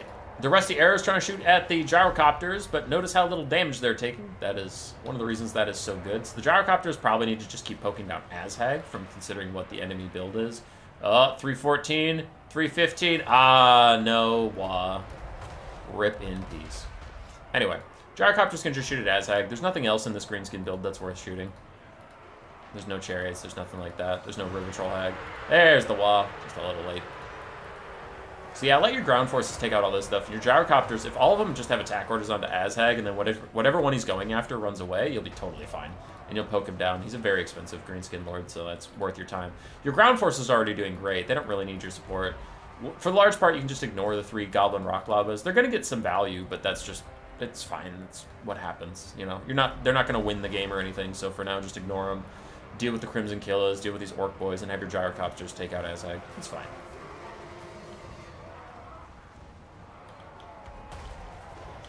Dwarves will be 2 OP after the DLC. Seriously hope CA nerfs their blast charges too. Yeah. I could see the next DLC being really bad for balance, but we'll have to see. Azhag chomping down on the gyrocopter brimstone guns. Other gyrocopters continuing to kite around. And these guys are trying to kite back towards the Thunderers to make it even harder for Azhag to keep participating. Meanwhile, Longbeard's getting charged by Durkit Swighoppers. Still have some Thunderers online for now. Balance of power is slightly Dwarf favored, but overall quite even. As the Greenskins try and penetrate the back line, which they'll do eventually. We have Squig still trying to get back there as Longbeards hold them in place for now. Orc Boys do beat some Miners and get through. Grombrindle stuck fighting the Crimson Killers. The Crimson Killers can get some decent damage onto him, but it looks like the Dwarves are busy doing other things. Slayers are trying to run down the Rusty Arrows while these Dwarf Warriors shut down the Hammer of Gork with the help of Slayers. So those Rock Lobs are going to start going down. The Dwarves are pulling a little further on the balance of power. Thunderers trying to poke down Azhag. All hands on deck to kill Azhag. I don't hate it. That's pretty good use of your time. As the Dwarves are slowly cleaving through the green tide. Slayer's still trying to chase down these little goblins. 35 speed to the Slayer's 34. They're trying to catch him. Last two Rock Labas are also under attack. Savage Orc Arboy shooting at Grombrindi. Looks like all the Thunderers will be shut down, though, by the Orc Boys and the Dirkit Swig Hoppers on the backfield. They should be able to stop those guys, though I don't know what stops the Longbeards, Dwarf Warriors, and Slayers that are left while you kite around with the Gyrocopters. A Fate of Buna is cast onto the Slayers.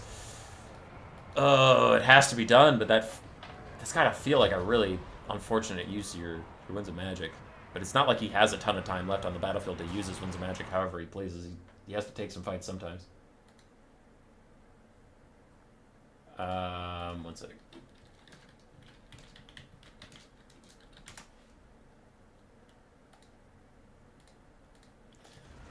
Alright. That Goblin Squig Hopper is trying to fight against Slayers. Stop them from chasing around the Rusty Arrows. Azhag's still getting poked a little bit here and there. All the Goblin Rock Clobbers are down. How are you still online?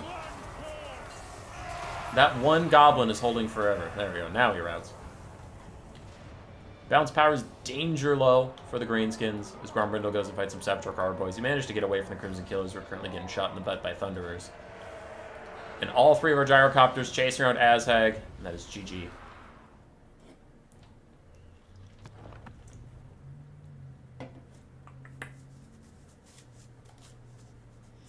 For Losaurus, it was a bold attempt, but I don't know. Rock Lava's not it for me. Savage Orc Arboys did okay. The Night Goblin frontline did okay. Orc Boys were solid. They held on, but it's like, it's so hard to deal with the Gyrocopters. And they just poked Azhag down all game long. Slayers did fine. Thunderers did fine. There's a lot of the Dwarven build working together. Like, most of their stuff did what they needed to. The Rock Labas, they forced the Dwarves out of their box, but that's about it. Squig Hoppers are a little underwhelming, unfortunately. I like them in certain matchups, but funny enough, not really Dwarves. Their armor-piercing anti-infantry, you think that'd be just perfect for Dwarves, but most Dwarf units have charge defense. Like, a lot more than you suspect would have charge defense, and that really renders the skinks a bit, the squigs a bit moot. Basic squigs are okay, but, like, not squig hoppers. But again, I did say that's a cursed matchup, so it's not like I'm spitting wisdom. Oh, here's how you beat Dwarves easily. I'm like, nah, dude. Avoid that matchup. Gyrocopter Kite's super hard for you to deal with. Last game between these two, 1-1. And I honestly don't remember who wins here. We're getting to the point of the tournament where my memory is getting foggy on who got there. Oh no, he has Volkmar in game 3. Why God? But oh, it's versus Vampire Count, so you automatically win. What up, Odysseus? Okay, the battle of two extreme memes. Volkmar the Grim in game 3, or Vampire Counts also in game 3. Neither of these factions are legally allowed to win, so I think I have to call it. Alright, for the Empire, we have Volkmar the Grim with his Bound Banishment, Soulfire Bombardment, and the Grand Shield of Faith. We have Huntsman, the Silver Bullets, and one Outrider Grenade Launcher for ranged DPS. For melee, we have Knights of the Blazing Sun and an Empire Knight. Spearmen and the Tattered Souls Flagellants as a frontline, more Flagellants as a backline, and a Burning Head Cascading Fire Cloak caster. Okie dokie, on the other side, for Gojira and the Vampire Counts, we have three Felbats, one Vargeist, the Dire Pack, frontline of zombies and skeletons, and then Graveguard. 4 Crypt Horrors, and Heinrich Kemmler on horseback with his Krell summon, but then Invocation Heck and his zombies. That is a 3-for-1 volley from the grenade launchers onto the Sternsmen, these zombies and skeletons. That hurts. That hurts a lot. That is an owie. And this is, I mentioned it from time to time, but this is one of those Vampire Count builds where I'm like, where did the money go? Because it feels like 2,000 gold is missing. Because you have Kemmler, so you don't have an expensive Dragon Lord. You have 1 Vargeist instead of, like, 4. You don't have a Necromancer. So, like, you're saving money all over the place, but where did the money go? It feels like this build only costs, like, 8,000 gold. But we'll see. Outriders still shooting away at the Sternsmen. And the zombies and stuff. Quad horrors, I guess, but that's 1,600. 1,600, so that's 3,200 gold in 4 horrors. Where's the rest of your money? I think it's like all the Graveguard, because he has a good amount of Graveguard, right? Looks like he has 3 Graveguard. Volkmar the Grim, Volkmar the Fool. I guess. But this is one thing I've noticed a lot of Vampire Counts players do, is they clump up too many infantry, where it's like zombies and Graveguard do not actually work well together at all, because zombies just get in the Graveguard's way of actually dealing DPS. So, Goji's front line is blobbing up a bunch, which is making it a more prime target for Soulfire bombardments, for Banishment, for Burning Head, for these grenade launchers. I'm really concerned about that, but I see it all the time. Banishment and stuff coming in. Sternsmen just about toast, but the Silver Bullets are getting interrupted by Fellbats. We'll see if the Knights of Blazing Sun can bail them out. Crypt Horror is trying to get through this front line, but the Empire State troops are holding strong. I feel like Manfred's so good here? Yeah. I was talking to Lenorm about it. Lenorm also has a pretty good case for Manfred. Oh, grenades are popping in while the Banishment goes down, and the Vampire... I was going to say the Vampire Coast or Toast. The Vampire Counts are dying in large amounts. There we go. We saved it. It was a smooth transition. Everybody loved it. There was laughter. You just couldn't hear it. Alright, Huntsmen still trying to fire in and do what they can. The other Huntsmen are falling back from the Crypt Horrors. Most of the Vampire Counts' infantry is dead. They've already lost 600 out of their 1,800 models. But the Crypt Horrors will be annoying. I don't know about game winning, but annoying. There goes another Burning Head down the line. It veers off a little wildly, so for once, Burning Head betrays its master, but still did decent damage, I guess, to these zombies a little bit. Krell is out, and Volkmar got trashed on while I wasn't looking. He's down to half HP already. The Silver Bullets are safe and sound on the back line. They can rally and deal with that. Knights of Blazing Sun going to charge back in as their Outrage grenade launchers get out of there. Cryptor's starting to fail away. And the Silver Bullets trying to shoot at them. And here come the Var... Oh yeah, there were Vargeists! Where have you guys been? Get in there! Ooh, they should recharge these Empire Knights that are currently in Spearmen. Please, please, no! No! Who cares about the Silver Bullets? Who cares? No! Those Empire Knights! Oh, God! Alright, don't kill the Silver Bullets. That's, like, something, but... I don't know. I'm worried they're going to get charged by Knights of Blazing Sun and take, like, insane damage. Krell is trying to get through the Flagellants, and he did, but it's taken him a bit. The Vampire Counts are trying to come back in this game a little bit. Now, it's not all over. The enemy has Volkmar, for God's sake, so they're missing their lord. Here comes a Soulfire Bombardment. If you want to see why this is the best character in the whole game, look at all that tens of damage. Tens of it. Wood Elves don't seem to have a good day today. Yeah, they're a lower tier faction. They ride the Struggy bus a couple times. Another Burning Head down through the line. The Crypt Horrors are trying to regenerate next to Heinrich Kemmler. Did he bring his Chaos Tombblade? Yes, he did. So the Crypt Horrors have their own regen, plus his Chaos Tombblade regen, plus his Master of the Dead regen. So they actually could effectively heal cap throughout this game. The Empire is routing in mass amounts, relying on their Outriders grenade launchers to get some good DPS in, but they don't do that much damage versus Crypt Horrors. So the Counts are actually still kind of in it. Now the bounce power is back to about even. Krell will not last forever. He does eventually fade away, which will be a problem. For the Empire, we still have a decent amount of Empire Knights. We still have Outriders. We still have a Bright Wizard. The Vargeists need to get back to Kemmler and get some healing. They got to get back to full HP before they like really re-engage in any combat. Cryptors need to turn and take the fight with these Knights of the Blazing Sun, though Cascading Fire Cloak is going to give them better damage and better melee defense, though they actually just opt out. They don't really want this fight. And they get surrounded on all sides. This is huge. This is great. This is great for the Vampire Counts, though. Again, those Vargeists need healing, healing, healing, healing, healing. Heal them! Heal the goddamn Vargeists! Alright, I'm not mad.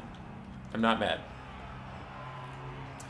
Outrider's grenade launchers trying to punish the blob a little bit. They're doing some decent damage with Knights of Blazing Sun. The damage the Knights of Blazing Sun are taking in this fight is more than worth it for the Vampire Counts. And everybody clustering up around Heinrich Kemmler so we can give them all of those AoE healings that we talked about is pretty good. There's a banishment coming through. We'll see if the RNG gods favor Volkmar, as does it head to the left? No, it heads to the right. So the Cryptors and Vargeists will be okay with that. Kemmler, is fighting Volkmar a little bit. We still have some Huntsmen. Knights of Blazing Sun are routing off, and the Vampire Counts still doing okay as the Silver Bullets and Huntsmen are going to fire in from the sides. They'll take another fight with these Empire Knights. Again, they're just taking whatever fights they can with the cavalry while they can. Where the fuck have the Dire Pack been? Oh, God! Okay, this game could be super over if the Dire Pack just roll through Huntsmen like there's no tomorrow. Where did you guys go? Kemmler's like, what the fuck? Where are my dogs? Oh, there are my dogs. Anyway, Outrider's still trying to punish the blob as Kemmler heals them all up. Dire Pack trying to kill off the Huntsmen. It's taking them an awfully long time to kill those Huntsmen, but sure, that's fine. Can the Vargeist get an invocation to Heck? I don't know where the invocation to Hex has been going. Can I get them? Do you have some spells I don't know about? You haven't used your zombie summons. Where is all your winds of magic going, Kemmler? Use it on the goddamn Vargeists. I'm not mad. I'm not mad. Vargeist and Cryptors just grinding through some stuff. The Huntsmen are gone. The Dire Pack riding out to the rescue. Can they kill the Silver Bullets? Are they the heroes that we need? Dire Pack getting shot in the face. And Cascading Fire Cloak tries to give these guys some melee defense. 47 melee defense for them is actually quite impressive as the outright grenade launchers are firing over into these guys. But the Dire Pack still take out the Silver Bullets. Can the Vargeist get an invocation to Heck for the love of God? Potatoes, tomatoes, and sour cream. Can someone heal the fucking Vargeists? Dire Pack should be able to take out the Huntsmen, though it looks like they're still trying to kill the Silver Bullets who have already shattered. There goes a Burning Head through the zombies and Cryptors trying to damage them down. They're running out of area to heal. And the Vargeists are going to die. They have a lot of healing left they could receive, but they have not gotten an indication of the Heck. And Kemmler, where is your Winds of Magic going? What are you doing with your spells? I haven't seen you use anything. Heal the Dire Pack, heal the Vargeist. Do something with your Winds of Magic now before it's too late. It's too late. Everything he has is already heal capped from his AoE now. It doesn't matter what he does.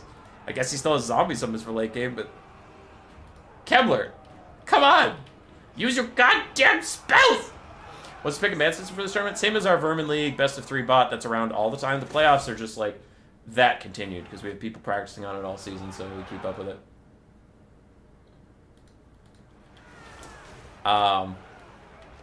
So yeah. Yeah, so it's pick 3, ban 1. You pick 3 factions you want to play, you ban 1. Your opponent can't pick. They ban one of your 3 and then pick something, and you have 2 factions left to fight whatever they pick. If you get to game 3, it's just pick 2, ban 0. Or pick 2, ban 1. I honestly forget. Kemmler has heal capped. This dude seriously probably has like 48 Winds of Magic right now. Like, you think I'm kidding, but I'm not. Alright. Outriders are still firing in. The Huntsmen are still firing in. And the Outriders are about out of ammunition. Kemmler is still trying to kick Volkmar's ass as he overcasts Invocation of Nehek now. Sus among us. The overcast hurt him quite a bit. He's fighting some Flagellants. He's fighting Volkmar, trying to take those guys out. Now, for the Empire, they don't really have a lot left. Like, memes aside, this was a very close game. Kemmler has a lot of summons left. Can that help?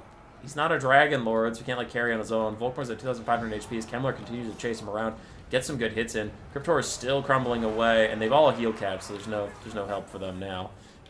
Sternsmen are also heal capped. They're going to slowly die. Kemmler is throwing out his summons now.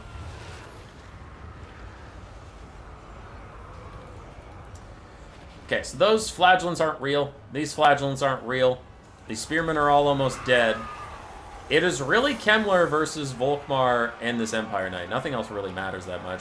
Because if the Huntsmen ever get too close to Kemmler, he can just throw a zombie summon on them and they'll shatter. Kemmler's trying to do it, man. He's trying. He is heal capped, though. So is Volkmar. There's no more healing for these guys. He needs another zombie summon. Honestly, I think he has to risk it and get a skeleton summon. Because they give some DPS. But if he wants to play it really safe, he can go with the zombie. But he just needs to get his summons out. Which at this point, I think he's just on cooldowns. I think he has enough Winds of Magic to do whatever he wants, but I think he's on cooldowns. Volkmar's losing the fight. Kemmler gets out another zombie summon. These zombies just need to kill his Flagellants because I'm annoyed at looking at their flags, but they're not actually a big deal. Kemmler stays on Volkmar's ass, gets another rear hit. There go the Empire Knights. The Outriders grenade launchers are still trying to kite this out a little bit. 3 volleys left for them. There goes the zombie that Kemmler summoned, but he has a couple more, and Volkmar's down to 700 HP. The Huntsmen are moving up, and now the next zombie summon has to go onto the Huntsmen. You have to get it over there because they're so close now that they can actually hit Kemmler, but that also puts them in range of the zombie summon. They're still trying to reform lines. Meanwhile, Kemmler tries to get a hit onto Volkmar, who does turn his back. He takes another 200 chip damage. If Kemmler can get 3 more shots onto Volkmar, he will kill him and probably cycle route everything, as these flagellants have 4 HP and 10 HP, one model apiece. So those flags are a little deceptive. There's not really that many flagellants in there. As Kemmler gets another hit onto Volkmar. Cascading Fire Cloak gives him melee defense, but his getting rear attacked by Kemmler really negates all of it. And he is going to kill Volkmar any second now. One more hit, even with the Grand Shield of Faith. He'll still kill Volkmar on the next hit, but he misses. And now he's trying to path through Spearmen. He's trying to path through flagellants. He's taking some big damage. Wait, he just took like a giant chunk of damage. Where the fuck did that come from? Whatever. Outriders, grenade launchers firing as they come in. Actually, he'll do more friendly fire than it's worth because they're shooting at a zombie summon, so Kemmler doesn't really care about it. Kemmler's now surrounded. Oh, this is tough because he's got to probably put the zombie on himself at this point. 75% physical resistance for him. Balance of power is tipping against him, but like honestly, Kemmler still has a good shot in this. He should not get army lost at all. Because remember, this flagellant's not real. It is 4 fucking HP. These Empire Knights are going to shatter if they rout again. They're getting pretty close to routing. Kemmler still has 2 summons. Yeah, he still has 2 summons. So he's fine, as long as he doesn't, like, crumble or anything. Alright. He needs to zombie summon on the Huntsman or zombie summon onto himself, and then he needs to charge the Huntsman. But the Huntsmen are all that matter right now. There we go. A unit has been wiped out. The flagellants are gone. Kemmler's gotten onto the Huntsman, but he's going for Volkmar? Wait, where are you going? Kemmler, kill the Huntsman! Kemmler! The Huntsman! No! Cascading Fire Cloak is down onto the Outriders. He needs zombies. He needs zombies to protect him. Where's that other summon? Chems! Chems, the Kemmler! Where are the zombie summons? Kemmler! Kemmler! Volkmar's turning around to take the charge head on. He goes toe-to-toe with Kemmler. He does not get the hit on the charge, but neither does Kemmler. Neither actually hits on the charge, and then Army Loss is going to take out Kemmler. No zombie summons for him. I don't know what happened in that whole thing. That was all confusing to me. I'm scared and confused.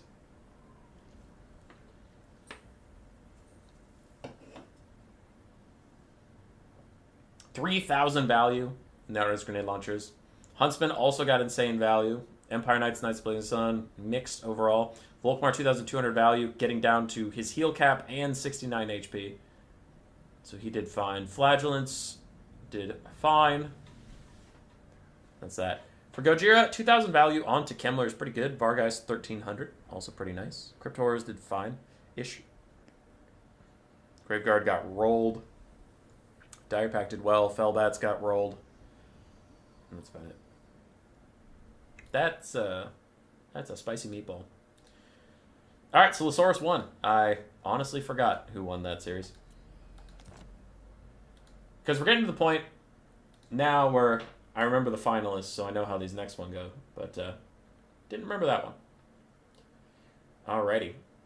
Salinator and Losaurus, KDW and Zurihan. 3 best of 3s left, and I have 1 hour of time remaining. We're doing good. We're doing good. We're cooking. Let us do KDW and Zurihan. Popping back up there. Haven't seen those guys in a while. KDW starting out every series as he always does with Dark Elves, Cold One, Dread Knights, and some Blackguard. That guy, like, KDW is straight up bringing like the same build every game one. It's not exactly the same because the first game of the entire day, he took 3 Cold One Dread Knights. But other than that, it's pretty fucking similar. Who's a very bottom tier faction? People debate this, but it's either Slaanesh, Demons of Chaos, Khorne, or Nurgle. I think are most people's candidates for actually the worst faction in the game. But it is debated. It's not like everybody agrees that there is a single worst. Some people say Wood Elves.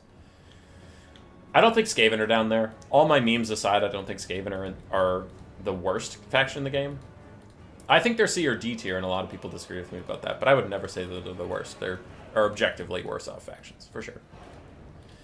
Alright, for this build, we have Deathcaster under Dark Pegasus with Fate of Bune and Spirit Leech, 2 Cold One Dread Knights, the Crows of Cain Harpies, and then we have a front line of Black Arquebusiers and Dread Spears, triple Dark Shard with shields, Blackguard Negron, and the Hellebronai. On the side of Zurihan, we have 4 Carrion, Arc in the Black with his own Spirit Legion Fate of Bune, Nehekara Horsemen, Skeleton Horse Archers, then some Skeleton Spearmen, Melee Ushapti, 4 of them, the Kepler Guard, and Nehekara Warriors. So it is a Tomb King's Rush build, trying to get through the Dark Elves. Cold One Dread Knights pulled up to the front line to countercharge the Nehekara Horsemen and these Spearmen. And Arkin takes a Spirit Leech to start off the game. He has not counter Spirit Leeched yet, so I wonder if he's saving up Winds of Magic to Fate of Buna, one of these Golden Dread Knights. Nice stuff here, throwing a Skeleton Warrior behind them. If these guys finish summoning before the Golden Dread Knights try and pull out, it'll be very, very difficult for them to leave this frontline fight, where they'll slowly get attrition down, which such an expensive cap piece doesn't usually like to just fight chaff all day, so it's not going to be great for them. And there it is. There's the Fate of Buna on the Golden Dread Knights as they try and get out of here. Now that they're taking all this damage, they're surrounded. They're having a really tough time leaving, so good start there from the Tomb Kings. Tomb Kings are busting through the front line in other areas, while the Carrion tried to distract the Dark Shards. It's not really working the best, but the Ushabti are getting through. They're going to go chase down Blackguard, Nagron, and things like that. Hekar Warriors are also pathing straight through.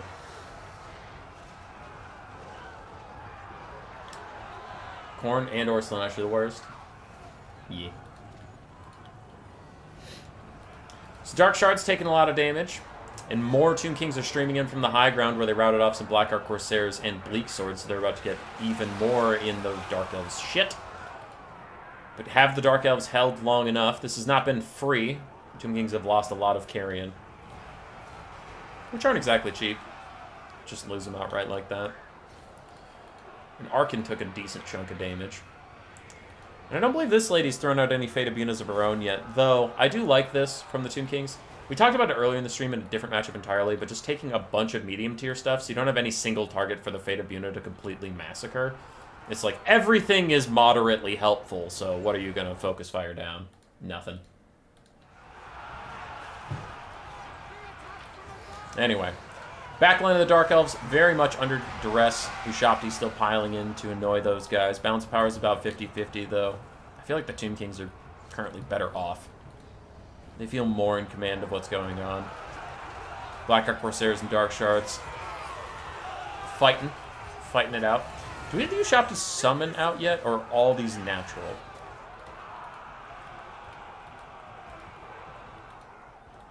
Looks like the Ushabti summon's still in the bank, too. Yeah. That's kind of rough. What can the Dark Elves do at this point? They still have their Blackguard.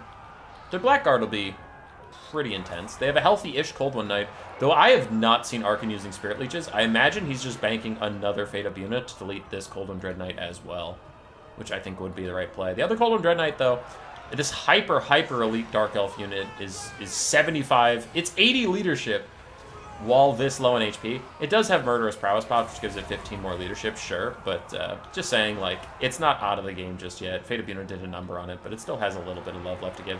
This one's getting rolled, though. It's just fighting on Skeleton Spears and Ushabti, it looks like. Damn. That's a little brutal. Fate of Buna's coming out somewhere for something. What on? It's the Kepler Guard? I don't hate that. That's fine. I think either you just keep Spirit Leeching Arkin, or if you must Fate of Buna, Kepler Guard's a solid choice. So, yeah, I like that. I like that. It's good stuff. It's good stuff.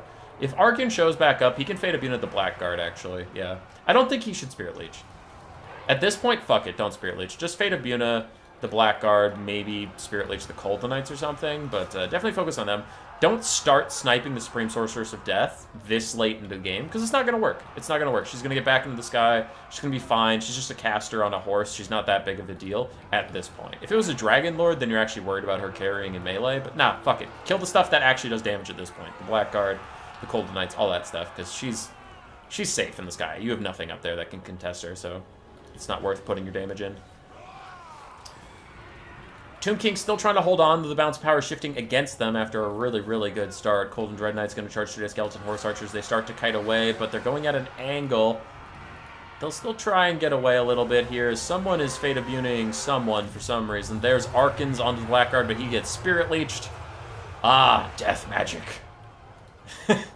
I love how many games today we've had people just trading death magic back and forth. Alright, Skeleton Horus Archers harassing and annoying the Cold One Dread Knights. These other Cold One Dread Knights are in the fight, though we do get a Skeleton Summon to help out the Ushabti. And did we ever get the Ushabti Summon? There it is! The late game Ushabti Summon! I knew I wasn't crazy. I didn't see an Ushabti appear out of nowhere, so it must not have happened. Anyway, it's showing up right on top of the Blackguard, so we can get some good damage in there. Now, normally you wouldn't want Ushabti to fight Blackguard, but when it's a free summon, it's fine, because you don't.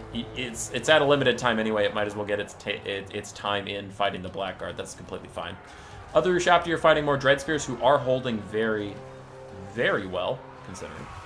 Another Spirit Leech out onto Arkin the Black as Arkin charges into the Crows of Cain, trying to route them, trying to help out his Ushapti, but he needs to be a little careful because he is getting Spirit Leech this whole game, and he's out of healing. We know because the Ushapti summon came out, so there is no more healing for the Tomb Kings at all. That's the health he has, and the Dark Elf Sorceress has been focusing on Spirit Leeching him. So while I said he shouldn't start attacking her now, he's been doing, he's been getting tagged all game. So he'll actually probably die. It doesn't look like it matters, though, as the Blackguard and Negron are routing. Something has to chase them, because they have plenty of HP to come back. And Arkin is trying to charge in with these Cold and Dread Knights to kill off the Supreme Sorceress of Death. And that is looking like a good angle, as most of the Dark Elves are gone. They are starting to rally in the distance, though, so if she can escape from this little snafu, as Arkin's summon fades away, this Ushapti summon is going to fade away in 15 seconds, and all of a sudden, the battlefield won't look so good for the Tomb Kings anymore. Crows of Cain are back, Dark Shards are back, and the Blackguard are trying to return, though it looks like Ushapti charging uphill should be able to quickly route the Blackguard Corsairs and then chase right after the Blackguard. If the Blackguard come back, the Dark Elves have a chance. If they don't, then the Dark Elves also don't. As the Supreme Sorceress goes a little too deep, a little too hungry for it, she charges into Arkin with all of his support around, takes a Spirit Leech, gets stuck, and gets murdered. That's gonna be GG. The Tomb Kings will take this game. It was very close. It was very close. But I just don't see how they win at this point. Maybe if Rowden gets her into the sky, but nah, she shatters, so that's GG.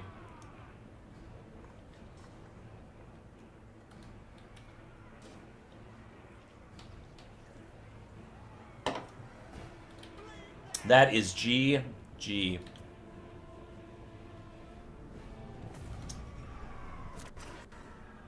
Game 1 goes to Zurihan.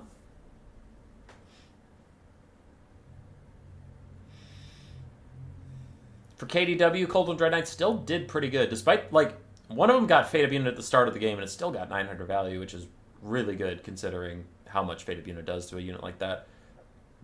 Blackguard did okay. Caster did fine. The basic chaff of the Dark Elves actually did a lot of work this game. That was nice.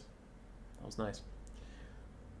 For Zurihan, Arkin 2,100, just about. Melee Ushapti put the Dark Elves under a lot of pressure and got really good value, which normally, I see a lot of Melee Ushapti these days. People are really coming around to them, but I don't see them often get a lot of value, so this was a uniquely good performance from them.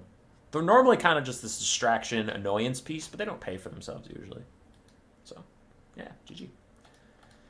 Game 2. Game 2. Okay, where are you, Game 2? What? Okay, sure. No, it's fine. All right. Brettonia mirror match.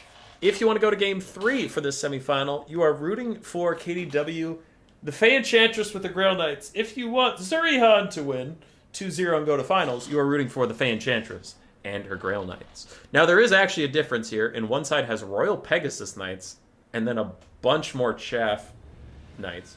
And the other side has just one Chaff Knight. Okie What do we have? Sequestering Knights, Knights of the Realm, 2 Grail Knights, a Royal Pegasus Knight in the sky, and then more Knights of the Realm. Front line of Peasant Mobs. I brought you with me, right? Yes, I did. Great. I was worried you were still in the Photoshop. Then a bunch of Spearmen at Arms. The Fey Enchantress with just Earthblood for spells and her Chalice of Potions. On the other side, for Zurihan and Brettonia, we have Royal Hippogriff Knight, 2 Grail Knights, a Knight of the Realm, Fey Enchantress with Regrowth and Earthblood, no Chalice of Potions, then some Men-at-Arms, Polearms, and a bunch of Peasant Bowmen with a Men-at-Arms front line. All right. What can Royal Pegasus Knights do? I imagine not much, because they don't have good armor piercing, but we'll see. At least they have different banners this time. It's true. It's black and gold, which is Chad, versus yellow. Gross. Is all this chaff for Brett a throw? No. I don't think chaff is useful for Brett unless you have archers to defend, but it's not terrible. You know both sides are going to just have chaff, so you can walk at their archers, I guess. I think it's a little excessive, but whatever. Grail Knights pile into Peasant Mobs, do negative damage on the charge, and then the other Grail Knights get a free charge onto them. So overall, that's very beneficial for red, though they're just now starting to trade even, so I don't know what the hell happened with that charge. Meanwhile, archers are firing up into the Royal Pegasus Knights, and questing knights and Knights of the Realm are looking hungrily at these archers. As these Knights of the Realm get downhill charged by other Knights of the Realm, and more Knights of the Realm going to pile on top of that Knight of the Realm, which is a little overdone. Grail Knights fighting Grail Knights, though one Grail Knight has the Fey Enchantress buffing them up, so they'll be fine. Royal Hippogriff Knights trying to find a fight. They jump onto the Royal Pegasus Knights, and already those Royal Pegasus Knights are down to half HP and trying to path away as the Common Casadora comes down and manages to hit them a little bit, of all things. Now for the Grail Knight versus Grail Knight fight, the Red Grail Knights who did get the charge are slowly kind of winning it, though an Earthblood went awry. I don't really know what happened there. That seemed a bit wild. Red Fey Enchantress is in here fighting the Grail Knights with her Grail Knights, draining them down. The Royal Pegasus Knights still trying to get away from the Hippogriffs, who are just not letting them off the hook that easily. So things are going pretty well for Red. They've already taken out the 1,600 gold Royal Pegasus Knight pretty much. This other Grail Knight is also not doing too well. And the final Grail Knight versus Grail Knight trade was also going in their favor.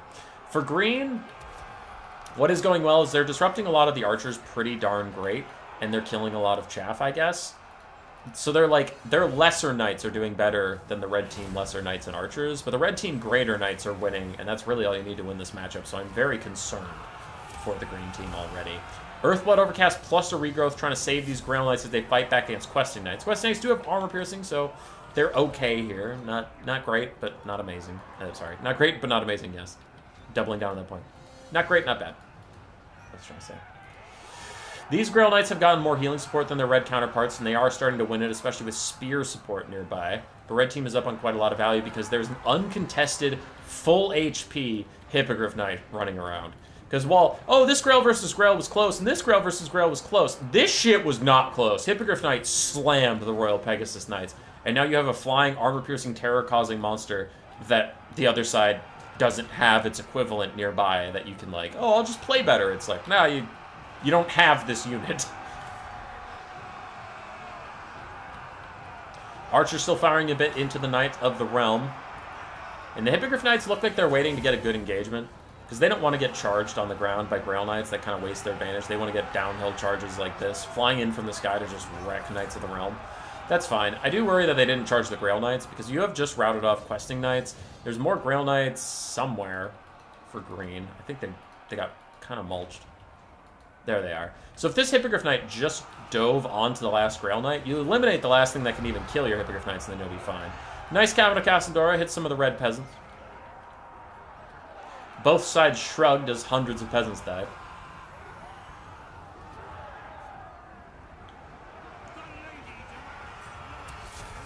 I wish Corn units got a temporary 30% damage buff if the enemy cast spells. Yeah. The 25% spell resistance, or I think some of their roster even only has 15, is just not nearly enough. Alright, Knights of the Realm, terror routing off. Grail Knights also going to rout any second here. And the Royal Pegasus Knights are back, so are other Grail Knights, though it really doesn't seem to matter. Grail really helping out the red side. And Red's Grail Knights are pretty much toast, but the full health Royal Hippogriff Knight going to the late game is really all the value we need as the bounce power shifts into Armulos's territory.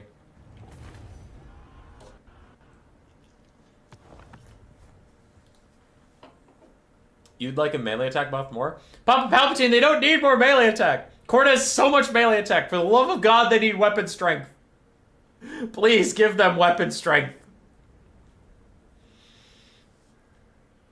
And not the Minotaurs. Minotaurs are fine, but like Marauders of Khorne are so bad for what they should be. And Chaos Warriors of Khorne are fine, but so goddamn slow. Ugh. Buff Khorne Cav. Not even Chaos Knights, dude. Just like make Skull Crushers and Blood Crushers not terrible. Anyway, for KDW, his Grail Knights did well. His basic Knights in this matchup didn't do a lot, and that's kind of the tail of the tape, right? This is why Grail Knights are so fucking strong. Royal Hippogriff Knights paid for themselves. Grail Knights did fantastically on the side of Zurihan, and then his only non-Grail type Knight also did pretty meh. His peasants didn't get much done either, and that's a GG.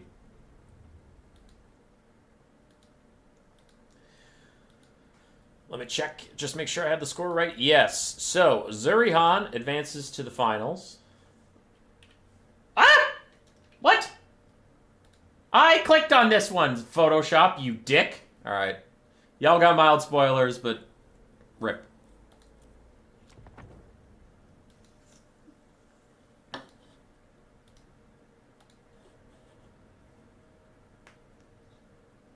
Okay.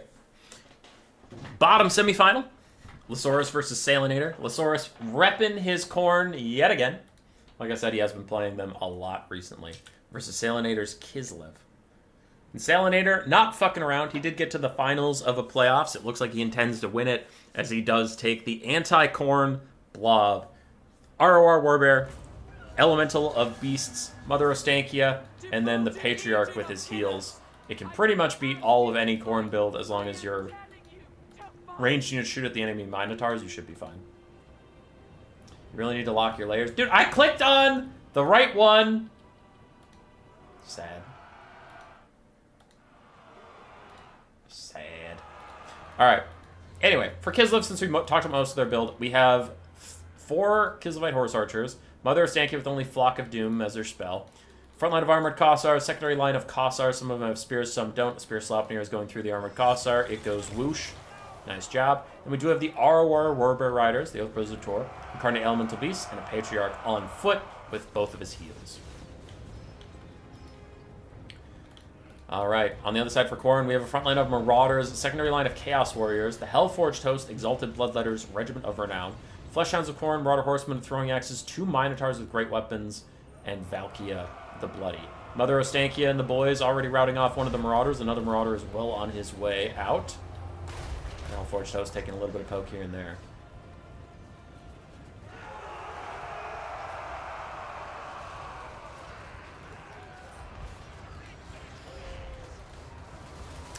Alright.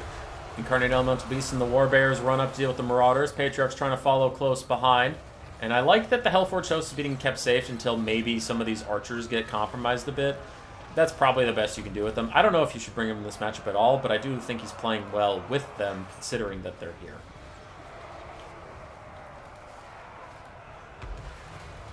Anyway. Incarnate Elemental Beasts, Flock of Doom spamming down these Minos, and oof, you have Predator getting down their lightning, which will do a bit of damage, but it also debuffs all of the Minos and everything around them. Kislev is truly a little wild that they get a damage ability on a cooldown that also does a debuff for already one of your best units in the whole game. That's kind of insane. Alright, Incarnate plus the Warbear Riders pushing back the Minotaurs and even the Skirmish Cavalry, pushing them away. More Minos trying to pile in. And Hellforged Toasters standing off. They don't really want to do anything over there, but the Marauders are losing. The Armored Kossar front line hasn't moved at all. And their archers are still mostly healthy and fine. We do have one Fleshhound of Khorne back here trying to get something done. Looks like Kislev's just ignoring them for the most part, which, I mean, you probably shouldn't ignore them, but the fact that you can is kind of fucked up.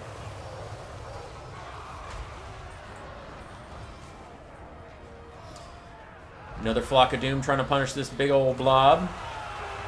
Incarnate Elemental Beast swinging around. His Mortis Engine plus his anti-large armor piercing really dealing with these Minotaurs well. The Patriarch's trying to get closer to him, offer a little bit more healing. He is still healing him from over here. He's close enough, and he is in melee combat. The Oath Visitor helping out too. Kislev's starting to pull a little bit ahead on the balance of power. And now the Hellforged Hosts are here. They slam through these Kossars with spears, though. That is one thing that's going fantastically for them. As they continue to run forward, they'll get on infantry and do good work. But we'll see how long they last when Mother Ostankia just starts Flock of Dooming them and stuff from a distance. Both Minos are running away. One because they want to, the other because they can't choose not to, I guess. There's another Flock of Doom. Mother Ostankia is shooting at the Hellforged Host too. And these Fleshhounds have been left on the Horse Archers for a long time. That is for sure a mistake. Something needs to be done about them. Like, these Kossars with spears could be shooting at them or something. Because they're so close to Monaghan's Billy Crumbling, but they've been eating the horse meat for, like, the whole game. Someone please kill them. No. Alright, Buyer Blood's going to start wearing off for Kislev here, so we're going to have a mass break on the south side of this formation as these basic Kossars try and shoot at the Hellforged Hosts who are about to get up to them. So a lot of Kislev support's going to break, but that's kind of not the point, and we mentioned that at the start of the game. Everything you need is right here. The Incarnate's still getting healed up, the Oath Brosator is still getting healed up, and Minotaurs are actually beating the shit out of them right now. With Relentless Rage, they have 14 out of 16 models, and none of the models can die. That's a huge use of the Tier 2 army ability of Khorne, which I never get to say out loud, but as soon as it wears off, they lose a ton of models, they lose that leadership, and they're about to rout as Valkia takes big shots from the Incarnate Elemental Beasts. The Oath Brosator are going to hold on for now. The Incarnate's still getting healed up by Silly's Lullaby, and Mother Ostankia is still full HP. Hellforged Host chasing off some of these Kislevites, still cleaving through them. And this is a lot closer than Khorne usually gets in this matchup. We still have some armored Kossars, though the Hellforged Host can take care of that in the blink of an eye. Valkia and the Minos are still chopping away at the Incarnate Elemental Beast. His Mortis Engine ability is off because he's taking too much damage. He's down to 100 HP. He's down to 78. And Valkia finishes the Incarnate off. Though now she is surrounded by Warbear Riders. There's still a full health Patriarch. There's still a full health Mother Ostankia. Though the Hellforged Hosts are coming in. They're trying to kill off these Kossars. Fire Blood immediately popped from them at half HP, which is not something you're used to seeing. We do have some Skirmish Cav throwing away at the Oath Brothers of Tor. And how much more healing do you have? You still have another Silas Levite. God damn it. Here comes the big debuff. Horn of Khorne is down, but Blinded immediately counteracts that and some. Valkia gets routed off. The Oath Brothers of Tor are close to routing, but they're chilling for now. And the Hellforged Hosts are still trying to find a way into the fight. Flock of Doom hits them, but the Oath Brothers of Tor are thinking about routing, thinking about using their Kizilvite Fire Blood passive. They already used it, and they are routed off. Can Khorne chase them down? Can the Hellforged Hosts do anything? They've killed off everybody besides Mother Ostankia, and if she's not allowed to cycle charge in the late game, she could walk straight into these guys and die. We'll see if they can withstand that long, as they're about to kill the Patriarch. They should massacre him, as he's piling even deeper into their ranks. And he walks straight out, and they all just stand around like idiots staring at him, because reasons. Valkia is safe and sound. We'll see if she can rally on leadership a little bit later. Meanwhile, Kizilvite Horse Archers are doing some stuff. Fleshhounds of Khorne chasing off other units. And another Flock of Doom from Mother Ostankia is out as the Hellforged Hosts are in here. They're trying to get a good fight down. Last Silix Lullaby is popped. Big ol' heal, and as the Hellforged Hosts go negative on leadership, they will Demonic Instability crumble away. And that's really all the DPS you had left to deal with Mother Ostankia. Army losses hits. Valkia is gone. GG.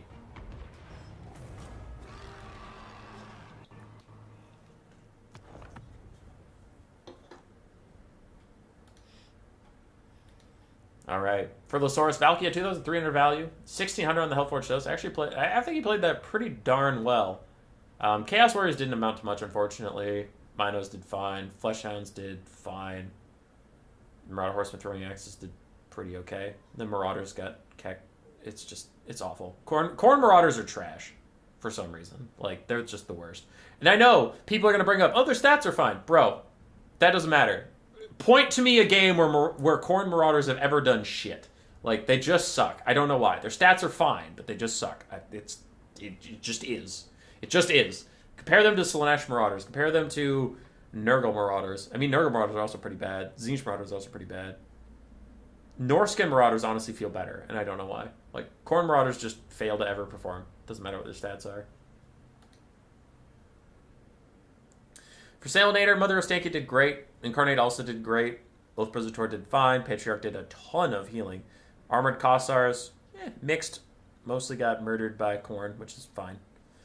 Let Khorne have something, for God's sakes. Then their Horse Archers did alright, and their Basic Archers did alright. A GG. A G? A G.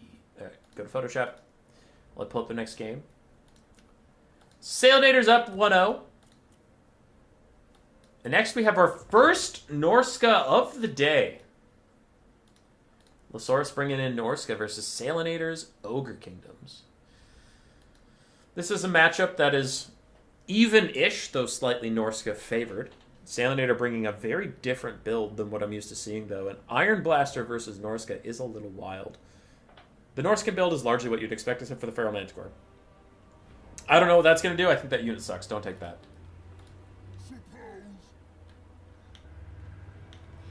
I don't think that this is any good. The Feral Manticores, their summons or their base versions have just felt so underwhelming to me. The only faction they're good against is Skaven, and even then, I think there's better options. Like, they work against Skaven, but it's not great. For the rest of the Norscan build, we have Marauder Spearmen and Marauders in the front line. We have the Beast of Tashnar plus some Norscan Ice Wolves for a bit of mobility and support. We have 3 Javelin Throwers, 2 Armored Skin Wolves, Throg the Troll King, and a Shaman Sorcerer of Metal with Searing Doom and Plague of Frost.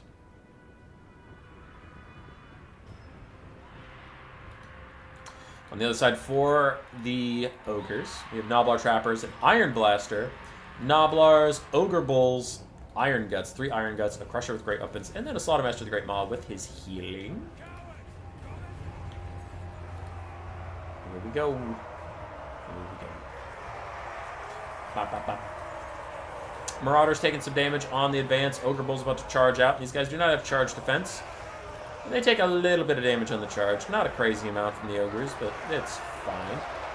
As Skin Wolves and Dogs will tear apart these Gnoblars, they probably want to circle in and get a free kill onto these Ogre Bulls, but we'll see. The Norskan front line is getting shellacked, though. Jesus. Gnoblar Trappers roll them with the help of the Ogre Bulls, and all these Marauders are on their way out. The Iron Blaster is firing up and over the front line. Does not do a lot of damage over there, as it misses most of its shots, but oh my god, the Norskins got bodied. Ogres are out now into the Marauder Spearmen. And they're doing some decent damage on the charge here. Plague of Rust Overcast stings are down to 40 armor, however, so these Jav throwers are getting a lot of damage out. Marauder Spears are also fighting back. In the background, Crushers are fighting against Beast of Tashnar, Norskan Ice Wolves, and Skin Wolves. Looks like the Skin Wolves just joined. Beast of Tashnar were here before because they already routed. A lot of Ogre Bulls taking damage, though some Iron Guts have penetrated through to the back line. Other Iron Guts are taking the fight with Skin Wolves and Norskan Ice Wolves. And Marauder Spearmen also trying to support that area. Still, the Ogre Kings were slightly up on the bounce of power, and I do agree, because they slapped that front line. That was actually insane. Crusher's getting a Troll Guts right now to heal up a little bit more. Skin Wolves thinking about routing. His Terror Routes took out some of these guys. I imagine the Tier 2 Army Ability Massacre was cast or something, because I don't know what would actually cause terror here. Manticore's trying to fight the Iron Blaster, and oh boy, he's doing it. He's doing the shit out of it. Alright, well, good for you. So, for the Javelin Throwers, all three of them are routing. That's not great. Armored Skin Wolves aren't feeling too good. Bounce power shifting away, and where's Throg? There's Throg. He's fighting some Gnoblar Trappers. Alright, I bet he's not loving that. Though he doesn't really want to get too isolated, because those Crushers that are currently on our screen could swoop over and deal with him at a moment's notice. Something is happening to those Marauder Spearmen. They keep glowing like they're important. Meanwhile, the Iron Blaster is stuck fighting Skin Wolves. It does not enjoy that fight. It will probably die quite swiftly if the Armored Skin Wolves actually manage to land some hits. Norska is coming around for round 2, trying to rally some of their units, though it is not proving particularly effective. And what was that? What just happened? What's going on? Where did you cast? Ah, overcast a Plague of Ruts onto these Iron Guts so that some of these Javelins that are getting thrown in can do a little bit more damage. Okay, that's fine. At this point, though, the Ogre Kings just have too much going in their favor, as the Iron Blaster has a whopping 200 value. But what we feared is finally happening. Throg is caught by the Crushers, which could be the death of him, if he feels like it. Norska across the front line got rolled. Marathian Double Manticore was something to be feared, and I'm fine with that not being the case anymore. Marathi's still good. Manticores aren't. Yeah, Marathi's still really good. Her mixed spell lore is actually pog as hell. Melkoth's plus Soul Stealer. Iron Blaster's still trying to find a home. While these Crushers chase off the Skin Wolves and just ignore Throg entirely. I guess they're not that concerned about him. Iron Gut's still trying to clean up the back line and get rid of Norska once and for all in that area, while the Iron Blaster continues to get chased by Doggos. It's now getting torn apart a little bit more than the Skin Wolves are actually able to do anything to it. And the Iron Blaster dying might buy Norska a little bit more time in this game, army losses wise, but I really don't know what they're going to do about it. Really good Searing Doom. It takes out almost a full Gnoblar. That's pretty cool. Say goodbye, Iron Blaster, you piece of garbage. Still have some Gnoblars, still have some Iron Guts, still have a lot of Iron Guts, actually. Still a full health Crusher that's still trying to surround Throg. And they're really not getting a great surround on him. Fortunately for Throg, unfortunately for the Crushers. There they go. That's the kind of damage we were thinking about. Because they should be able to just beat his ass. Where are they going? I heard the Overcast noise again. There's the Overcast. It almost takes out the Shaman. Here's the big Overcast Searing Doom. Next to no damage on the Crushers. A little bit in the second half of it there, but Throg's below half HP. Still taking damage every so often. Iron Guts cleaning up other stuff. And it is looking ogre. As the Feral Manticore has 250 value.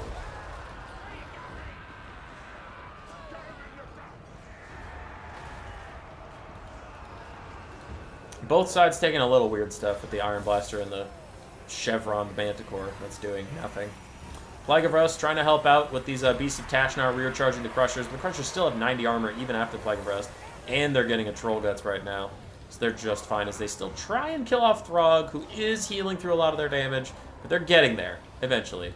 Throg finally routs. Bounce power is danger low, with a full health Manticore artificially inflating Norska's BOP. Manticore lands, gets a decent shot in on the Crushers, and a Searing Doom is going to hit them at the same time. Dismember's trying to slow down Throg. Searing Doom did a lot of damage. Manticore is still fighting against these Crushers. Can they fight back? They've rampaged it. I think they'll be just fine. There's army losses.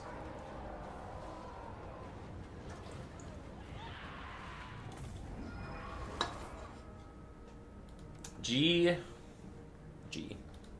So Salinator will advance to the finals with a 2-0 versus Zuri-Han. I have half an hour left and 3 games to cast. We can do it. We can. The Crusher's got almost 3,000 value. The Iron Blaster got 200. Iron Guts have been doing really good.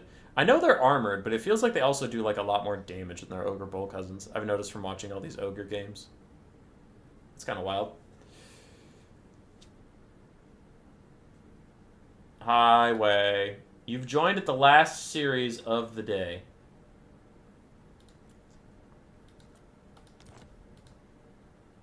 So I hope you're happy. Alright.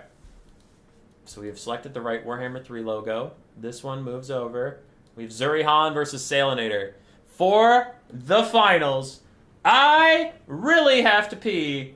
And it's Ogre Kingdoms versus Beastmen, which is a great game that no one will vanguard or charge each other or anything. I'll be right back. Let's go.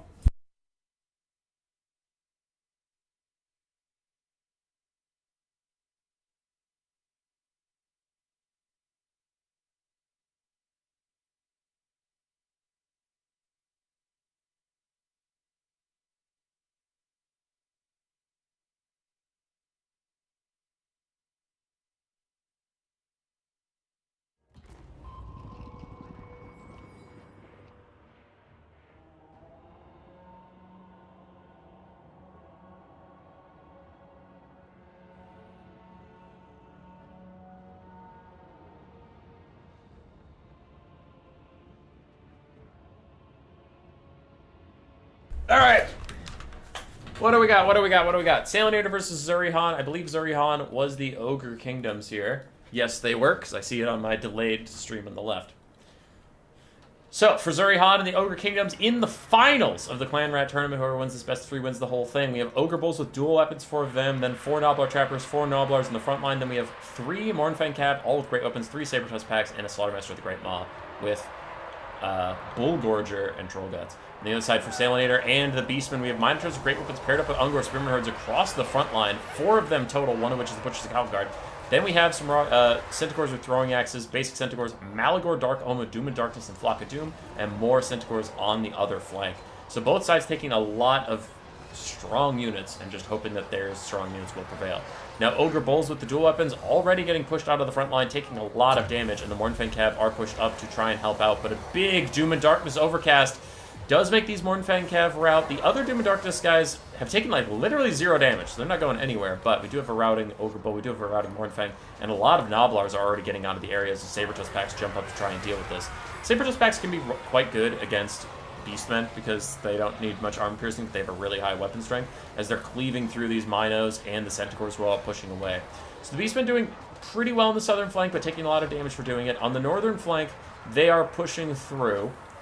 Ogre Kingdom's getting a couple blows in return, but the northern flank does seem to be going a lot better for the Beastmen than the south. The south is very attrition heavy. Troll Guts is cast on these Mournfang Cav who are trying to come back. Minos pushed off, Ungor Spearman Herds pushed off, Centaurs pushed off. Looks like the Ogres have rallied the south side. The center is still undecided, but the Ogres do seem to be winning it overall, though now Beastmen are getting some reinforcements from their other areas.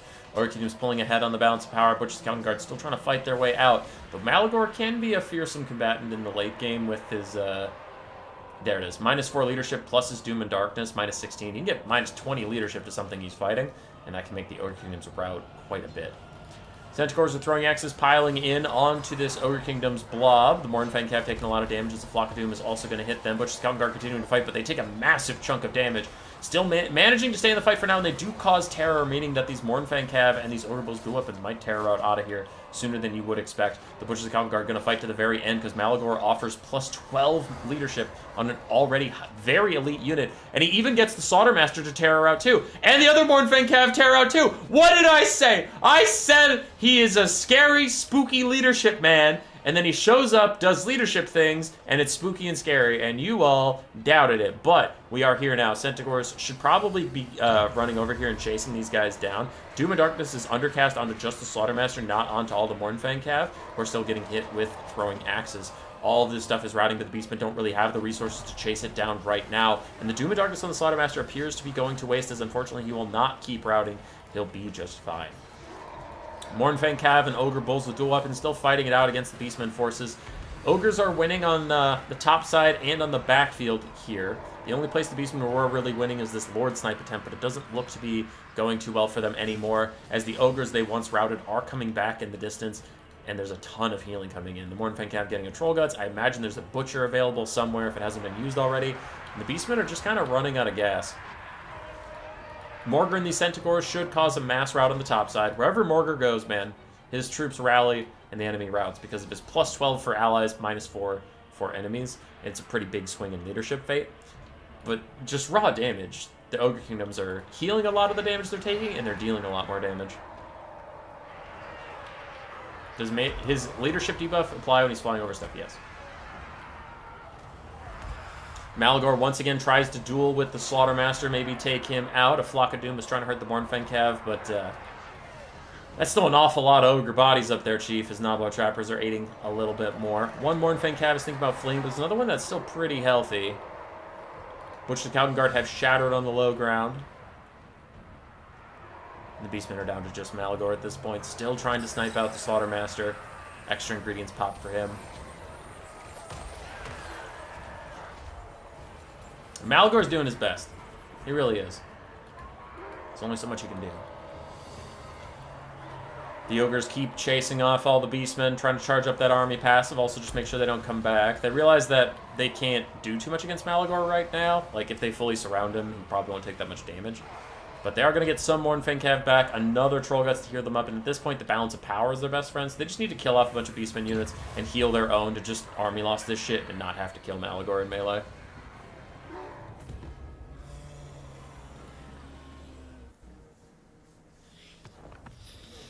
Alright, for Zurihan, Mournfang Cav with great weapons did pretty well. Yeah, pretty well. I guess they had a lot of heal support and they still didn't pay for themselves, so I should be more salty, but they did fine. Ogre Bulls with dual weapons, Nablar Trappers, and Sabertusk Packs doing a lot of good work. The usual for them there.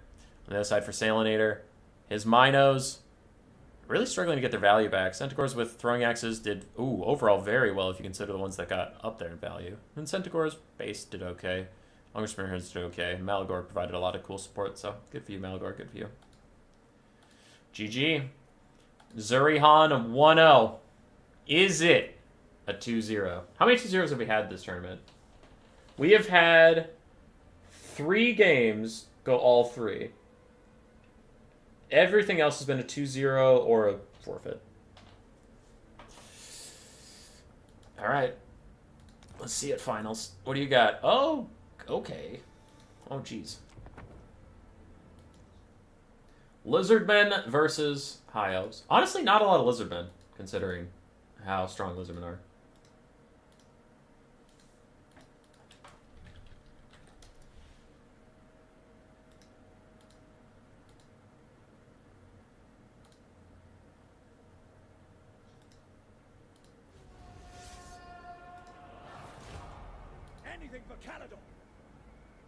Alright.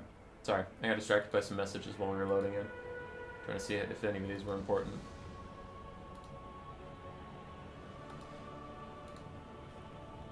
Beastmen lost because no traitor kin? It's true. It's just true facts.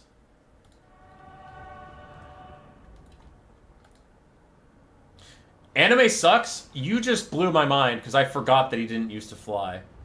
Alright, but we gotta focus up. Double Salamander Kite versus High Elves. And the double Salamander Kite is off to a good start, already deleting a Lothern Seaguard with their double volley. That's kind of insane. Anyway, 3 Lothern Seaguard, 3 Silvering Guard, 2 Spearmen in the back line, a Mage of Life, and then we have 2 Dragon Princes, including the Fireborn and Imric. On the other side for the Lizardmen, oh good god. Okay, well we have Mazdamundi with Net, and these Dragon Princes just got netted. We also have the Clawstone Hunters, the Cohort of Waddle, double Ancient Salamander, Feral Cold Ones, a whole bunch of Skink Jabs, another Ripperdactyl, and that is really it. But this is why I really like Nets versus Brettonia, but like, I know this is High Elves, but I do also like this versus Brettonia a lot. I think Mazdamundi is the ideal lord because of that net. The Dragon Princes can't just opt out and cycle charge around. Imric is trying to punish them for committing so hard on his Dragon Princes, though. He dives onto the Ancient Salamanders. Meanwhile, the High Elf Archers try and help out, though they have lost 2/3 their HP. And Mazdamundi throws out a Ruination of Cities down the line on clumped up Spearmen. And his RNG is terrible! That was so unlucky for Salinator. All 3 volleys went a stupid direction. Anyway, his Bound Banishment is trying to land on the Silvering Guard and the Lothern Sea Guard. He chases off the Dragon Princes. And then Imric is taking a lot of damage. And Mazdamundi's net's back off cooldown soon. Is that it? Is that it getting cast? No, it's a regrowth. He needs to net him, net him, net him, net him, net him. Mazdamundi gets a side charge. He for sure has the net soon. Looks like it's not up in time. Imric's down to half HP, but he's getting a regrowth back up. It looks like he's out of the worst of the danger, so if he gets netted now, it's going to be a little underwhelming. But the Ancient Salamanders are destroying these Lothern Sea Guard. It's actually kind of insane. Wow.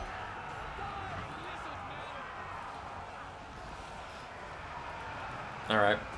Ancient Sally's still firing away at any clumps they can find.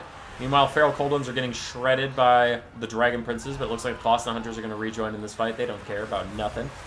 And what just happened? An AoE net, the overcasted net, for the Clawstone Hunters to dive down, though an Earthlight is healing these guys up, so it looks like Mazda is trying to get his Clawstone Hunters to get any value they can.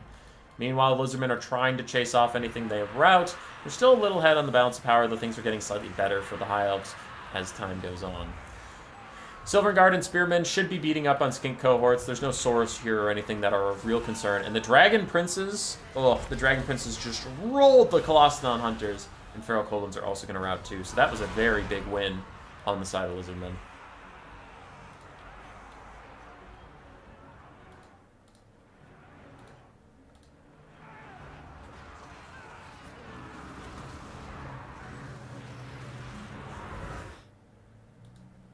Alright. Alfredino's sending me some drama. I'll deal with it later. Anyway, Mage of Lice getting sniped out. That'll mean less healing for Imric and the lads, though Imric and the lads are doing pretty well. They've taken out a lot of stuff, and they're going after these Ancient Salamanders once again.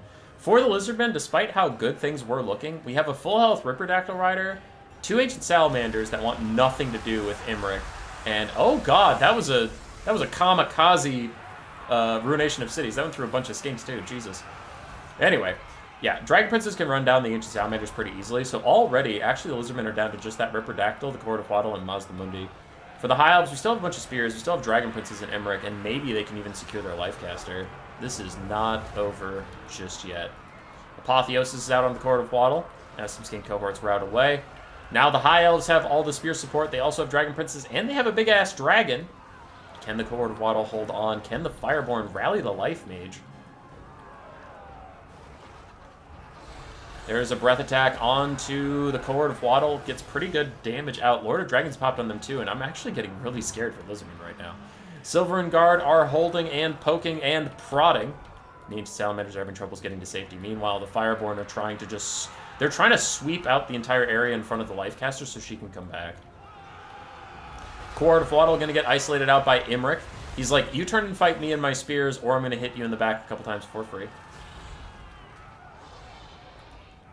And this Ancient Salamander's trying to shoot a little bit. Lizardmen's still ahead on the balance of power, though it is getting less convincing as time goes on. The Ripperdactyls, one of them landed, and that could be a problem, because they definitely want to just follow this lady off while in the air. When they're on the ground, the Fireborn could actually peel them. Fireborn are instead going to charge over here. They should probably just kill that Ancient Salamander, to be honest. Like, this fight's going really good for Imric. Just let him win it. Kill the Ancient Salamander, or peel for your caster, though. Zurihan might just be assuming that Salinator has his Ripperdactyls in the sky and that there's no way for him to attack. He might not notice that a couple of the models are actually dipping down to the ground. Court of Waddle and Mazdamundi trying to regroup over here and save the Ancient Salamander as they apotheosis up the Court of Waddle again. And Imric's not going to pursue. He's not going to bail out his Dragon Princes, which I have to think is a mistake. Like, this fight was going so well for him. Why bother chasing around a random-ass Ancient Salamander that you're just going to do this? You're going to waddle awkwardly after it. You have to go save your Dragon Princes, dude. Get over there. What are you doing? Get over there. Hey! You get the fuck over there! Alright, well, this is disappointing. Imric's just going to follow a Salamander around while he loses his Dragon Princes and his Spears are starting to rout. His caster is not coming back. Ugh, that was a rough decision. Because, like, Imric maybe could go chase the Ripperdactyls if he's really that inclined, or he can come fight this, but, like, fighting the random Ancient Salamander was just, unfortunately, the worst decision, because he literally never got to attack it, because if stuff's walking away from you, it's very hard for your units to get any shots off. As he continues to miss the Ancient Salamander, all the rest of the High Elf army is getting completely fucked, as Imric has, like, tunneled in on, like, I will kill this Salamander. I will! At the cost of everything else, this Salamander will die. And the funny part is it's not even gonna fucking die. It's gonna be fine. Lord of Dragons debuffing the Court of Waddle for nobody. Everything else is routing right now. I guess we still have some Silver Guard. As I say that, they tear a rout. Ancient Salamanders are back. The Fireborn are netted, so they couldn't charge back the Court of Waddle if they wanted to. They get rear charged, and now they are going to rout. Mazdamundi's still full HP. And Imric is full HP, but all of his support's gone. It's all wrong. Imric is still trying to kill that Salamander, and he still cannot quite do it.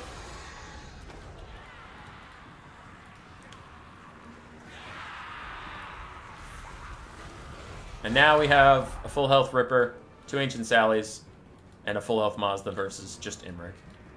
He has some Sovereign Guard. I should never underestimate High Elf leadership, because High Elf leadership is kind of nutty. Ripperdactyls land in on the Silvering Guard with the help of the Ancient Salamander. That should terror out them. Ooh, they might actually be on terror out cooldown, though, so maybe they can't terror out right now. Court of Waddle coming in. Imric lands on him. Kills off a model on his way, immediately routs them. The Ripperdactyls are coming to say hello. His Silvering Guard will hold for a bit until their terror out cooldown is up, and then they'll just terror out away from him again. We have another Apotheosis coming out for the Ripperdactyl Riders, though Imric is kind of putting the hurt on him. His heal cap appears, but he has no self-healing, so it doesn't really matter.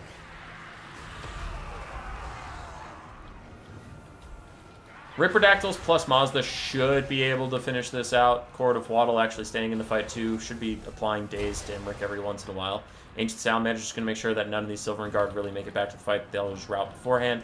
And Imric's trying to get back into the sky, though Mazdamundi should be able to just rear charge him over and over again. Unless Zlok loses the plot. Nah, Zlok's got it.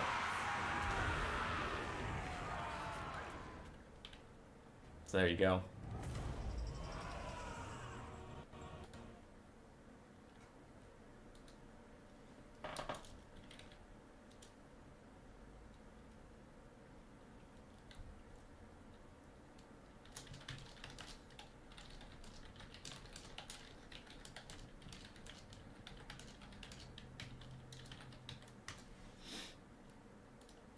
Okay.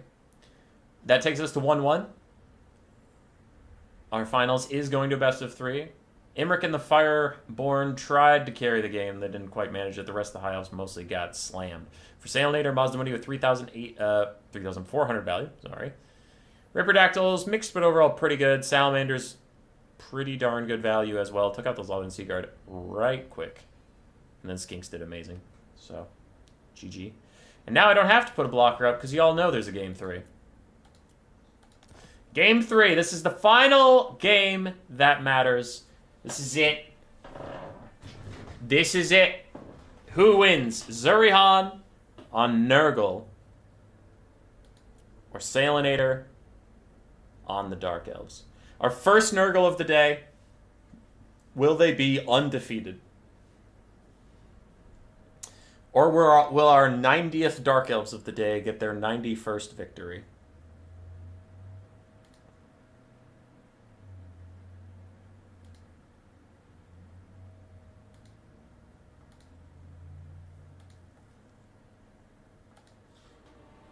Bum, bum, bum, bum, bum, bum. Bum, bum. For the Dark Elves of Salinator, we have Bloodwrack Medusa. Blackheart Corsair Handbows. Haven't seen a ton of them today, though they are generally popular in the meta. 2 Cold One Knights, 4 Dark Riders, some Witch Elves for a little bit of Rampage, and then a bunch of Bleak Swords and Dread Spears. Oh, we also have a Supreme Sorceress of Dark up on her dragon with Power of Darkness and Soulstealer. On the other side for Nurgle, front line of Marauders, Chaos Warriors, and Nurglings. We do have 1 Soul Grinder Nurgle for a bit of kiting, triple Chaos Knight, some dogs, and then a Chaos Sorcerer Lord of Nurgle with Fleshy Abundance and Stream of Corruption. As the Nurgle army runs straight back to the white line, once again, if this was a rule break, it needed to be called beforehand, but I am noticing that they ran right to the fucking white line. As the Dragon Lord's just like, okay, if you're all going to be back there, I'll dive on this thing for free, sure. Tries to get a bit of damage, fails to really get a good hit in, and then starts to pick it back up when the Chaos Knights close in. And now Nurgle's moving away from the white line, so we're fine. The Bloodwrack Medusa is starting to shoot at some of the Chaos Knights of Nurgle. Dark Riders taking free charges onto Nurglings where they can, though we have some dogs going to charge them. And then if the Cold One Knights try and help them, we have Chaos Knights countercharging after that. But it looks like the Dark Elves are going to try and opt out of this situation. They don't really want it. And the Dark Elf caster is once again toying with charging the Nurgle Soul Grinder for a second time. Dogs are ripping through the back line, though there's nothing for them to really disrupt. It's not like there's Dark Shards or something for them to get. And that was a really cool breath attack that did some pretty solid damage. So, all right, that worked out for everybody. Good job, Dark Elves. These Dark Elves are trying to get away from the Nurgle guys still. Dogs should be able to apply the poison and be faster than the Dark Riders, so we'll see how far they can actually get away as Black Archers is going to kite around a little bit. It looks like the Dark Elves are trying to overload this northern side of the fight. Soul Grinder firing away into the Black Archers handbows, getting some decent damage, and there's another Stream of Corruption, so Nurgle's getting some good shots in. As the Soulstealer caster lands onto the Chaos Sorcerer Lord of Nurgle, I suppose that's fine. He's a piss-poor melee combatant. She's good, but it's not like these Chaos Knights of Nurgle have halberds or anything. She's not really scared of too much on the ground, to be honest. Dark Rider's going to fuck with the Soul Grinder for a little bit. Nurgling's also going to try and peel that side, while Chaos Knights of Nurgle get rampaged into the Witch Elves, while Black Arc Corsairs continue to shoot on the sides. Some of these Cold Knights do need to get activated and rear charge the Nurglings, or could do something, but for now it looks like Salinator's attention is elsewhere. A Soul Stealer is counteracted by a Fleshy Abundance, as both lords heal up just a bit of damage. Chaos Knights of Nurgle are taking a lot of damage. One is full HP, one is less than half, and the other one over here was not looking too hot either. Less than half as well. Another Stream of Corruption goes through. Decent amount of friendly fire, but does do the trick on pushing off some of the Dark Elves. The Soul Rider of Nurgle terror routes away at the Dark Riders, the Nurglings that were peeling for him. Dark Elf Dragon Lady gonna land on these Chaos Knights who are attacking Black Orc Corsairs and rear charged by Cold Knights. This should be a really good pickoff by the Dark Elves if they have these guys surrounded. Fecundity trying to heal them up, and their supreme melee defense stats keeping them safe. The Cold Knights, they have 46 melee attack, I guess, due to Primal Instincts and Murderous Prowess being active right now. So yeah, they have enough melee attack to get through those guys. Possibly, potentially. Nurgle is up on the balance of power for now as the Soul Grinder has been secured. Nurgle is continuing to advance. And the Nurgle's just outlasting Dark Elves in the frontline grind fight, which is something you would honestly kind of hope for, right? If Dark Elves can outgrind Nurgle, then something has gone horrendously wrong. Horrendously. Chaos Knights still trying to get out of the situation. And Murderous Prowess only has 38 more seconds than the Dark Elves, who are already behind on the balance of power, are about to take a debuff. But oh yeah, there's a Bloodwrack Medusa. She exists. And she's currently dueling with the Chaos Sorcerer Lord of Nurgle, which is a great time for her. She loves fighting large things. She's beating up on this fool right now. Go, Bloodwrack, go. Go, Bloodwrack, go. And his heal cap's already appeared. That's actually terrible. He's terror routing away while getting shot at by Black Arc Corsair handbows. The Medusa might chase him. The Supreme Sorcerer Dark might chase him. The balance power already shifts back into the favor of the Dark Elves. Murderous Prowess still has 40 seconds left.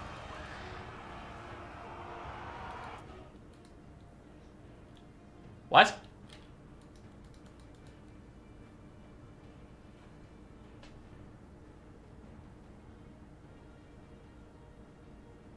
What? Wait.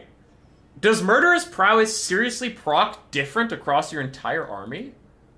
1, 78, 37, 1, 1. What? Why? Why? That's so stupid. That's just dumb. That's stupid. That's a dumb way of doing this. I'm sorry, CA. That you fucked up that one.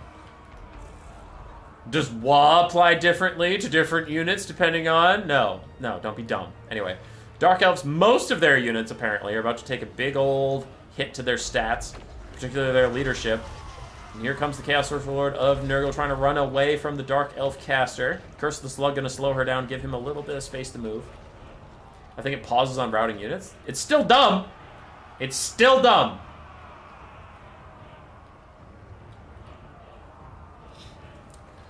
Just because that's the reason doesn't mean it's a good reason, in my opinion. That shit's dumb. The army passive should proc. Anyway. Nurgle still has a good amount of infantry left. He has some cavalry left. They're not feeling too good, but they're around.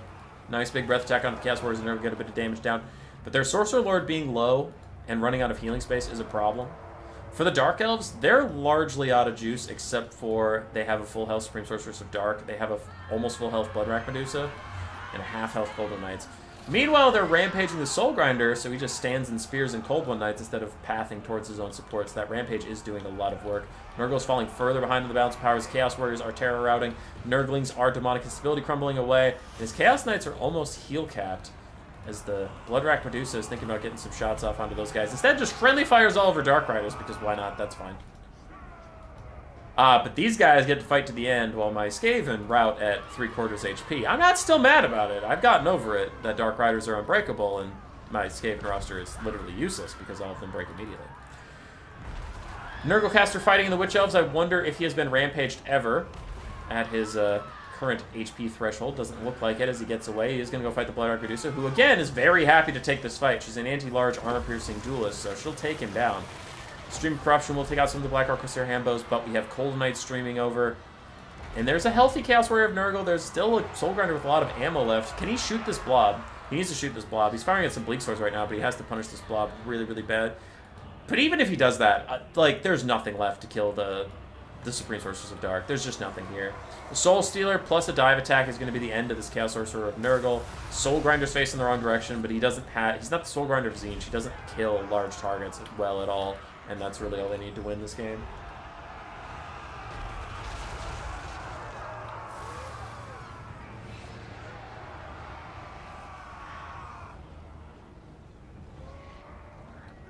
So it triggers when the conditions are messed. I guess routing Dark Elves triggered on rally. I still think that's silly. Alright, Salinator and the Dark Elves will prevail. Congratulations to him for winning the Clanrat tournament. He's a good lad, good dude. He has been connected with our artist Ragnar for his prize. He'll be working on that. Ragnar is currently working on Blood Penguin's commission for the faction war. So he's going to be a busy, busy guy. But yeah, it was a close game. And Nurgle put up a good fight. They just like, I don't know. Nurgle's roster needs some help in several areas. And one of the things is like killing large targets. Because the end game, they were doing so well. And then like just, we can't kill the giant Dark Elf caster, we can't kill the Bloodrack Medusa, we can't kill the Cold One Knights, so I guess we just lose now. And that feels a little bad. They're decent at killing random infantry and light cav, but they don't have good stuff. Like, they don't have armor-piercing anti-large cav to counterfight other cav. They don't have anything like that. They don't have monstrous infantry that are good against cav. They have fucking 650 toads that suck ass and like 1,100 spawn that suck. So, yeah, it's pretty brutal. Good run by Zurihan, though. Good run getting to finals. You want to see something funny? Take a look at the bracket. You see anything weird about our finals?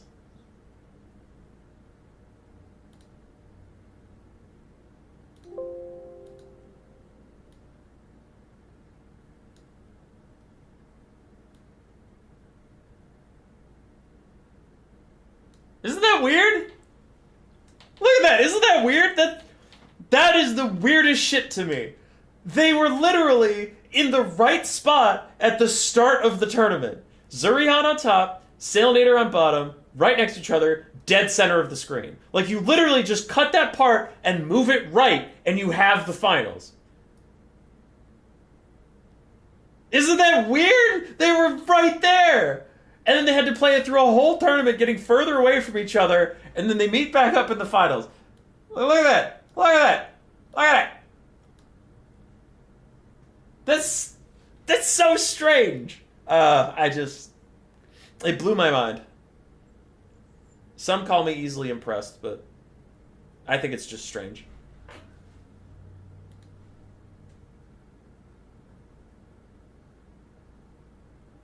This is what we in the business call foreshadowing. Yeah, dude. Okie dokie. What do we have for the rest of this week? I don't believe I have a stream tomorrow. If I get one of my other playoffs, Stormvermin, Chieftain, and Gracie are all in their finals. They have one best of 3 left before we cast them. If I get one of those games sent to me tonight or tomorrow morning, maybe I can stream it tomorrow. It's Valentine's Day, but it depends on my work. Because if I'm here like midday, if I don't have much work to do, then maybe I'll stream it. But most likely the outcome is going to be I'll stream on Thursday our new player tournament, and then I'm going to be leaving town for 3 days to head up to the cities and sell some board games, right? So I won't be around to stream then. Next week, there's 2 options. Next week, we either get Shadows of Change 2.0 or we don't. Either way, I have taken Monday and Tuesday off of work because I hate being gone at conventions all week and then come back to work. So that sucks. So I took Monday and Tuesday off. By then, I should have some playoff games to stream. So I'll probably stream Stormvermin and Chieftain Monday and Tuesday of next week. And if Shadows of Change 2.0 is coming out next week, then I will stream the Gracier one Monday or Tuesday as well. We'll have to do 2 tournaments in a day, which will be pretty brutal. But I want to get these done before Shadows of Change 2.0, because that sounds fucking miserable to cast on a different patch. And, people are going to constantly ask me shit that doesn't matter anymore. And I'm not trying to be a dick, I'm just being real because it sucks. If I ever do a replay stream from before a certain patch, people are like... And again, it's fine, but they're like, I thought this unit got nerfed. This is on the last patch. Oh. What about this unit? Isn't it really good now? This is on the last patch. That doesn't matter. Why aren't they using any of the new units? It's on the last patch! Stop asking! So, yeah. I gotta get these done before Shadows of Change 2.0. So for me, ideally, Shadows of Change 2.0 comes out the final week of February. I know you all are groaning, but for me, specifically just for me, the last week of February would actually be ideal instead of next week. But for the whole world, next week sounds lit. Whenever Shadows of Change 2.0 comes out, I will be taking off some days of work to do a stream. I'll probably do one of my streams that I do where I just play every single faction and have like an 8-hour stream or something. But yeah, I intend to take time off whenever Shadows of Change 2.0 come out and cover that exclusively. So yeah, lots of fun stuff to look out for. Sorry I haven't been streaming too much, but a bunch of real life shit has been going down, so I've been crazy busy. Okay, sound good? Goodbye, everybody. Goodbye.